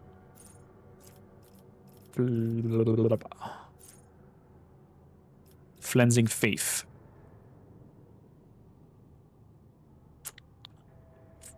Melee, flame, and melt attacks against demons and psychers deal additional damage and have armor penetration. Such attacks against Xenos deal additional damage and gain armor penetration. Flensing Faith. Because we were switching back and forth between a flamer and whatnot, so why not? Do I want to give you then a full-on heavy flamer? Like the Vindictor Flamer? 15 to 20. 23 to 33. But it's just one stream. The Fire Retribution. Oh yeah. Oh yeah. That's a bad one. But also her Flamer Pistol is doing more than enough.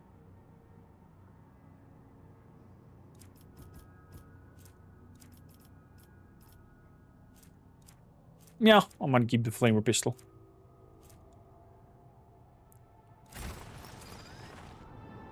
Have you played Kingmaker, Lacris?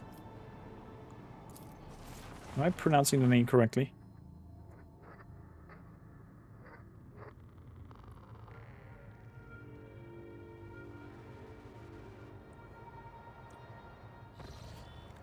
Lord Captain, this is Mark's Master Big Dis, Suri Otta Tolleman speaking. I hope your heroic expedition was a success. What will be your further instruction? The machine spirit of this vessel is dead and defiled. It should be sent to the Omni Messiah in a proper nuclear funeral fire. Send out the boarding party, let them destroy this unholy site. Send out technicians to strip the vessel of anything valuable and make sure they keep quiet. Bombard the vessel, let the dead follow the dead. As you wish, Lord Captain, the power of our main battery should be enough to penetrate the glacier and evaporate the vessels completely. There we go. How far are we in Dogmatic now? We're still adherent. Not yet. Over here. Absolution. In the first round of combat, all critical hits scored by the Rogue Trader's party inflict burning. Oh, just in the first round. Okay.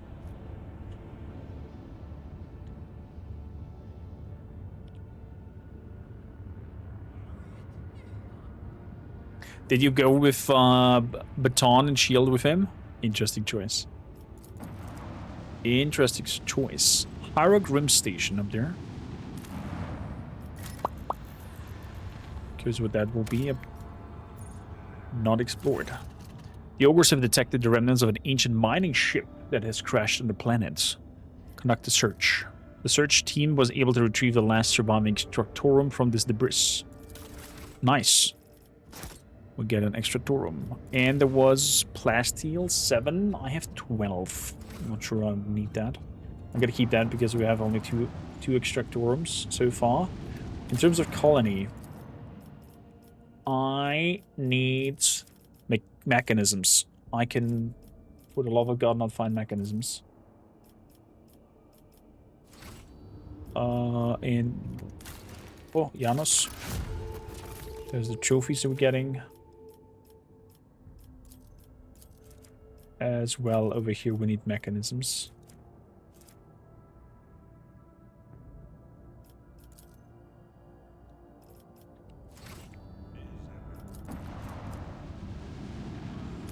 He gave him a huge hammer, and he turned people and Xenos into corpse paste. Nice.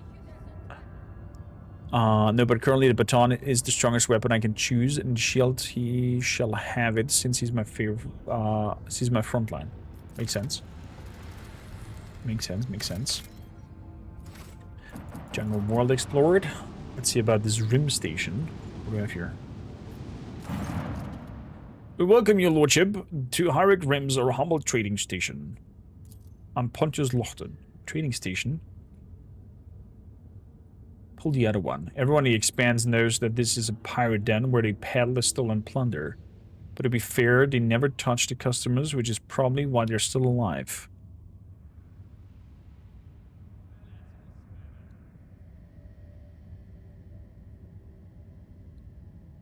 Wish to upgrade the vessel's weapons. Perhaps you might be interested in macro cannons. I have a deal. Promethium mortar. Medium-ranged dorsal macro cannons, which fire 3 shots dealing 14 damage per shot. Whenever it hits an enemy ship, it has a 50% chance to start internal fires. Not bad. Are those stolen good perchance? Of course not.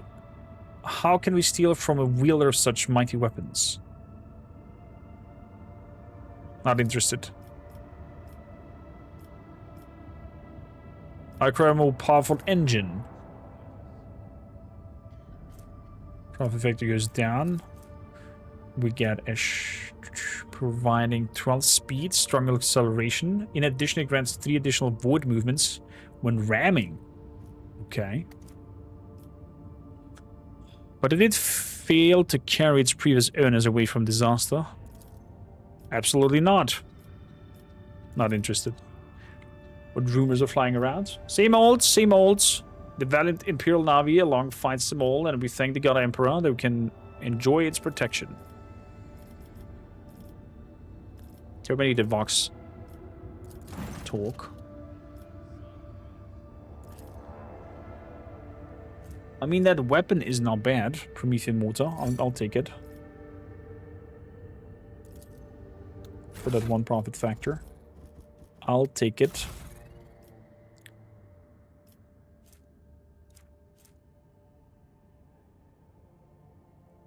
Oh, but it's instead of the lance weapon, it's a dorsal weapon.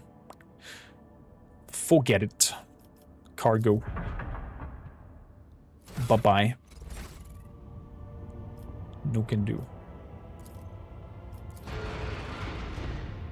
I cannot destroy this place? Ooh. Boo. What if I grab the other stuff as well?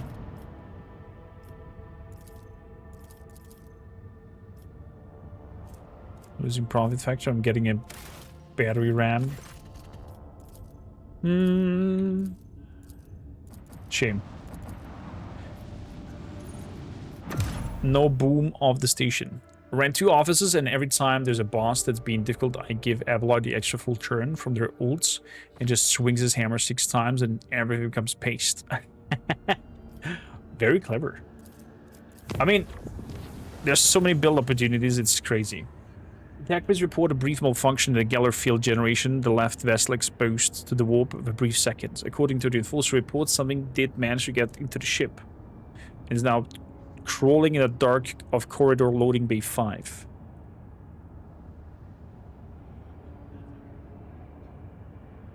Isolate the chamber until the vessel leaves the warp.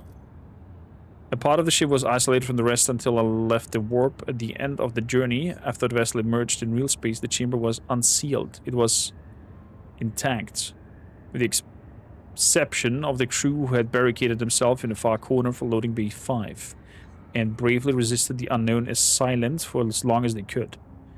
Their remains have been safely disposed. Whoopsie daisy. Poor people of that ship. I mean, I don't blame them for revolting and whatnot. There's so much stuff going wrong. So much stuff going wrong. Zoop. That looks like an interesting planet. Look at that asteroid ring. Void ship remains. Lord Captain, the August cannot determine who ship we approach belongs to. The telemetry clearly reveals it's an Imperial vessel. The hull is badly damaged. Send out the order to prepare my troops for boarding. I will personally take care of the exploration expedition.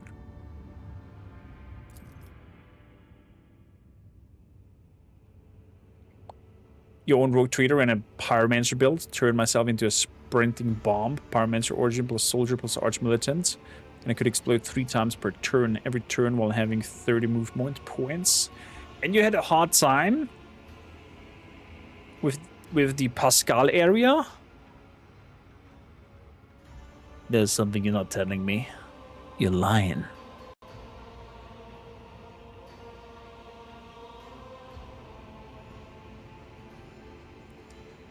We who walk down the same passageway in the same base day after day. We who are born, live and die in the hum of the ship machines. We forever hunger for the smallest glimpse of another life. Of a chance to see heroes who tirelessly fight for us and for the glory of the Imperium. So let's have a tale about Lord Captain, by the will of the Emperor and the Guardian and the commander of every good and honest soul upon this void ship. At the time he boarded a vessel named the Fireborn. Like a dead whale cast ashore by the inexorable forces of the swell, the wrecked vessel was a confronting sight for its unwitting visitors. Some base still remained in atmosphere, but there was no life anywhere. The ship was dead. Its machine spirit dissipated in darkness of space. It was just the hulk left. The Lord Captain oversaw the expedition personally.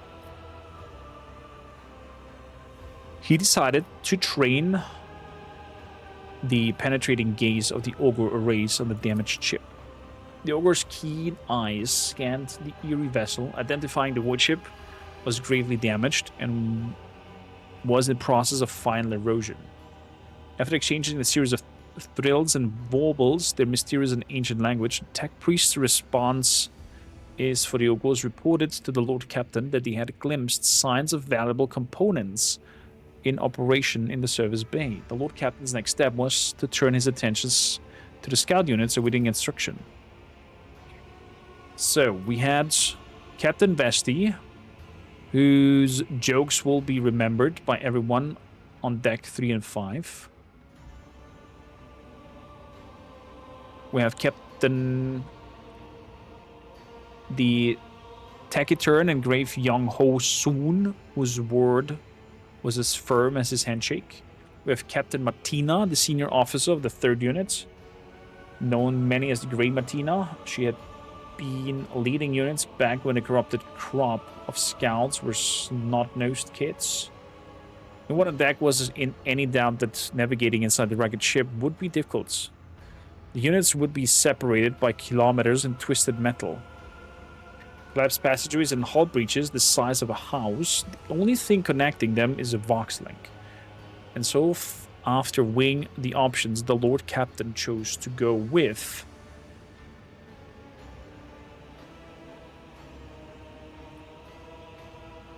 the young Son to go to the bridge. From here on, we related the events based on what we have learned from Witnessed. The people were accompanied the Lord Captain on the tour of the dread ship. The shuttle started up one after another and dispersed, each heading for its selected targets. An hour spent in cutting through the hull in the freezing vacuum of space. The rogue trader stepped onto the cold dark check. The light of the torches revealed a sign in the gloom, Fireborn. After a minute-long exchange with the Vox Master, who quickly checked the archives, it was established that the dead vessel was that of Captain Nova Van Dane, registered as a Kibellah Gamma port. The Lord Captain summoned all his willpower, so no one succumbed to fear. Where simple mortals would already be trembling and weeping, the rogue trader only gritted his teeth. Shrieks and moans could be heard close by. Others were gripped by the illusion too. Young Ho, the unit captain, barked out orders. His team held back their comrades who had fallen victim to the uncanny terror, who were struggling to break free and run deeper into the cursed ship. The sound suddenly blared from the Vox, which was turned into the second unit's frequency. The words sounded muffled. Never seen anything like... It's beautiful. Hold on, wait. Is it moving? The words are cut off by strangled wheeze followed by static. Young Ho listened to the transmission and the final rasp with a surprisingly calm expression.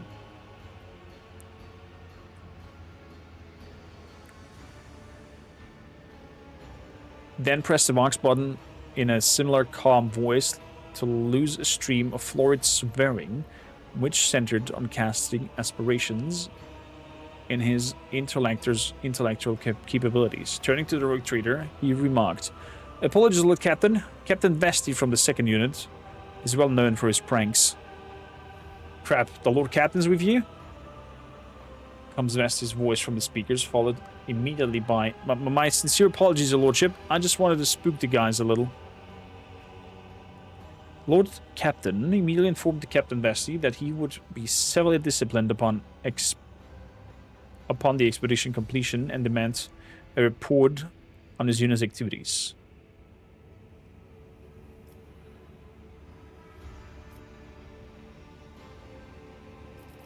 Yeah, he will be disciplined. Captain Vesti reported that his unit's foray had so far proceeded without any incidents, mystical or otherwise. It found no survivors from the ship's crew, or bodies for that matter. However, the unit had encountered a problem. The passage leading to the next section, with the arsenal and the storage depot, was seriously damaged. The Lord Captain issued a new order for Vesti's units. Vesti's unit headed off to carry out the orders while the rogue trader and his team continued on. After spending several hours wandering down the dead passageway, young Ho soon and the rogue trader reached the bridge of the Fireborn. The oppressive feeling had not dissipated. It was as though the bulkhead of the ship were steeped in terror and pain of the people who had vanished without a trace from the decks. On their way there, the unit had found no signs of struggle or bodies of the crew. After examining the bridge, the scout unit discovered that the captain's principal conjugator was still functioning. The final log entry was identified, a damaged picked recording that no one in the unit was eager to view. Picture, photographic image, okay. The Lord Captain took a risk and watched the recording. The recording contained a message from Captain Nova. It was almost impossible to make anything on the pict, only the captain's hand gripping the end of the table and flashing off flashes of light. The captain was speaking crisply, almost calmly, but it was also short, almost inaudible breaths, exactly what the rogue trader's team had encountered when they had first boarded the ship, and it even seemed that those sounds were coming not from the recording, but from the gloom-drenched corners of the bridge itself. Kibellah Gamma has fallen. The Fireborn broke orbit on the fire from unknown enemy and left the system, said Captain of Dwayne. We encountered pathological warp activities. The crew is reporting failures in the Gellerfield system. The ship is doomed. Whoever finds this recording, I ask you to hold a prayer service to our souls. I also ask you to take the family relic of the Van Dane line from Kibellah Gamma. The relics are stored. The captain then specifies the location on their family vaults and the access code. The recording has ended. The message came from the unit led by seasoned Martina. The captain methodically reported on all the service B sections and her team had already examined. They had found nothing of value. They had found no bodies. There had been no incidents, and the search was proceeding as normal. After distilling the salient points from Martina's report, Cormac listens to the errors that warranted a more thorough search. After returning to the shuttle, Cormac received reports about Fireborn status. The tech priest pierced the wreckage with the ogre's gaze, insisted on fearing immediate destruction. There were also reports from other two units. The second unit had succeeded in moving through the danger zone and had returned to the shuttle, and Martina's unit had explored the service bay without incidents. The units assembled at the shuttles, and the Lord Captain gave the final order for his grim expedition.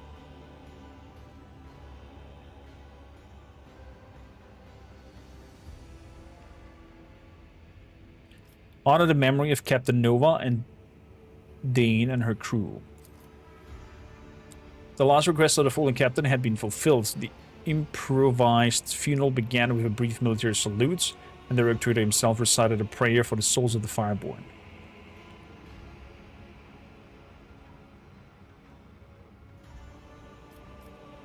Gave the order to fire upon the dead vessel at range, for which was born in fire should perish in fire. There we go. Boom! The second playthrough, I can't even reach a point where my build takes off. Everyone is level 4. Maybe I can help you. If you share some insight of where exactly you're stuck and what you're aiming for in terms of build. A giant ring on this planet's surface can be observed from the orbits. Examine the ring. It has emerged that this planet has a native species of giant insects similar to Terran ants. Just like ants, they sometimes form so-called death spirals, in which one creature follows another without realizing they're going in circles. The rings discovered on the ship's observers, the strange phenomenon that was originally suspected to be a sign of the warp activity, is an Nephars Xena structure. It turned out to be a quirk of nature and a tragic one at that. Okay, just some ants dying. Begin the scan. Provisions, 3. Ah, we have enough. We have enough. Wow. I'm curious what that whole Nemesis investigation, or Namaste, or whatever that Robin Hood is called, who's doing goody shoes things in my ship, will come out of it. But we still have a long path to go. If you enjoy your stay here, please consider hitting the heart button. And for those watching this on YouTube, don't forget to like, subscribe, and leave a comment down below.